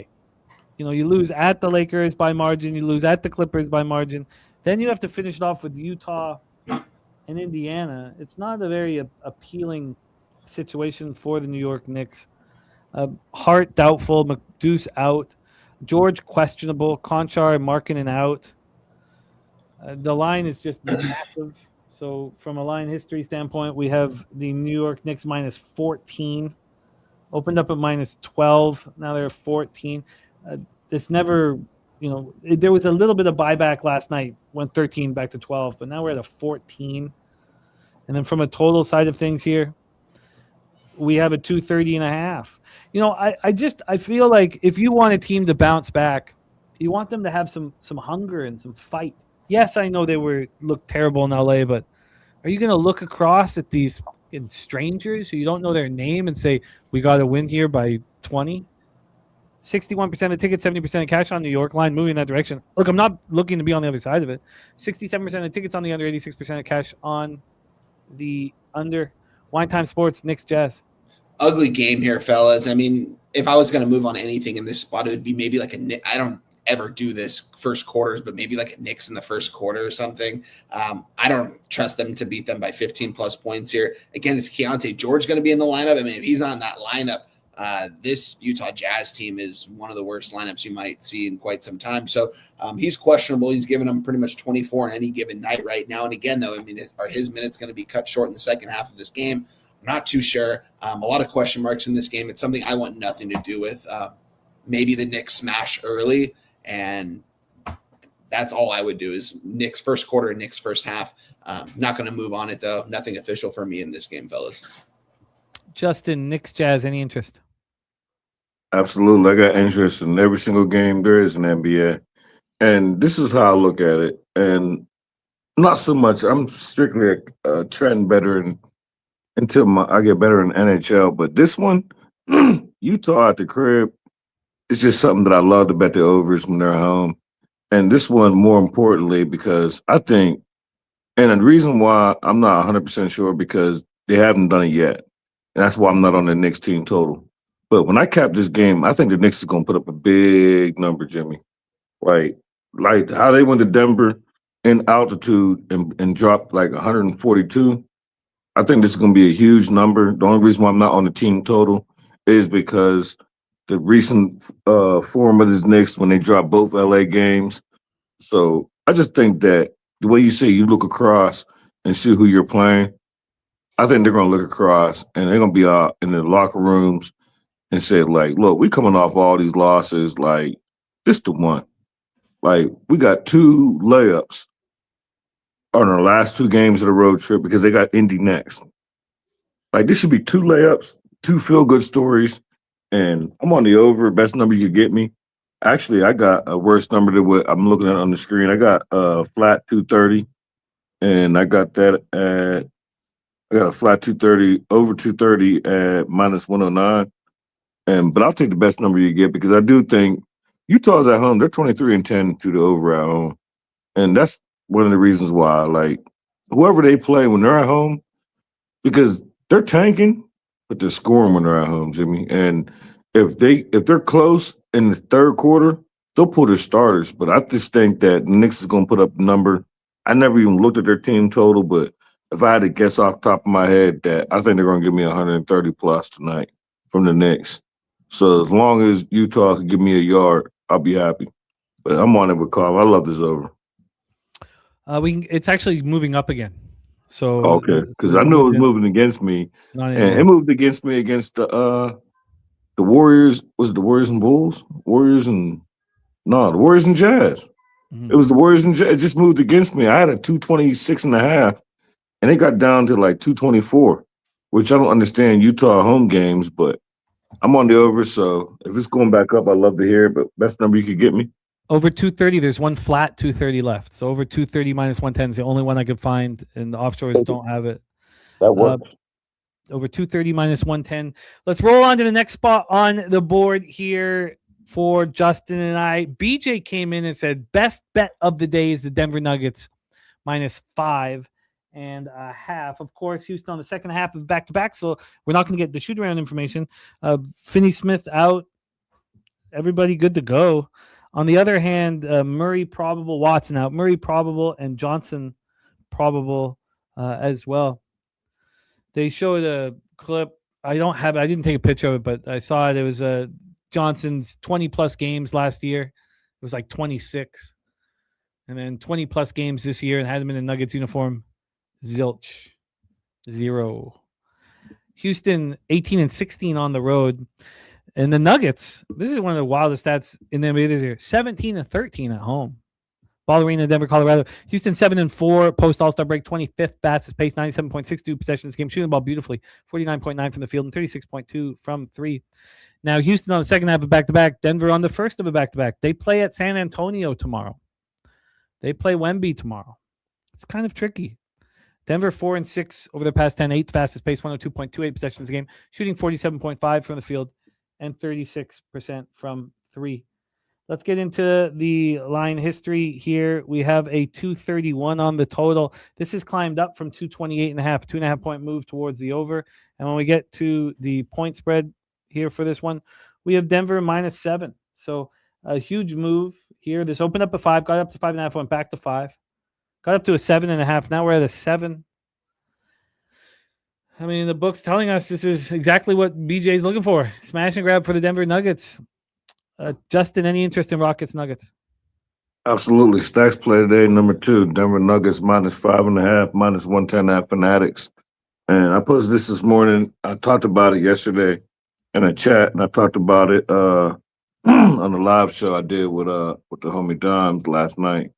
And these are the 4 teams that I capped 2 days in advance. And when I was on Houston, and I was telling Dutch, and I was putting in the chat that Houston better win this game, talking about yesterday against Toronto, because they're going to Denver off of travel and playing a Denver team that's probably a little bit upset after dropping their game to OKC, which pretty much early they was in control. Then they let it go late. They still covered. That's all we care about. Well, that's all I cared about. I was on Denver. But Houston, I said they're going to have to win that game because they're going to lose tomorrow, which is now today.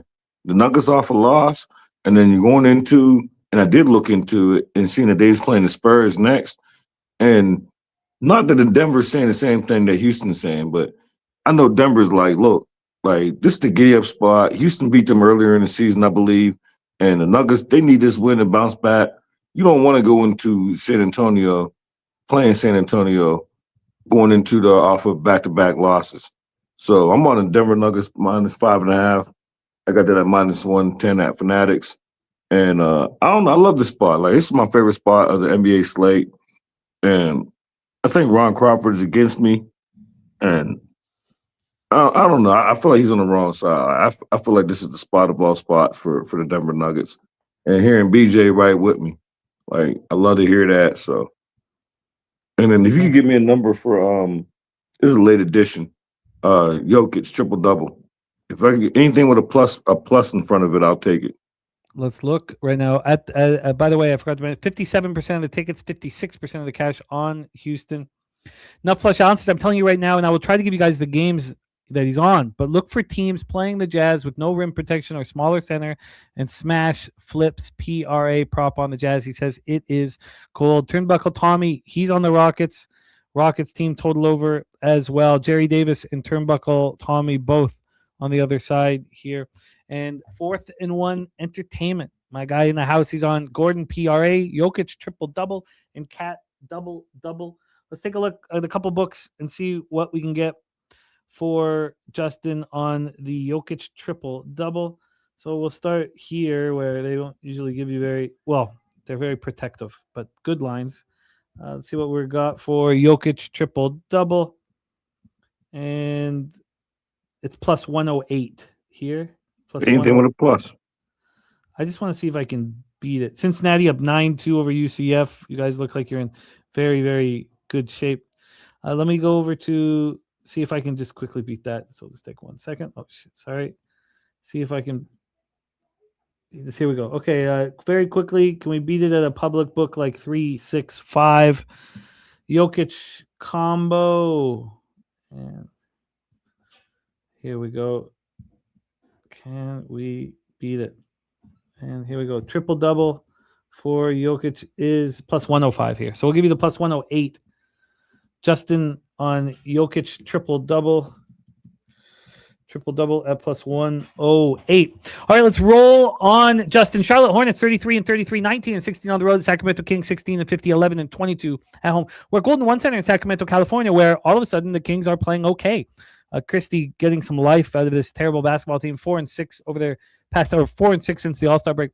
5th fastest pace, 103.05 possessions a game, shooting 46.2 from the field, but just 29% from 3.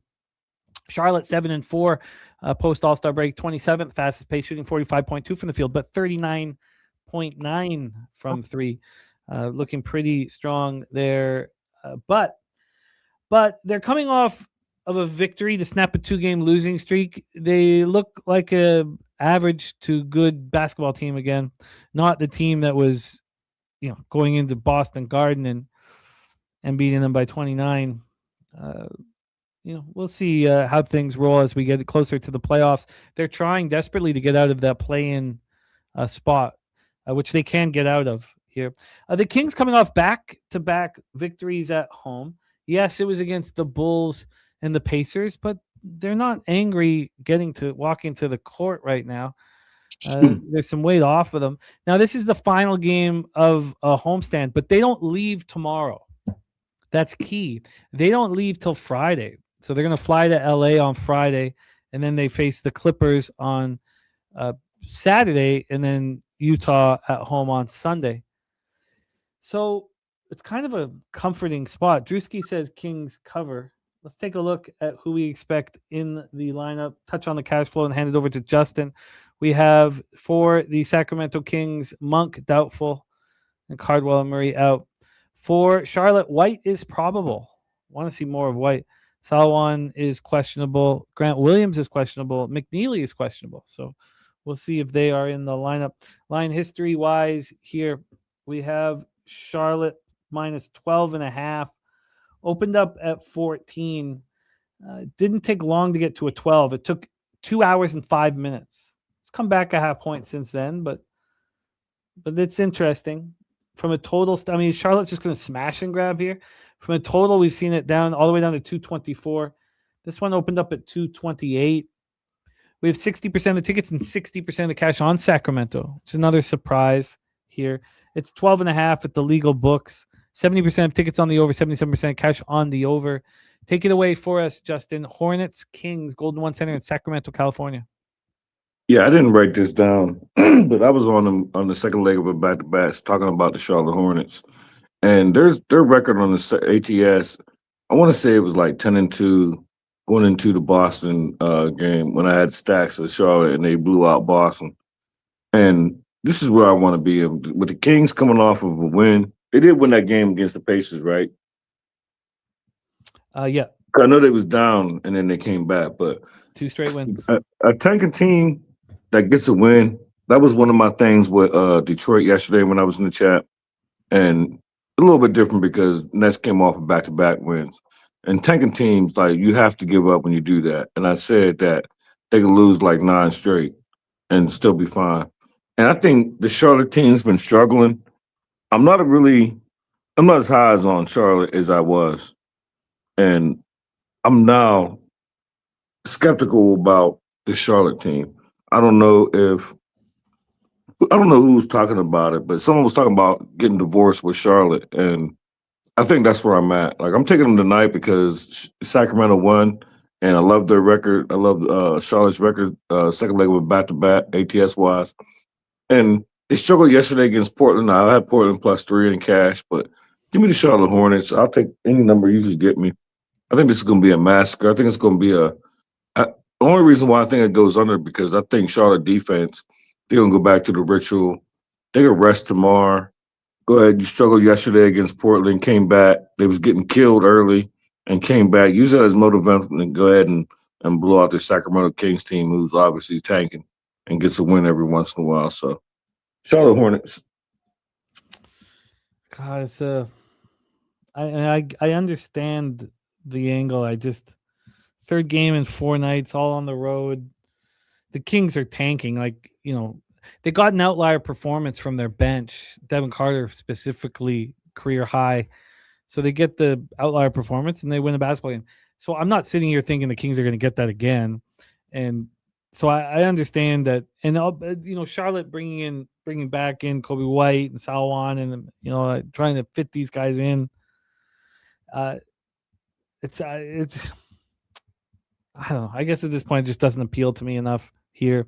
I don't want to get cute, try to get Sacramento early or some shit like that. We can get you Charlotte 12.5 at -110. Let me quickly see if I can beat that. We have 1 game left, then 2 games in the National Hockey League. We're hoping that AM can join us, but it's getting tight time-wise for him. He's got a meeting at 4. I apologize for that, but just 2 games. We'll see if he can jump back on with us on Friday. But here, yeah, the 12.5 is juiced here. So let's see if any of the Legal books can give you anything better. And yeah, that's the best number. Minus 12.5 and minus 110 for Justin. Minus 12.5 and minus 110. All right, let's roll on to the final spot on the board. I sure simplified thing. Carter from the Friars says, nasty Nate. Guy's got heart, man. That's why he still has a job in the league. Got heart. Play off the bench. I thought that the Timberwolves were sort of an easy cap after a terrible basketball game, and now we have back-to-back terrible basketball games. Also, I told you guys, because I was on Pistons first half, I talked about Pistons first quarter, first half, and I said I've never taken a 4.5 in the first quarter of my life, and I don't want to start. And maybe I should let go of that, because that was just such a smash and grab early. Clippers are sitting here at -2. They opened up 1.5, got to 2, got to 2.5, back to 1.5 to a 2. A half-point move here. From a total side of things, we have a 227. This one opened up at 226.5, got up to 227, dropped down to 226, kind of bouncing all over the place. When we talk, let's take a look at the cash flow and whom is expected in the lineup. But 68% of tickets and 85% of cash on the Timberwolves. Everybody's sitting back expecting the Timberwolves just to bounce back. Like I thought last night. 58% tickets on the under, 86% cash on the over. Everybody good to go. Everybody in. Everybody ready to roll. Jam says Timberwolves are banned for him. Drewski says this is a Wolves spot. And Chris Warren says he was not going to get burned by the Timberwolves tonight. Says, I bet you that. So this isn't, I find this difficult. I mean, everybody expecting the Timberwolves to bounce back, and the line moves a half point towards the Clippers. The Clippers are playing good ball right now. They've got one loss on their, recent schedule, and that was at the Spurs when they played lights out. They played great in that. They've won 5 of 6 games. It's game 2 of a 5-game homestand. I want to hear your take, Justin. Take it away. Yeah, I love this spot. And it's funny that you said everybody's on the Wolves, because literally from the streets and YouTube this morning, all I heard was Clippers, Clippers, Clippers, Clippers, Clippers, Clippers, Clippers. Clippers is free. Timberwolves suck. All this. I disagree. I disagree heavily. And I got 3 plays in this game, Jim. I got Timberwolves, best number you can get me. And I got Ant over his points, best number you can get me. And I'll be on Ant over his threes, best number you get me.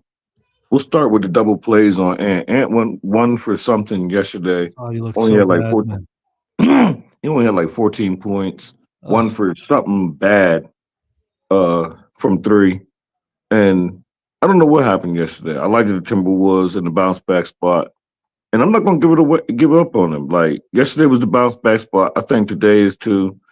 It's hard for me to believe that this Timberwolves is going to go to LA and get swept by both LA teams. I don't see that happening. Ant played a horrible game. He was like, his field goal percentage that he shot was like 2 or 3, or it was something crazy that got my attention. And I felt like, not that they lost the game because of Ant, that they wasn't competitive because of Ant. And anyone knows, like, I follow Ant. I love betting on Ant. That's my favorite player in the NBA. He went to Georgia. I love his game. And I just think that Ant, there's 2 teams like Luka that Ant hates. Ant hates the Clippers, and Ant hates the Lakers. Not the Lakers, my fault. The Phoenix Suns, my fault. I don't know why I said the Lakers. And the Phoenix Suns. Those are 2 teams that Ant just don't like. I don't know if he just don't like Book or whatever it is, but he hates this Clippers team. I expect to bounce back. I expect that he was looking forward. Why would you bypass? You're playing Luka when Luka then when back in Dallas didn't get you out of business, but got beat them. So you're probably not concerned about Luka. But I'm going to trust Ant to go crazy tonight, to have a bunch of threes, a bunch of points. And I think Minnesota's live. They're going to win this game. I'm just taking the points because just to secure myself. But there's no match. There's nobody to guard. And 14 points, 1 for something crazy for 3 points. Give me the bounce back spot for Ant on the threes and his points. And Timberwolves win this game. I text y'all about this and saying I couldn't wait to talk y'all into the Timberwolves spot. And Wonton not here, so I'm trying to talk you into it. But doesn't seem like I'm gonna be too successful. All I need is to see that the public is betting the Clippers. I mean, certainly we have. I kind of like seeing everyone saying, "Oh, I'm done with the Timberwolves." That does appeal to me. This is a kind. Well, let's start with Ant. It's kind of tricky here. They're all hanging 3.5s, and it's plus money. That's what I'm looking for. Okay, plus 118 offshore, plus 115 at 365. So we'll give you the plus 118. Then for points here, we have a 27.5. And let's see what we're going to offer here. 27.5. Yes, 27.5 minus 110 to the over. So I got minus 108 to the over. So that's the best one. So over 3.5 threes at plus 118. Over 27.5 points at minus 108. And Minnesota spread. The best I'm seeing right now is a plus 2 at minus 110. That's perfect. Plus 2 at minus 110. So I agree with the take here. I'm going to need to see the public come in on the Clippers. And I'll be right there, right with you. They lost by 30 to Orlando, and then lost by what 20 something, double digits, 13 yesterday, double digits to the Lakers. Like we always want to. This is another team that I back. I want the Timberwolves as dogs, not as a favorite. And I blame myself yesterday for being on the Timberwolves because they was a favorite. I don't want them as a favorite. I want them anytime as a dog, road dog, and this is where I want them. Everybody counting the Timberwolves out.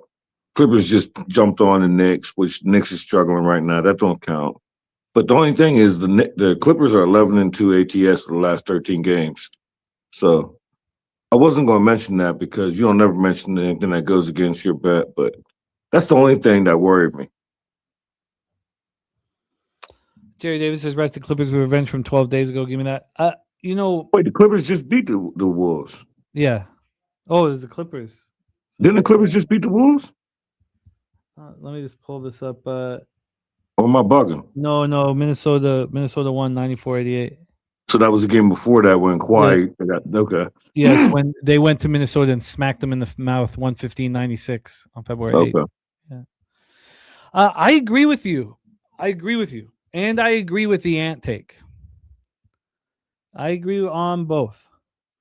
But I'm going to need to see if the big bets are on Minnesota that this kind of moves at least in their favor, or will the public come in on the Clippers? So I agree with the take. I just want to see from the market here. So let's review action here for Wednesday, March 11th. We do have AM backstage, so we're going to try to squeeze NHL in. I know he's got a meeting in 22 minutes, but it's dope that he's going to join us. We won't take long with NHL. I know exactly how I'm hammering things in NHL. So if I added 3 first periods yesterday, or I would have had a really strong day. Oilers cashed for me at plus 154. I mean, but I added 3 first periods. The Blue Jackets. I mean, of course, I bet them first period instead of full game, but I did have the team total over 2.5 but I'm just snake bit right now. I'm ready to fucking smash. But we have Justin getting his card started with Bancaro over 32.5 PRA at minus 105. He's on the Raptors -2 at minus 113, while Wine Time is on the Pelicanos first half +1. Justin's on the over 230 in Knicks Jazz. BJ's best bet is Nuggets -5.5. Justin on the Nuggets 5.5. He's also on Jokic triple-double at plus 108. Justin is on the Hornets -12.5, -110. He's on Minnesota +2 at -110, and Edwards over 27.5 points, -108, and Edwards over 3.5 threes at plus 118. I'm interested in Minnesota and Ant. And I'm also interested in the Pelicans. But I'm not going to bet the Pelicans if Pirtle's playing. There's no chance. One correction, that Bancaro, you said PRA. Oh, you're right, PR. Yeah, I just said PR there. Yeah, okay. Sorry, I just moving too quickly there. Justin, what a season you've delivered for us. And again, it's the consistency. I was just taken back. I mean, it's not, You're not sitting there with 10 straight wins and then 10 straight losses, like which NBA does a lot. You're just very, very consistent. So once again, Justin McKelvey, 120 wins and 113 losses, 51.5%. You know, when you start capping, you hear, well, I need to hit, 52.4 to break even, 52.6 or 7 to show any profit. Well, Justin's average line is plus 102. Wine Time's average line is plus 101. You rarely see that in NBA or basketball. You rarely see plus money. So, Justin, 51.5%. That has him up 10.26 units here on our show. Oh, that's also including the Peter Loshak show. So, shout out to Jose, too. Jose's done such a great job of tracking your action on that show and sending it to me every night. So, shout out to Jose for his dedication to something important to us.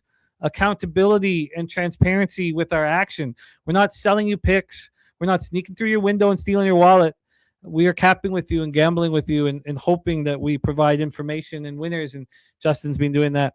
ROI plus 4.40%. Average line plus 102. Justin, great job. Great work, my man. Pop in Justin's X handle here in the chat. We'll do a full review of his college basketball as well. But we got to get into NHL. So I'm going to pop Justin's X handle here in the chat. Justin, thank you for all that you do for us, man. God, I know that we've put a lot of pressure on you to drive across the continent to Texas, but it's just because we want to hang out with you so bad, man. It's just, that's all it is. No, I'm still actively trying to get there, and I found somebody out my way, and I think I told y'all this last time, but she can only stay one day, and it's just too much for me to go through. And her whole thing is 2 days because we can leave the next morning. Like, if I'm only at pub for one full day, it's only 1 day. You don't count the second day when you're waking up and leaving. No, you don't count that. It's not enough. And then the whole thing is she's not a girlfriend. She's just a friend. Yeah. Like, she's like a homie of 30 years. But she's not interested in gambling, so I can't bring her with me. So right now it's a strain, but I'm still fighting. That's a good thing. I'm not going to need a place to stay, so I don't have to book nothing. I just need a traveling partner. I'm not flying. Nobody buying me no ticket. Let me be clear. I will. I'm thinking about a train. Yeah, the train's dope, man, because you get to just relax. So I get that. Now, if your friend is here for Sunday night, we have a great comic joining us again. Comics just doing us favors that get paid so much more than what we're offering. But if you guys want to look it up, I'll pop the comic's name in the chat, and we're excited about him. So it's a big comic out of Houston, and Jerry Wayne Longmire is the comic for us on Sunday night, and we're very, very fortunate, very, very lucky. Rob Free says UNLV whooping ass right now. Well, just know I'm more optimistic now about getting down there than I have been before, because she keeps calling me back, and I keep telling her, I'm like, use your vacation time. Like, we'll go to a little Spurs game. Like, we don't have to come back. Everybody else is coming back in 3 or 4 days. Like, when I leave the state, I like to stay like a week. So my whole thing is like, I ain't never been to San Antonio, so let's explore San Antonio when everybody leaves. We don't got to leave when they leave. So I'm trying to tell her, like, use your little PTO time or whatever that shit's called. I don't work. I don't know what that means, but she can get paid to go on vacation. And I'm telling her, like, I'll foot the bill. All you got to do is ride and split the driving with me. That's it. Twist the blunts whenever you're in the passenger seat. And so we'll see. I'm so pumped up, man. I blame Spoon, because Spoon could have drove with me. He's right next door to me. He's in Ohio. He's so close, and he didn't even tell me he was going, so I blame Spoon. So I want to get down there just to put him in a headlock. I love it, man. I can't wait. Justin, I put your X handle here in the chat. Hit the link. Support our guy, Justin McKelvey, and what a job he's done for us. So, Justin, thank you for all that you do for us, my man. Any last words for the Capper supporting the show? No, I'll send you to all the games when I get off here. I'll be quick so you and him get on. Cheers, you and Wonton out here. But thanks for having me. Let's have a day. Let's have a day. Our guy Justin McKelvey in the house. It's time to get to the National Hockey League. We are in a bit of a time restraint. We only have a cup. I believe we only have our next guest till 4, which is no problem. 2 games. I've hammered the first one, and I've hammered. Well, they're both at 7:30 p.m. I've hammered one of the games at 7:30. I would like to move on the other one. I have a plan for the other one. I just wanted to see where the market was, and Cole Caulfield's sick, and we'll get into that. Please welcome our NHL expert joining us every Wednesday here on Pub Sports Radio. Please welcome AM to the program. AM, how are you, my man? Doing good. Small card today. So really not too much to talk about, but let's get at it. Let's get at it. I love these 2 hockey games. I'll tell you that right up. I think these are 2 excellent hockey games full of playoff type intensity, rivalries. I think it's a great game, both of them. Let's get to work. So I've moved on the second one. I'm with Spreadsheet on the second one, but we're going to start here with the Montreal Canadiens, 35-18-10, 17-7-8 on the road at the Ottawa Senators, 32-22-9, 14-10-5 at home at Canadian Tire Center in Ottawa, Ontario. Now I have Sammy Montembeault and Linus Ullmark listed. I don't know if that is the case at this point. It's Fowler. Ooh, Jacob Fowler. Ooh. Yeah. Ooh, I like that. Okay. Ullmark on the other end, 19-8-7, 2.84 goals against average, 883 save percentage, 1 shutout. Montreal power play ranked 7th, 24.9%. Penalty killing has been a problem. Both teams have poor penalty killing, which interests me in the over. I got to take a little bit more time here with Fowler in net now. Wouldn't mind going over his games in the AHL of late. Wow. Okay. So Ottawa power play 9th at 23%. Their 30th ranked penalty kill. So both weak penalty killings. Philly Eagle Flyers says on sends and over trifecta and sends team total over. Interesting. Philly Eagle Flyers. So you believe Fowler is a net negative? Be interested to hear from that from you there. So the Habs are on the second half back-to-back after securing their second straight win 3-1 at home over the Leafs last night. Obviously, I thought that it was a great spot for the Leafs to show something, and maybe they did, but it cost me $600. So thank you for that bullshit. Because I added the first period, which was my own decision. Jerry Davis on the Ottawa team total over. So I want, and Justin already on the over, I want Montreal. I want to go up against this line move. And listen, if Cole Caulfield's sick and can't play, I don't care. What I care most is that Ottawa didn't get the extra day off. So Ottawa is their first game back after a 5-game road trip through Western Canada. They dominated the trip 4-0-1. Look, what did we do? Now, look, again, being on the other side of everybody is not, it's not where I want to be. I'd rather we all just agree on the angle. But what did we do against the Blues last night? We faded them. Because I told you guys, I faded every single team that swept a road trip my whole life when they come home. My whole life I've done it. So we had to do it again. Yes, we got down 3-0, but we got the bag and the live bet. This trip ended Monday night in Vancouver. Are we sure they didn't go party in Vancouver? It's the city that people like to go party in. They knew they were flying. They could go sweat out the fucking hangover on the plane. I'm not saying they did, but they get one day off. Their superstar defenseman, Jake Sanderson, is week to week. So if you take Sanderson off the Senators and then you take Caulfield off the Habs, I think it hurts Ottawa more than it hurts Montreal. Now, Caulfield's a beast. I mean, none of this is to put down Caulfield. So I was watching this line move heavily towards the Senators, and this is the only sport where I will say I don't agree, and I will bet against it. And I understand why everybody's on Ottawa. They just went 4-0-1 on a road trip, and we were all now. Look at this line; just keeps moving towards Ottawa. This line's moved 42 cents towards Ottawa. Montreal's now plus 168. That tells me that Caulfield is out. From a total standpoint here, I know he's traveling with the team, though. He traveled with the team to Ottawa. So, this 6.5 is sitting here at minus 110. Why is it not climbing? Why is it not climbing? This is Very fun hockey game. Both of these games are great. And I think I'm ready to go up against the market and go up against this team and go up against it all. Take it away, AM. Habs, Senators. Yeah. I think this price is pretty correct on the game. I think there was definitely value on the Senators earlier at the line it opened up at. With Montreal being on this road back-to-back, I just don't think they're in a real good spot. If Montreal wasn't on the back-to-back, I would definitely have more interest in the Canadiens here.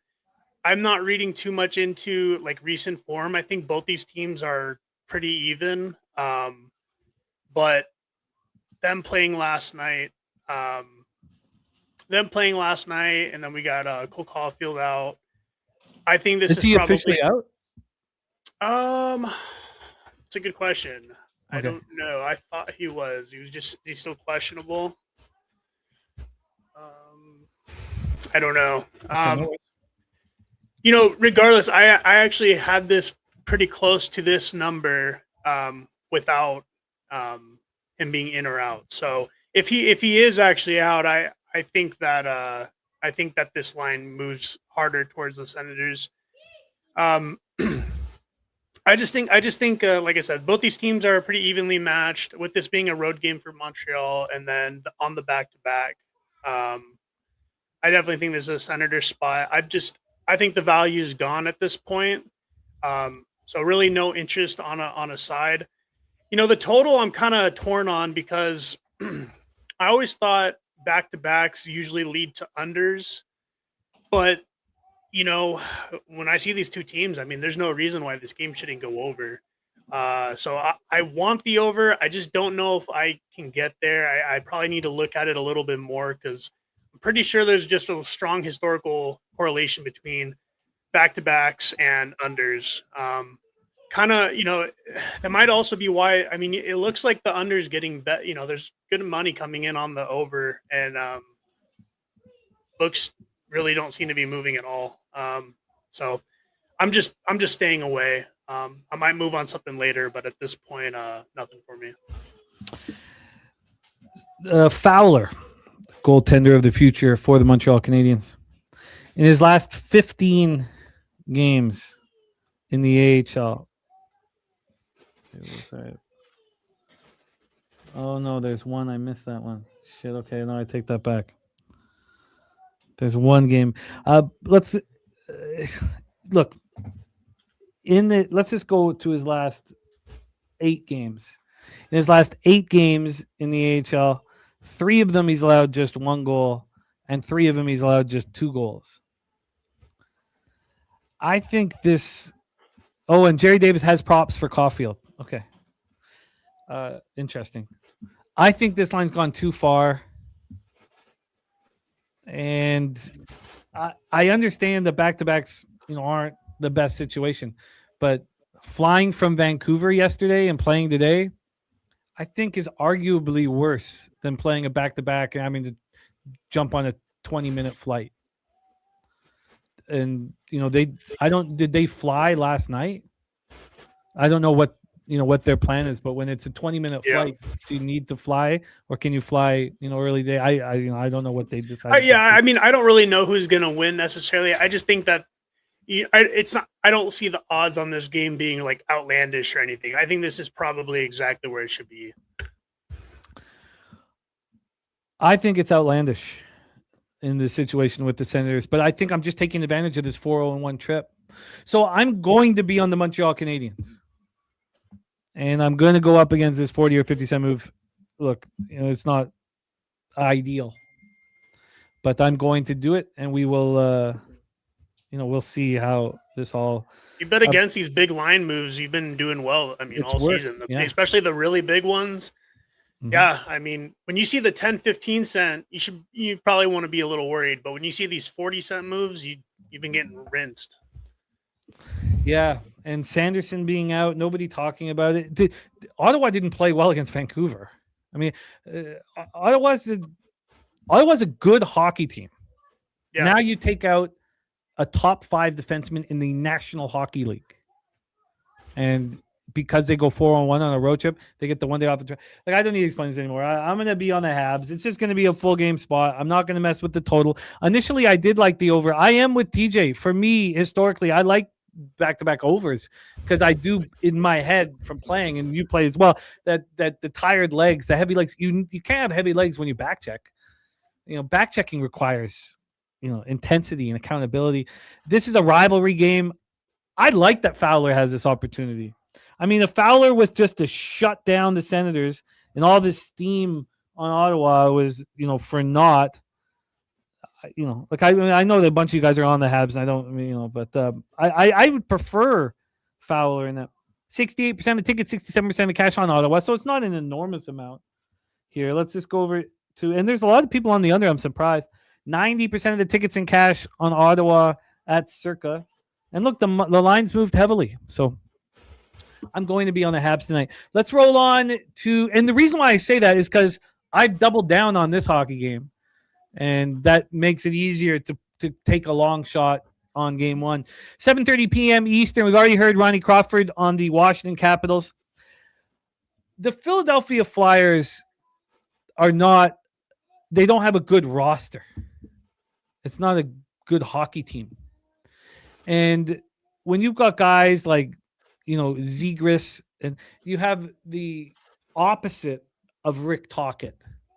These guys, Michkov and Zegras, they must drive Tocchet fucking nuts. And when we said that they were going to be accountable and ready to go off of the Olympic break, it's because Tocchet runs the tightest ship. The Canucks would come out of the gate 8-1, 8-2 every year because he runs such a tight ship that everybody's in shape. So we knew that Philly was going to come out of the gate after the post-Olympic break strong. But what's going to happen is they're going to take a couple L's, and they're not going to want to show up because Rick Tocchet is a tough guy to play for. And when you lose 6-2 to the Rangers, it's not like, oh, this is a bounce-back spot. The Capitals' size compared to the Flyers forwards is a joke. It's like, look, is your general manager 5'8"? Well, yes, he is. Funny you should mention the Flyers general manager is 5'8". You would think being a small forward, you'd have respect for size because you got your ass kicked all the time. I have respect for size because I got my ass kicked all the time. But Danny Briere, he can just have this easy to play against soft ass lineup when you got Protas and Tom Wilson on the other side. Now, not that Protas is tough, but he's 6'6", 245. Tom Wilson's the toughest guy on the ice by far. I'm not a Capitals guy, but if the Capitals are going to play some small ass hockey team, well, I'm going to back them. So I'm on the Capitals, and honestly, it feels like it's not a smash and grab because the Flyers just got embarrassed, and so I'm not saying that, but this was just a must bet for me, and I do not ever back the Capitals. I got the Capitals at -120. I got the Flyers team total under 3 at -130. That is a 3.5 at -200. All of this was at Bet365, and the under 2.5 was +130. At Penny, the under 2.5 was +125. So let's dive a little deeper. Now, I've heard that it's not Vladar. Is it Urson? Yeah. Okay, that's beautiful. Perfect. Logan Thompson on the other side. Is that confirmed? Yep. Okay, great. Perfect. This is all falling into place. These two power plays are terrible. So the game's going to be decided on 5-on-5. And when it's decided on 5-on-5, you want size. And I got size. Washington, 16.4% power play, 78.6% penalty killing. Philadelphia, 16% power play, 30th in the NHL. It's better than it was last year somehow. 78.4% penalty killing. So both special teams are weak. Washington snapped their 3-game losing streak with a 7-3 win at home over Calgary on Monday. This is the first of a back-to-back. They play at Buffalo tomorrow night. Look, Buffalo is the talk of the town, but it's not a divisional game. They want to beat Philadelphia. Philadelphia is also on the first of a back-to-back. You know where they have to go? They have to take a plane to Minnesota tonight. So bet Minnesota now as well. When you have a coach like Tocchet or like Tortorella or like Keenan or like Babcock, when your team is losing, you don't want to go to the rink because these guys are assholes. So the Philadelphia comes in off the second loss, 3 games, 6-2 at home to the Rangers on Monday. They were down 3-0 after the first and 6-1 after the second. TJ says, look at that Buffalo money line tomorrow. Smash. I agree. That should be bet now. I mean, it wasn't available when the show started for me. So that is where we stand. I am on now. Let's just look at line history though. I got the minus 120. I'm trying. It's been a very tough start to the year with January. So it was minus 118 at Penny. The responsible gambler should have betted there. I sent it in at minus 120. This total's a 6. It's minus 108 to the over. It's not much has changed there. It's basically where it was. This has been sitting there since 10 p.m. last night. And then on the money line, the Capitals are minus 130. I got them at minus 120. They opened up at minus 110. That's enough of a move for me. Take it away for us, AM. Final game on the board. Final game on our show, Capitals Flyers. Yeah, I think the Capitals are the better team. I mean, right now they're really not too much of a gap between them, but I mean, I think my only issue with the game is I think the value's gone. It's another issue with the lines moved a fair amount. You could have got a minus 110 when this opened up on the Capitals, and I mean at minus 110, yeah, I completely agree. It's getting close to where I think Flyers may have some value at plus 120. If they get there, I think that's probably what I would want, if anything. Just another game that I think it's priced pretty efficiently. I don't really have any reason to get involved on it. Even with the total, I think it's going to land on 6. So, there's more games tomorrow. I think the card tomorrow looks a lot more promising. I really don't have much interest in the games today. I just think that I think these lines are pretty sharp. I mean, there's only 2 games that they have to cover. I'm not really seeing a whole lot there, but if you want to bet the Capitals, I don't hate it at all. The one thing I did want to mention, so I've actually been trying to look at, I want to get something with, so when I was talking to you yesterday about it, in regards to the Oilers, I saw it a little bit with the Vegas game. Now I know it landed on 7, but it's like a flip was switched with them on that Vegas game. They're playing playoff hockey now, and they finally are doing it. They weren't doing it all season. I think the Oilers are probably a team that you can bet on the rest of the season. And I'm looking at, I want something like, I was almost looking at like for them to win the Pacific, but Anaheim's got such an easy schedule. I think they actually probably have it. I mean, they have 2 games against Calgary. Like they have a pretty easy schedule. Like Anaheim's going to really have to drop the ball, I think, to lose the Pacific. But I do think some sort of Oilers futures are, you're gonna have to get creative on what you want. But that's what I'm looking at right now. It's more so. It's more than even just the Avalanche win. It's just that kind of solidified they're playing. It's almost like, now that the Panthers are out, they kind of see the opening. I actually think that they can make a real serious push in the playoffs here, and basically you can forget what you've seen throughout the regular season. We'll see if that comes to fruition, but I think I'm seeing it. So I think that's what you were kind of getting at when you were leaning towards the under with the Avalanche and Oilers. So, well, I bet it. I bet the under 7, and I was fortunate McDavid missed that open net. Yeah. 20 seconds left. I couldn't believe he missed it, man. I thought the same thing. I'm like, oh, here we go. Yeah. But I agree. The problem is that you're 10-1 to win the cup. It's not a stretch right now, and the 550 to win the conference are both appealing, and the reason why they're appealing is because the Wild and the Avalanche are going to have to play each other. Mm-hmm.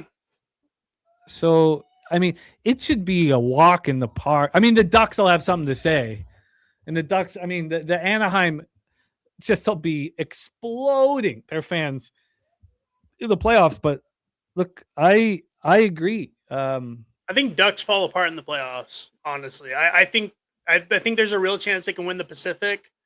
I think they're out first or second round at the best, but that's me personally. I just, to be good in the playoffs, you have to win on the road. You just have to, and they've proven they can only win at home. I mean, on the road, they're just so bad. I mean, it's like it's almost like the Bruins. The Bruins have no chance. They cannot complete shell of themselves on the road. You could say the same thing about the Capitals. Yeah. And I'm backing them on the road. There's a lot tonight. of teams like that. The teams that show that they can keep their game on the road are the ones that go far every year. Justin, I don't know about that. I mean, you got the 5-minute power play with McKinnon. I mean, I don't think that game was an over hockey game. You had every opportunity with power play, 5-minute power plays and shit like that. I mean, if there wasn't 4 goals in the first period, that goes under easily. So I don't know. I don't. I watched that game and I thought it was a tight checking playoff hockey game where the Oilers defense looked big and strong and talented, and we haven't said that all year. So they're just playing playoff hockey. I mean, their special teams are ridiculous, and they're just, like I said, they're playing like they're in a series with every game right now. So, and I think we'll probably see that the rest of the season with them. So, be interested to see what happens. Yeah, no, I feel that. Yeah, I do, Justin. I do. I felt like I was on the right side on the under 7 there, but I do got to take off. So okay. Thanks for having me on. Good luck, everyone. Much love, Vam. Thank you for being here. I'm gonna pop your X handle here in the chat. Yeah, look, that first period was. These are for talent alone, and I'm sure Minnesota would have something to say about it, but. The talent on the ice is insane. It was just when as the game went on, there was no space. The space diminished. But, I guess, it's also another thing where you look at it through rose-colored glasses. But, I mean, if you obviously, and I was on the under and I wanted a tight checking game and I got it. The live under after the first period was fucking gift. But let's just go over the stats because I didn't, here we go. You got the 5-minute power play for the Oilers in the game. Those are the situations to get these overs here. So let's just go over it. So here, how many minutes of power play time? So the Oilers, I guess. Sorry. So the Avalanche. So Natchez had 4 minutes and 11 seconds of power play time, and the Oilers had 6 minutes of power play time. And that if that's more than you're ever going to get, and they got 1 goal. So they got 2 goals on the power play in the end. So in a regular game, you're generally not going to have, the full 11, 12 minutes on the power play. But it was everything I wanted. It was a very, very tight checking game. It was just that the first period was tied 2-2. So, yeah, look, I'll take the push. Being on the Oilers was money here. It says 4 goals first period, push at 7 was irritating. 4 goals in the first period, live betting the under 9.5 was, come on. Is that as easy as it gets? But obviously I'm looking at it through rose-colored glasses. So I'm going to move on to the Habs here. I'm on the Capitals, and I'm on the Flyers team total under 3. Again, for those of you here, because, some books will offer you a 3. I don't know them because they're not offering me anything here like that. So I have to build my own team totals at 3. And, it's very, very helpful. It's very, very helpful. Having that push and play is so helpful. So here, I'm going to pop. This is what I use to build it. Shout out to Ron Crawford who hooked us up with it. This is a Z-code system. on the run line there. That is our show for today. Let's do a review of all action. Let's also take a look at what's going on live here. So thank you guys. We had a bunch of you guys that joined us early as we started 11:20. So thank you all for that. Live right now, we have action. USC 61, Washington 60, very tight. Cincinnati 27, UCF 26 at halftime. Mississippi State 33, Auburn 30 at halftime.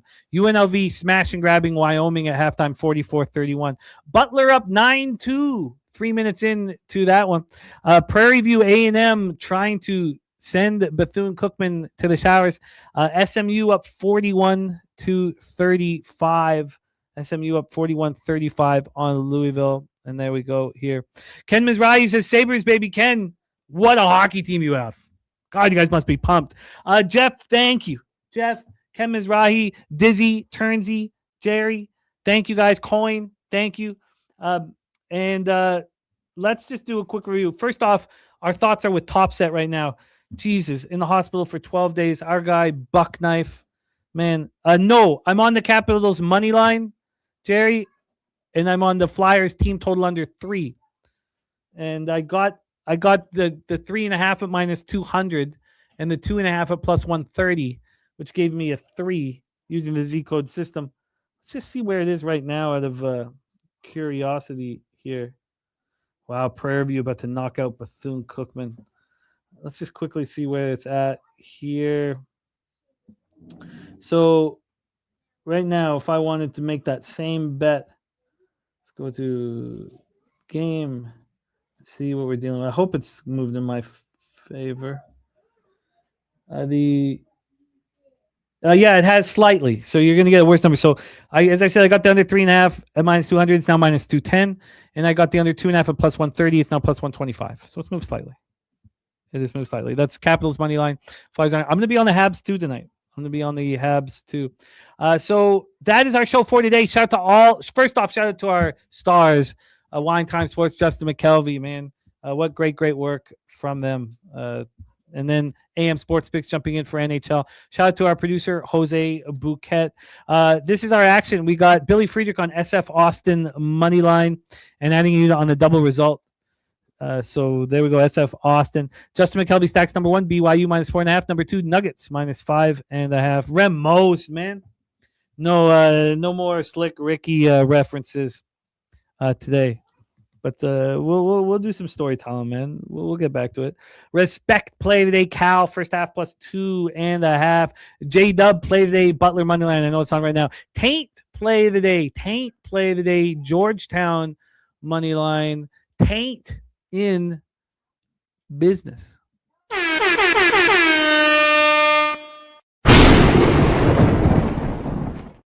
Maddie's also on Morgan State Air Force. His SGP, second biggest bet of the day, Minnesota money line with Tyson 2 or more threes, and he's on Oklahoma State +4.5. Let's go over action that is still to be played. I feel like I've left some money on the table here, not being on UNLV. But so I know that Maddie's on Morgan State. I am interested in the Delaware State. The fact that it went down to 2 was just insane to me. And yeah, you can try too hard. Sure, you can try too hard in this. You can try to be too cute. You can put yourself in unenviable situations, and I could easily be doing that here. But we got a 2.5 now. Okay, all right, okay. See if we can come back a little bit. We're gonna wait. We got to wait. So we got another hour and 46 minutes until tip off. Then for more action, we have Justin on Indiana -5.5. Justin on Marquette, BYU moneyline parlay +135 and BYU -4.5. West Virginia +4.5. Justin on Ole Miss, wine time on Ole Miss, and I want Ole Miss. Hope this line isn't moving too quickly. Let's take a look here. Yeah, +6 still available. Beautiful. And we didn't get to that Lehigh Boston University spot, but we see both TJ and Spooner on Lehigh, and I'm interested in joining on those Mountain Hawks, man. Then wine time on Minnesota -5.5. He's on Oklahoma -8. And Justin's on the over 149.5 in South Carolina, Oklahoma. Then in the NBA, Dutch Boy Fresh on Magic +4, and Bethune-Cookman got beat, man. Wow. God, just can't trust those favors in the SWAC. Bancaro over 32.5 points and rebounds at -105. Justin on the Raptors -2, -113. One times on the Pelicans first half +1. Justin on the over 230 in Knicks Jazz. BJ's best bet Nuggets -5.5. Justin, as I said, stacks Nuggets -5.5 and Jokic triple double at +108. Justin on the Hornets -12.5. And then Justin's hammered this Minnesota game, which I want to be involved in. Minnesota +2 and over 27.5 points, and Edwards over 3.5 threes. I am on Washington money line -120. I'm on the Capitals team total under 3. And also, this is the time of year where these teams that don't want to show up at the rink, I don't know if they bounce back. I'm always nervous, not expecting a bounce back, but betting against the Flyers bouncing back here. That is our show for today. Our contest will be up tonight. Tonight, you'll be able to sign up. Now, obviously, we can't make picks here until, where is it here? We can't make picks until after Selection Sunday.